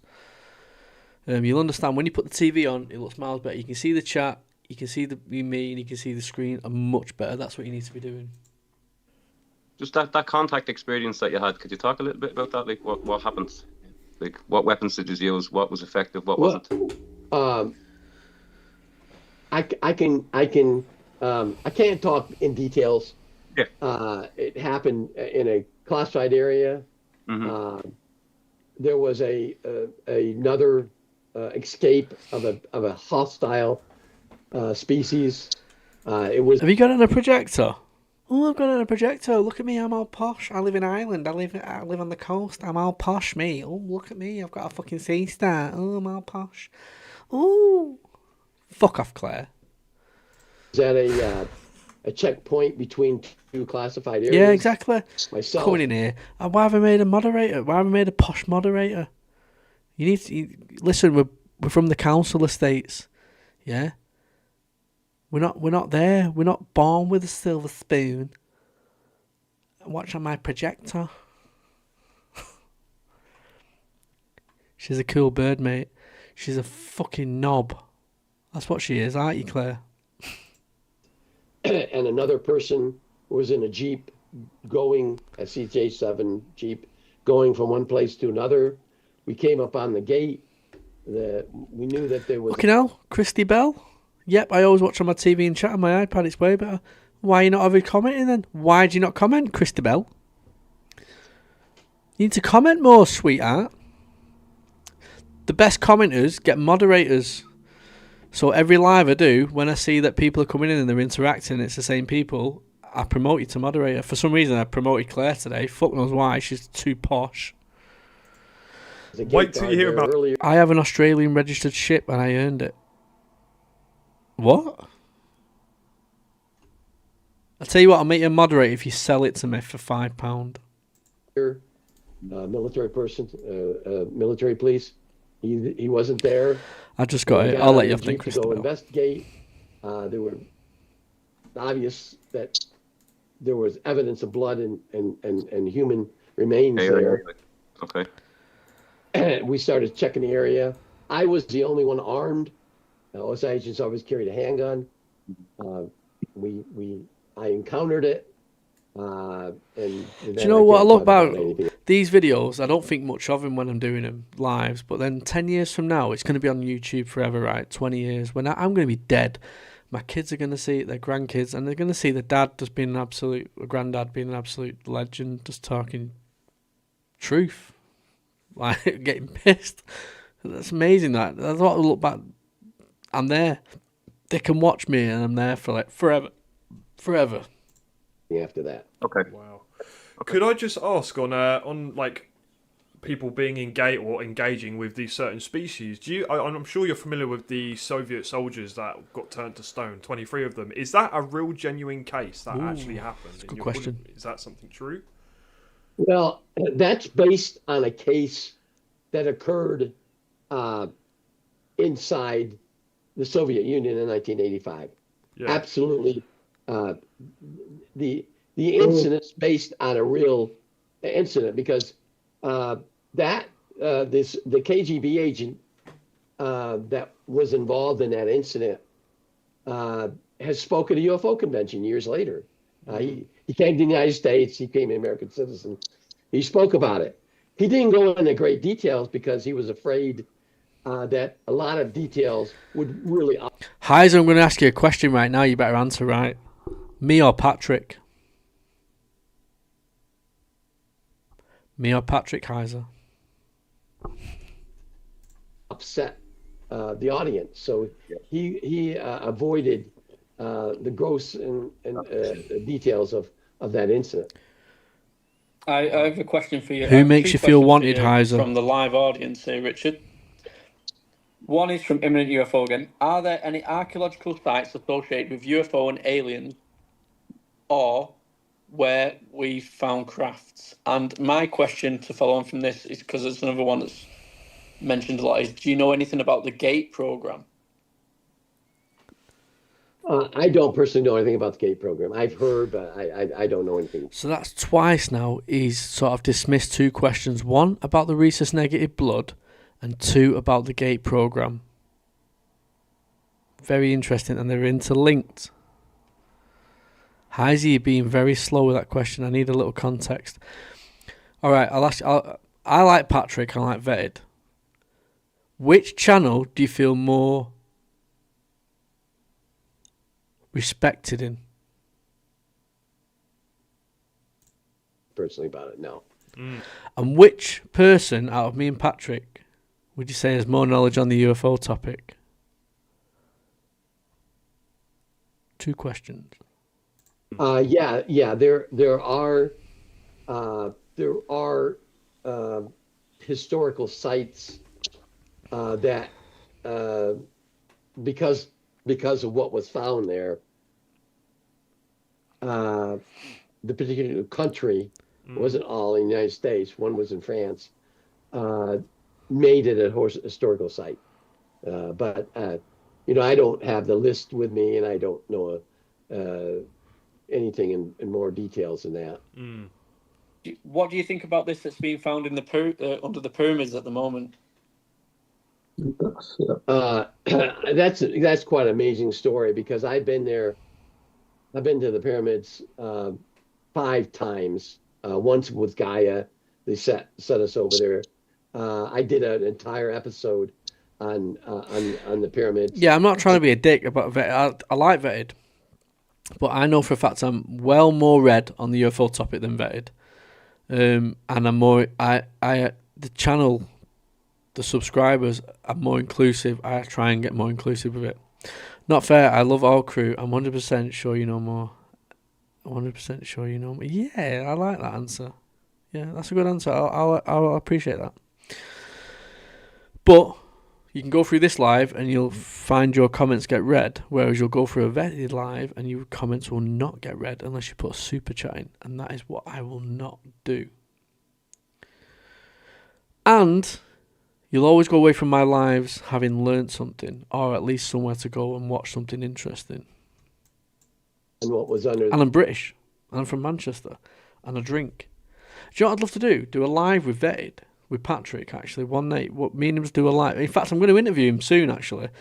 When his Psionics documentary's coming out, he said he's going to message me so we can do an interview. I'm going to interview him about his Psionics, and I'm going to make sure that I message him and say, I want us to have a drink while we're doing that chat. I promised my chat that we'd have a drink while we do that chat. Because I seen his live the other night, and he was drinking wine. And you could tell he was a bit flustered, and he was a bit unengaged with his wine. So he can drink his wine, I'll drink me whiskey, and I think me and Patrick could have a really good chat. I just know for a fact I'm much deeper read into the subject. I do like him though. I've got nothing against Patrick, and I'm glad that you moderate for me and for him. That tells me I've got a good moderator there. Regarding a diary of a British soldier that was exploring. Remember? Yeah, Patrick. I've always said Patrick's channel's a news channel. Latest news channel. Patrick will give it you every day as a gift, y'all. But you can't do videos every day. I've found out it's impossible to do that thing unless it's just going to be pushing bullshit. So what I've done with my channel, just to advertise to people, there's going to be rare stuff in the archived playlist, stuff that's unrelated to me being in the video. It's just stuff that's from old, being there for you to go and watch. Then I'm going to do watch-alongs like this, which has gone a bit out of hand. It was only supposed to be an hour watching the George Knapp. We've gone nearly 4 hours and 5 minutes into my interview with Richard Doty as well. And then the next day I will upload the video for people to watch without the watch-along. So I want it to be an interactive one, but then if they don't want the interactive all the time, they can watch it that way. So they're going to get everything they want. I'm trying to cover all angles and be myself, and just be myself, be myself. And sometimes I can come across as a twat, but I'm not. I'm the nicest person you'll ever meet, and I'll always have you back. Always have you back. Time, your country owned Egypt or controlled it, and he was down. But I'm going to create a new wave on YouTube. Be prepared for it. 1930s. Yeah, Aaron, yep, and Polarity. Polarity's mint. Me and Polarity are going to have a chat soon. We've been planning it since December, but he moved house. He moved to fucking... Where did he move? And then he's moving to Vietnam this week, I think. That's why it's quiet. He's moving to Vietnam. We have got a chat planned. Me and Polarity will be a sick chat because we cover very, very much similar things. And he's at a different time zone, so we never step on each other's toes either, which is good. So when he's live, I'm in bed. When I'm live, he's in bed. So we get a lot of crossover of watchers. So yeah, Polarity's a fucking good channel. And he followed. I only know him because he followed me. He followed me on my TikTok, and that's how I followed him back. And then I followed him on his YouTube. So whereas I'm big on YouTube, on TikTok, he's big on YouTube. So I'm learning from him on his YouTube and how he does it. And he did it through lives. And I want to do lives similar to him, but I want to be different to him as well. I'm not like him. I've got my own personality, but the information you get is just the same. I just wrap it up in a different way, with a beer, a laugh, a smile, and I will take the piss out of you. And I don't mind being taken the piss out of as well. And I will never block you or my moderators unless they're racist or homophobic. That is the only time you'll ever block anybody if they're racist or homophobic, because that's not allowed. Exploring it, and he actually got in underground, a tunnel, some locals, and this was in northern Sudan, and the tunnel system led all the way through, and he actually got to what he referred to. And the first thing we're going to say to Polarity when we have a chat, when we're having a drink, and we'll say, Polarity, I know more than you. It was his diary that he had. We're going to kick off straight away. His family lives in Leeds. For a laugh. I went to Leeds. I talked to the family. I got the diary. I did a lot of really close investigations because I didn't want to present an episode that wasn't factual. Yeah, but it coincided with a lot of things other people have said, and now all these things that are finding under the pyramids. Yeah. Coincide. Why is he wearing the headphones? He's an absolute twat. He don't need to wear the headphones. I've only just gotten onto that. I don't know how work this with Lime Chips. Christabel, new subscriber. Thank you, Aaron. You only subscribed. That's also not true. All caps gets your questions through the upload. No, listen. 9 times out of 10, I'll read everyone's question at least once or two. If you, we're in a chat now. We've had 180, 90 people in, which is all right for a 10,000 subscriber channel. It's gone down now. We're on like 50 watchers now. It goes up and down. It's a Thursday night. People are going to work. From what I expect it. If I do a Friday night live, it might be more, but people are going on the piss. But Saturday nights are usually the best time to go live. But generally, I don't want to do a Saturday night live, but I'm going to do a Saturday night live. But I've got a Saturday night interview lined up with Mark Christopher, so I might do that live. So it's timing's everything in country and time zones. Is exactly what he had in his diary. But remember, this was 1930, and he couldn't explain things technically the way we could now. Yeah. Could I need to let me just jump in one more second. Sorry, we are live, and people are loving the live. And the one that is the saying's being ignored. The question is Antarctica. Oh, here we go. Here we go. Anything you can. Right. So listen to what I say here. So I asked the question about Antarctica. He says nothing. Then one of the other Jebens asks another question, and then I bring it back to the Antarctica question. That's when we get it. So let's listen to this. Speak on Antarctica. You took a deep breath. I observed that. I know two things, and both of these things at one point were classified, but they were declassified because a Washington reporter posed this question to a Pentagon spokesman several years ago. I'd say 4 or 5 years. I don't remember when. Linda Howell already talked about this. But there were two things that I know about that happened in Antarctica. I want the truth, Richard. I want the truth. Come on. This is where people had a go at me saying, "Oh, you kept saying he was a liar." Right? I don't see anything wrong in what I was saying. I'm thinking as I'm asking the question, I don't want bullshit. So I'm thinking, right? I'm thinking and drinking and talking and drinking, right? And I'm thinking, I don't want bullshit, Richard. I want the truth. I want the truth, right? Other people might not ask that. Russ Coulthard might not say, "I want the truth, Richard. Tell me the fucking truth. We're gonna get a death threat." He's not gonna ask that question. He's gonna stick to his fucking script. I'm gonna ask that question. And that's why we get the best interview. Absolutely true. Come on, we're from Manchester. I'm from Manchester in the UK. We don't accept this. We want the truth. I love Manchester. I've been there many times. When are you next coming down? When are you next coming to Manchester? This bit here, I threatened to get him pissed. So when are you next in Manchester? We want to know that next as well. In October. Oh. Wow, okay. Right. You've got a community here that'll meet you. Anyways, I want to say how I want to say this because I don't want you to interpret it as... He's been very, very coy, and then he doesn't answer it, but listen very carefully. This is very interesting. If you want to clip it from this moment forward, you can do. As being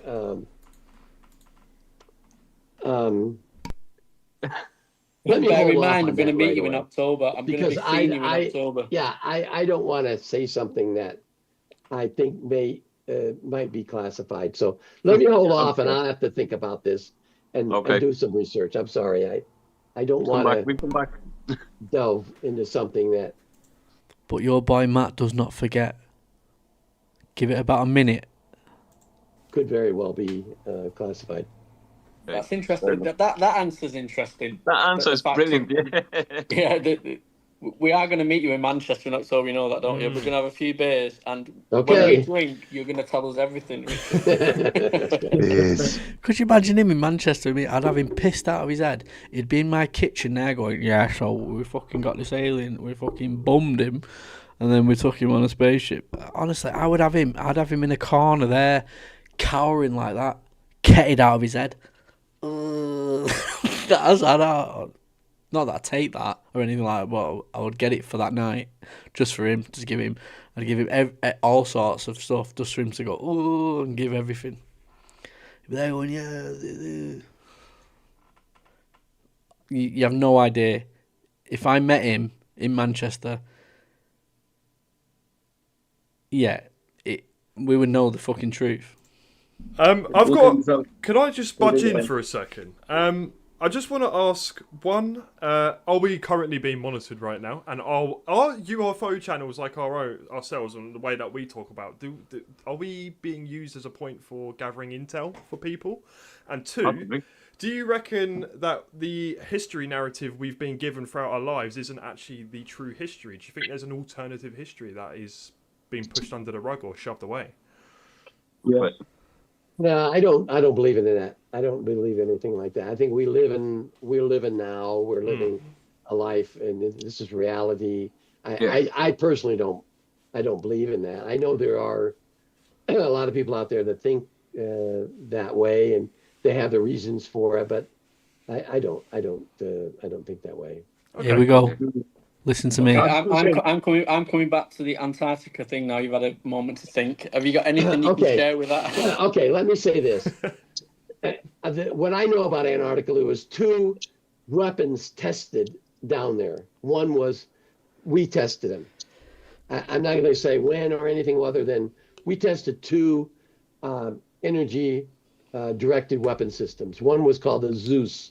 And Linda Howell it talks about this. Zeus. So let me just stop there. So when he, on two or three occasions tonight during this interview, he said, and Linda Howe, she mentions this, we know Linda Howe was fed bullshit information, fake information by Richard Doty, and he's trying to lead us to Linda Howe to get the bullshit fake information. So as a avid researcher, I'm not going to let my followers fall into that trap of, oh, let's go and research Linda Howe. Stay away from Linda Howe. You are not going to get any credible research from Linda Howe. You're going to get misinformation, disinformation, and she's been fed bullshit and she's gullible as fuck. Now you can disregard what I've just said and go and research what she says, but it's bullshit, I'm telling you now. The goddess, the Zeus. And it caused a massive cavern to open under Antarctica. A massive. I don't know how big, and when that opened, we found a lot of things. Say so. So I'll just leave it at that. Right, Richard, I just want to say something. Let me break it down. You used a weapon, it opened something, but you can't talk about what it discovered. Okay, no. We'll leave it at that. My mind is absolutely fired in here. It is. Just because I say, oh, we'll leave it at that, I don't believe him. I don't believe that he said that when he said that I was right with the huge UFO building. I don't believe him. Just leave it at that. Let the people interpret what he means. I think when I said about the B1 bunker and he said I'm right, that I'm probably wrong. When he said about the massive cavern, I think he's bullshitting. When to say he's not allowed to speak about anything, but then one question later, when I bring him back to it, he says he's going to speak about it, and then mentions a massive cavern, but he can't go into anything else, and a weapon that they used. He's just had a minute to think about something on the spot there and stuff like that. He's a master of storytelling. Go to Gaia. I've not paid for Gaia. If you pay for Gaia, you might as well just bend over and stick a pinky up your bum, because it's just bullshit stories. He tells a brand new story every single week on Gaia. It's bullshit. Absolute bullshit channel. And it's there just to make money and profit from people who love this topic and want to believe and just want to watch interesting stuff. And there's always disclaimers like this is for entertainment purposes only and stuff like that. And people don't see that and they don't understand that. It's bullshit. And they're able to do that. It's legal to make bullshit information and create a channel and bullshit stories. They're legally okay to do that. And he's the master of that. So just be careful. And again, like I say to you, I'm never going to sell my fucking followers and subscribers wrong. I'm going to try and tell you the truth. Yes, I'm interviewing him just because the way I'm asking the questions, the way I'm responding. I'm giving you now my live feedback that I don't think he's telling the truth. Right, Shiv wants to ask a question. Shiv wants to ask a question. Here we go. How many fingers have you got? A few days in Manchester in October. Yeah, loosen the lips. Shiv's got a question. So Mark, who's in the chat, he was contacted. This is quite huge for the UK. So for the first time in the history of the UK, a whistleblower has come forward stating on the Isle of Man he was in the military. Right, I've seen people in the comments on the stories. Next Friday night, we'll do a live. I'll get a host up. We'll do a call-in show. I might have to use StreamYard instead of OBS, so it won't be. I'll try and set it up like this, but it'll be thingy. So, would people ring in? When I say ring in, they'll just join the chat and tell us the stories. He was reverse engineering craft. Have you heard anything about the Isle of Man and your contact in the UK who used to be a major? Maybe you can speak to him and we can try get more whistleblowers coming forward. Because if we get this started in the UK, because we're trying to get disclosure, we've been in London, we're speaking to news reporters. That's what we're all trying to do, isn't it, really, in the UK? Yeah. So it's quite big for us, whistleblower coming forward. So I don't know if at some point you can speak to your friend, let him know someone's come forward for the first time, and we can maybe do something in the future. Try to find more whistleblowers in the UK, to be fair. Because if that happens... It's obvious that there's been cooperation between the two governments, so... Yeah, the US was involved. So I just want to say that. Let me say, go back to Antarctica real quick. Yeah. I'm sure every one of you here are internet experts in Googling things and searching the internet. Just look for Project Medusa. Medusa, MEDUSA, Project Medusa. Just sometime delve into Project Medusa and see what comes up. I'm more interested in Project Aquarius. Project Aquarius is old stuff. I know it's old stuff. Okay. And let me and then real briefly, because we got another 20 minutes and I have to leave. We'll go back to Serpo real quick. Let me tell you what the DIA, the Defense Intelligence Agency's definition of the word Serpo is. Secret extraterrestrial remote planet operation. That is the DIA's. If you Google, if you submit a FOIA request, you know what a FOIA request is, right? Yeah. If you submit one, because that was done, and DIA came back with the only information and DIA files regarding Serpo is secret extraterrestrial remote planet operation. Now try to figure out that. If you don't think Serpo was real, well. So, anyways. Was the elements of lies mixed in with the truth with the Serpo story? Well, I didn't create it, so I can't tell you, but I would guess yes. And I think there was, and now one person came up, a former Air Force, Army intelligence officer said he remembers back in the 60s where we created a deception operation to make the Soviets think that we were in contact with extraterrestrials. Serpo would have been that. Yeah. That would have fit perfectly into Serpo. Yeah. So, this is one more question here. Carl Nell said that he's 100% certain that there is extraterrestrial presence, NHI. Is there anything in your mind that says that none of this is extraterrestrial, ultra-terrestrial, NHI, whatever and this is just really clever people, human people creating things, and it's man-made. 100% certain that we've had contact with extraterrestrials, and we had them in our custody. We had their crafts in our custody. I'm 100%. I have no doubt at all in my mind. Wow. Could I just ask you another question, just to jump the gun? Could I get your opinions on Bob Lazar and possibly Stephen Greer as well? Oh God, Stephen Greer. Okay. You're gonna break some. This is funny. I recommend people should screen record this part what he says about Stephen Greer. Probably screen record from now and then share it on X. Get as many clips of this interview. Honestly, it's a brilliant interview, and you're all here watching it. But what he says about Stephen Greer here is pretty funny. Arthur now. Now, Stephen Greer, I worked for Stephen Greer before. Okay. Okay? I did unacknowledged. Is he older than you? Yeah, Yeah, he did. He's younger. He's 78, I think. He's 70. No, 69. 69. Is he 69? Yeah. I think trust me, I she don't will know. know. Anyways, I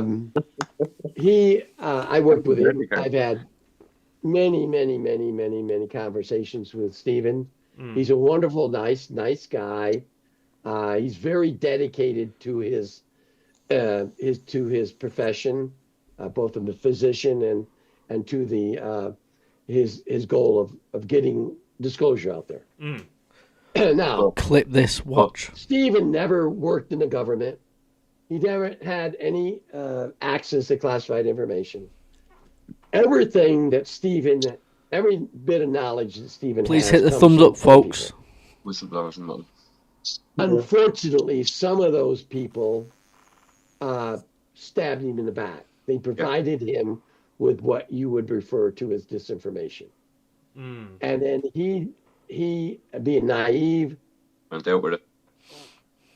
What are your thoughts on Stephen's claims of being the one that summoned in the Phoenix Light? Please clip this right now. Get your screen record ready. This needs to go onto your X. We'll go back 8 seconds.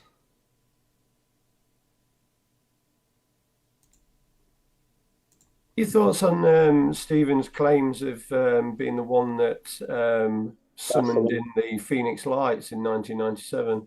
Yeah. That's absolutely. That's bullshit. I know. I call bullshit on that. I call bullshit. I know. That's the time. So Richard Doty said Stephen Greer summoning Phoenix Lights in 1997. Stephen Greer claimed that he summoned that, and Richard Doty said that that's bullshit. Let's just go back to that part. Your thoughts on Stephen's claims of being the one that summoned in the Phoenix Lights in 1997? Yeah. That's absolutely. That's bullshit. I know. I call bullshit on that. I call bullshit. I know. That's the title of the live, people. I know what it was. I mean, people within our working group knows that was a T-13B aircraft, one of ours, being tested. So and how big is that craft then? About the size of two football field, two of our football fields. Wow. I don't know what your football fields are. Like big ass. And where would a craft like that, so huge, be kept? Grim Lake. Yeah. And in an underground facility. Fucking banging out the good questions there. Where would he's saying that's one of our crafts, right? Phoenix Wizard. You're called Phoenix probably because of the Phoenix Lights, maybe, I don't know, or the Phoenix Bird, whatever. But he's saying that that's kept in... where did he say it was kept? Where did he say it was kept? Fucking I missed that then. Within our working group knows that was a T-13B aircraft, one of our... A T-13B aircraft? Did he say a T-13B aircraft? T-13B aircraft.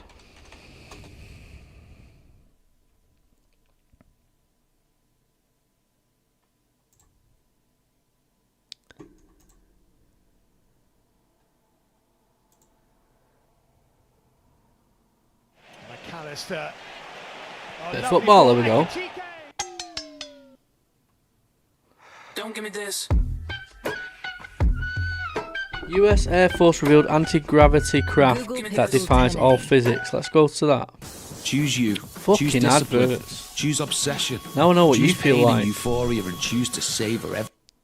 Secret military developments have always given rise to a lot of speculation and theories in the. For decades, there have been numerous reports of large. I'm going to play this when I go for a piss because obviously it's part of the thing. I've not actually looked at this before. Fast black triangular UFOs from around the world. But was what eyewitnesses encountered really of alien origin?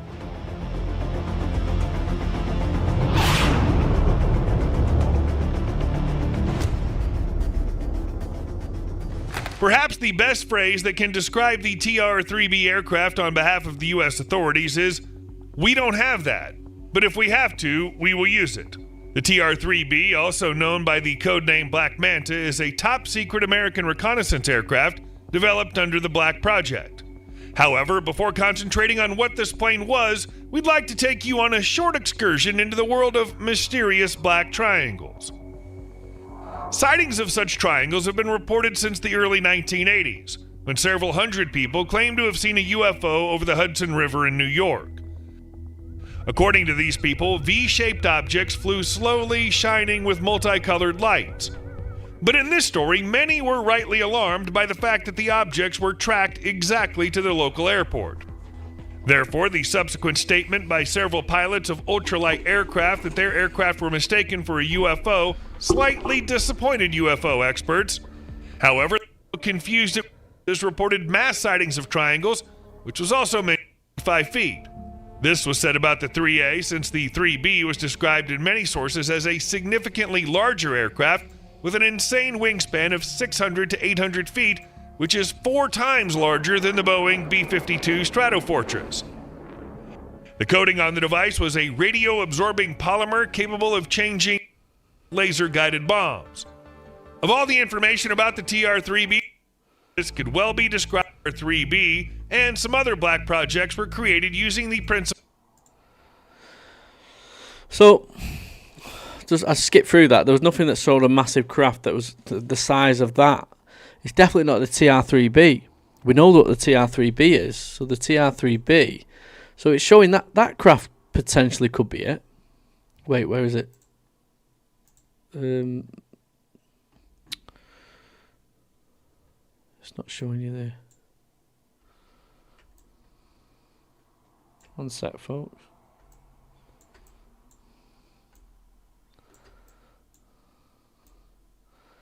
A bit of live editing here. Potentially could be this one that's on the left-hand side here.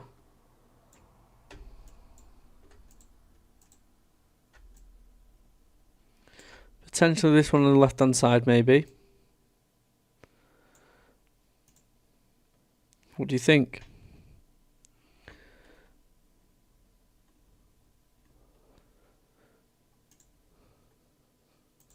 Ours being tested. So how big is that craft then?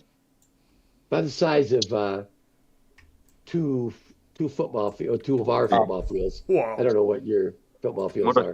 Like big ass. And where would a craft like that, so huge, be kept?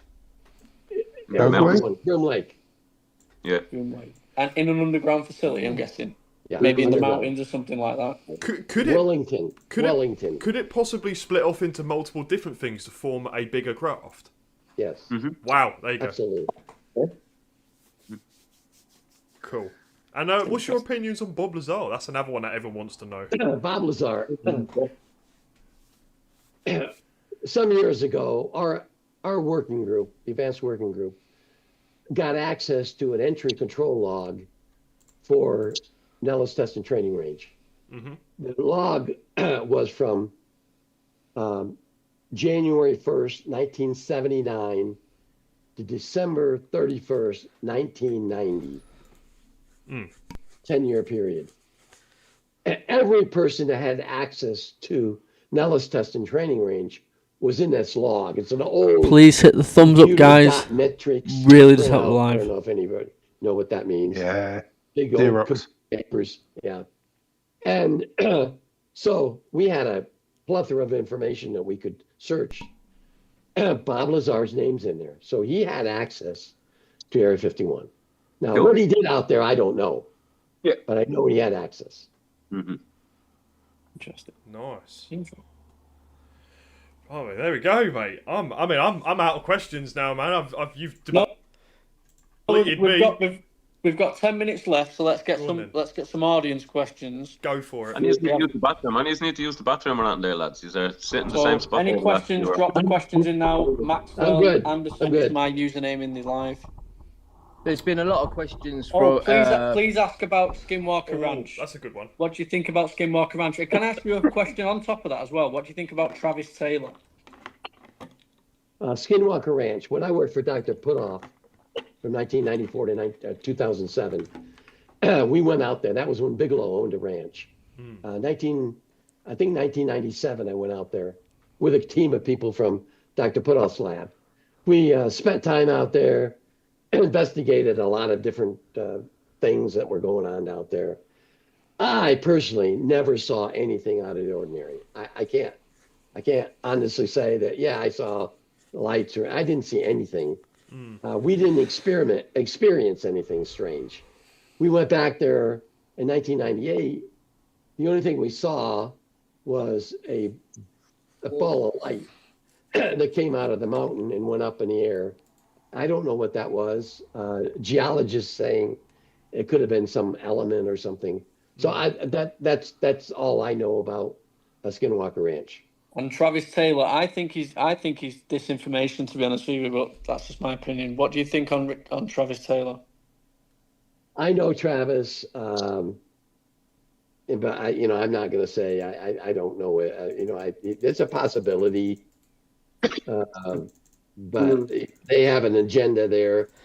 So the reason I asked that question is I watched Skinwalker Ranch, right, and I stopped watching it because I could see that there's an agenda being pushed on there and there's a narrative being pushed. So if you've watched Skinwalker Ranch, you'll know exactly what. Put in the comments right now if you've watched Skinwalker Ranch. Have you watched Skinwalker Ranch's episodes? Just put quickly in the comments, yes or no.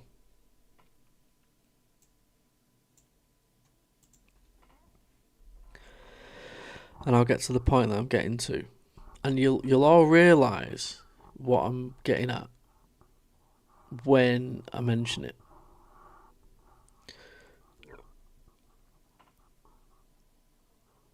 Mine stopped dead in my face. So in Skinwalker Ranch, there's always a moment. There's a 5 to 10 minute moment in every Skinwalker Ranch episode where they're sat around the table. And when they're sat around the table, they're talking about the events that have been going on. And every single episode, and listen, you won't have noticed it. If you have, fair play to you. I've noticed it. Travis Taylor has a moment where he talks for a minute or two, where he gives an idea. What if it's this? What if? And he's pushing an out. It's always Travis Taylor. When they go up in the helicopter, there's that other guy that goes up with him, and they're doing the thing. It's always him on the thing. Travis Taylor doing the experiments. He's the disinformation guy. He's the one that got dragged into the offices. And this is a true story. This is online. You can check it. He got dragged into the offices because they found out that he was giving he was feeding information back to the Pentagon. And then he said that the Pentagon reached out to him when he was on this show to feed back any information that they discovered. So he used that excuse. They did reach out to me. It was to give the information back to the Pentagon if I discovered anything. That was his worming his way out of it. He was a disinformation agent. He always has been. And that's what really pisses me off. I do not trust Travis Taylor. Have to make money, and they make money on the show. So I've got a quick question. So what's the So obviously, we got Shiv again. Shiv his question. Let's see what Shiv's question is. They have clean energy, that technology for the entire planet. Free. Is there anything more important than that they're hiding? Benefit our species. Obviously, you don't need to say the technology that'll like affect national security, but for our species, medical, clean energy, what have they got? Well, that's my main peeve. What really upsets me, if our government has developed something from the extraterrestrials that will help science, that will help cure cancer or cure whatever disease, or better our energy on this planet, they need to bring it forward and let us have it. Yeah, exactly. Right.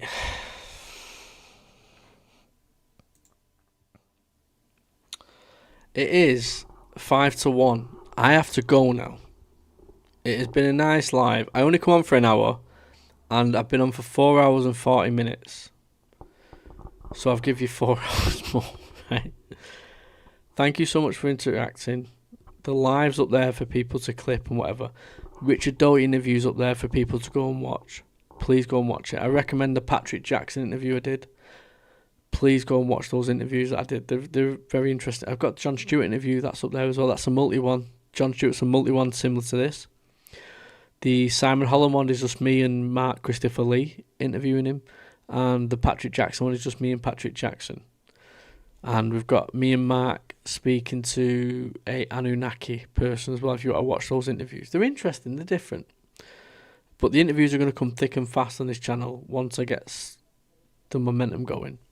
Alongside the archived and my own commentary over other videos and stuff like that.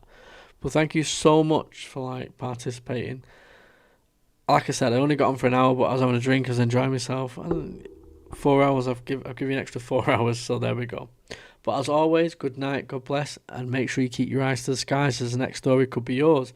And as always, I'm going to play you the best UFO song on the fucking planet right now. Good night. Please, soon as this video ends, come back to it and put a comment on that you was participating in this live. It instantly uploads. You can instantly comment. Please do that. It really does help the video, because all these comments mean nothing. It means great in the live, but when the video uploads, it starts again. So listen to this beautiful song and then come back to it. And if you this song will learn you, teach you, a lot of things. Sorry, I'm drunk. I've been on whiskey and fucking Guinness. Good night, God bless, and I will see you on the next one. There's a double. There's a third one. Please come back, folks, and drop a comment straight after this song. Kenneth Arnold, lights flashing, 47 saucers passing, Roswell crash, Debris field, Ramey memo half revealed, Project Sign, Project Grudge, Cold War skies, the radar buzz, Blue Book files locked away, Men in Black say no one saw a thing today. Watch closely as a different U.S. drone drops a Hellfire missile on that fast-moving war. The missile appearing to bounce off the object. Foo Fighters over World War II, Nazi discs, the rumors grew. Operation Paperclip, V2 rockets, secret ships, Maury Island fragments fall, Flatwoods monster standing tall. Every decade, every night, something strange is in the sky. We didn't stop the sightings. They've been in the heavens while the world keeps fighting. We didn't stop the sightings. No, we didn't light it, but we're trying to find it.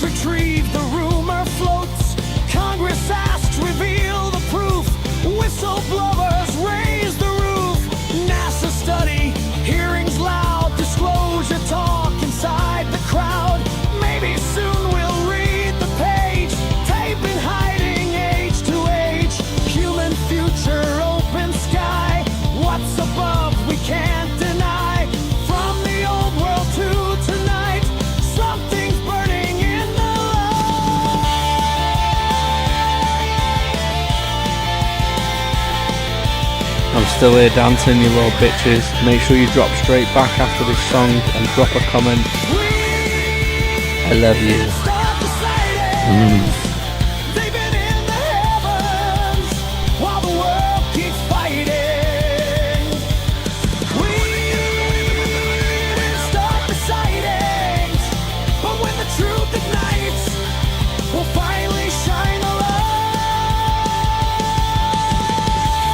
I'm going to end the stream. Please drop back on and drop a comment, folks. It really does help the video. I know you've been participating in live, but it's totally different when it's been uploaded.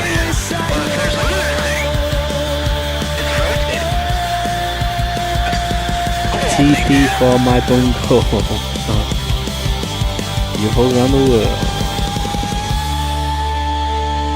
Good night, folks.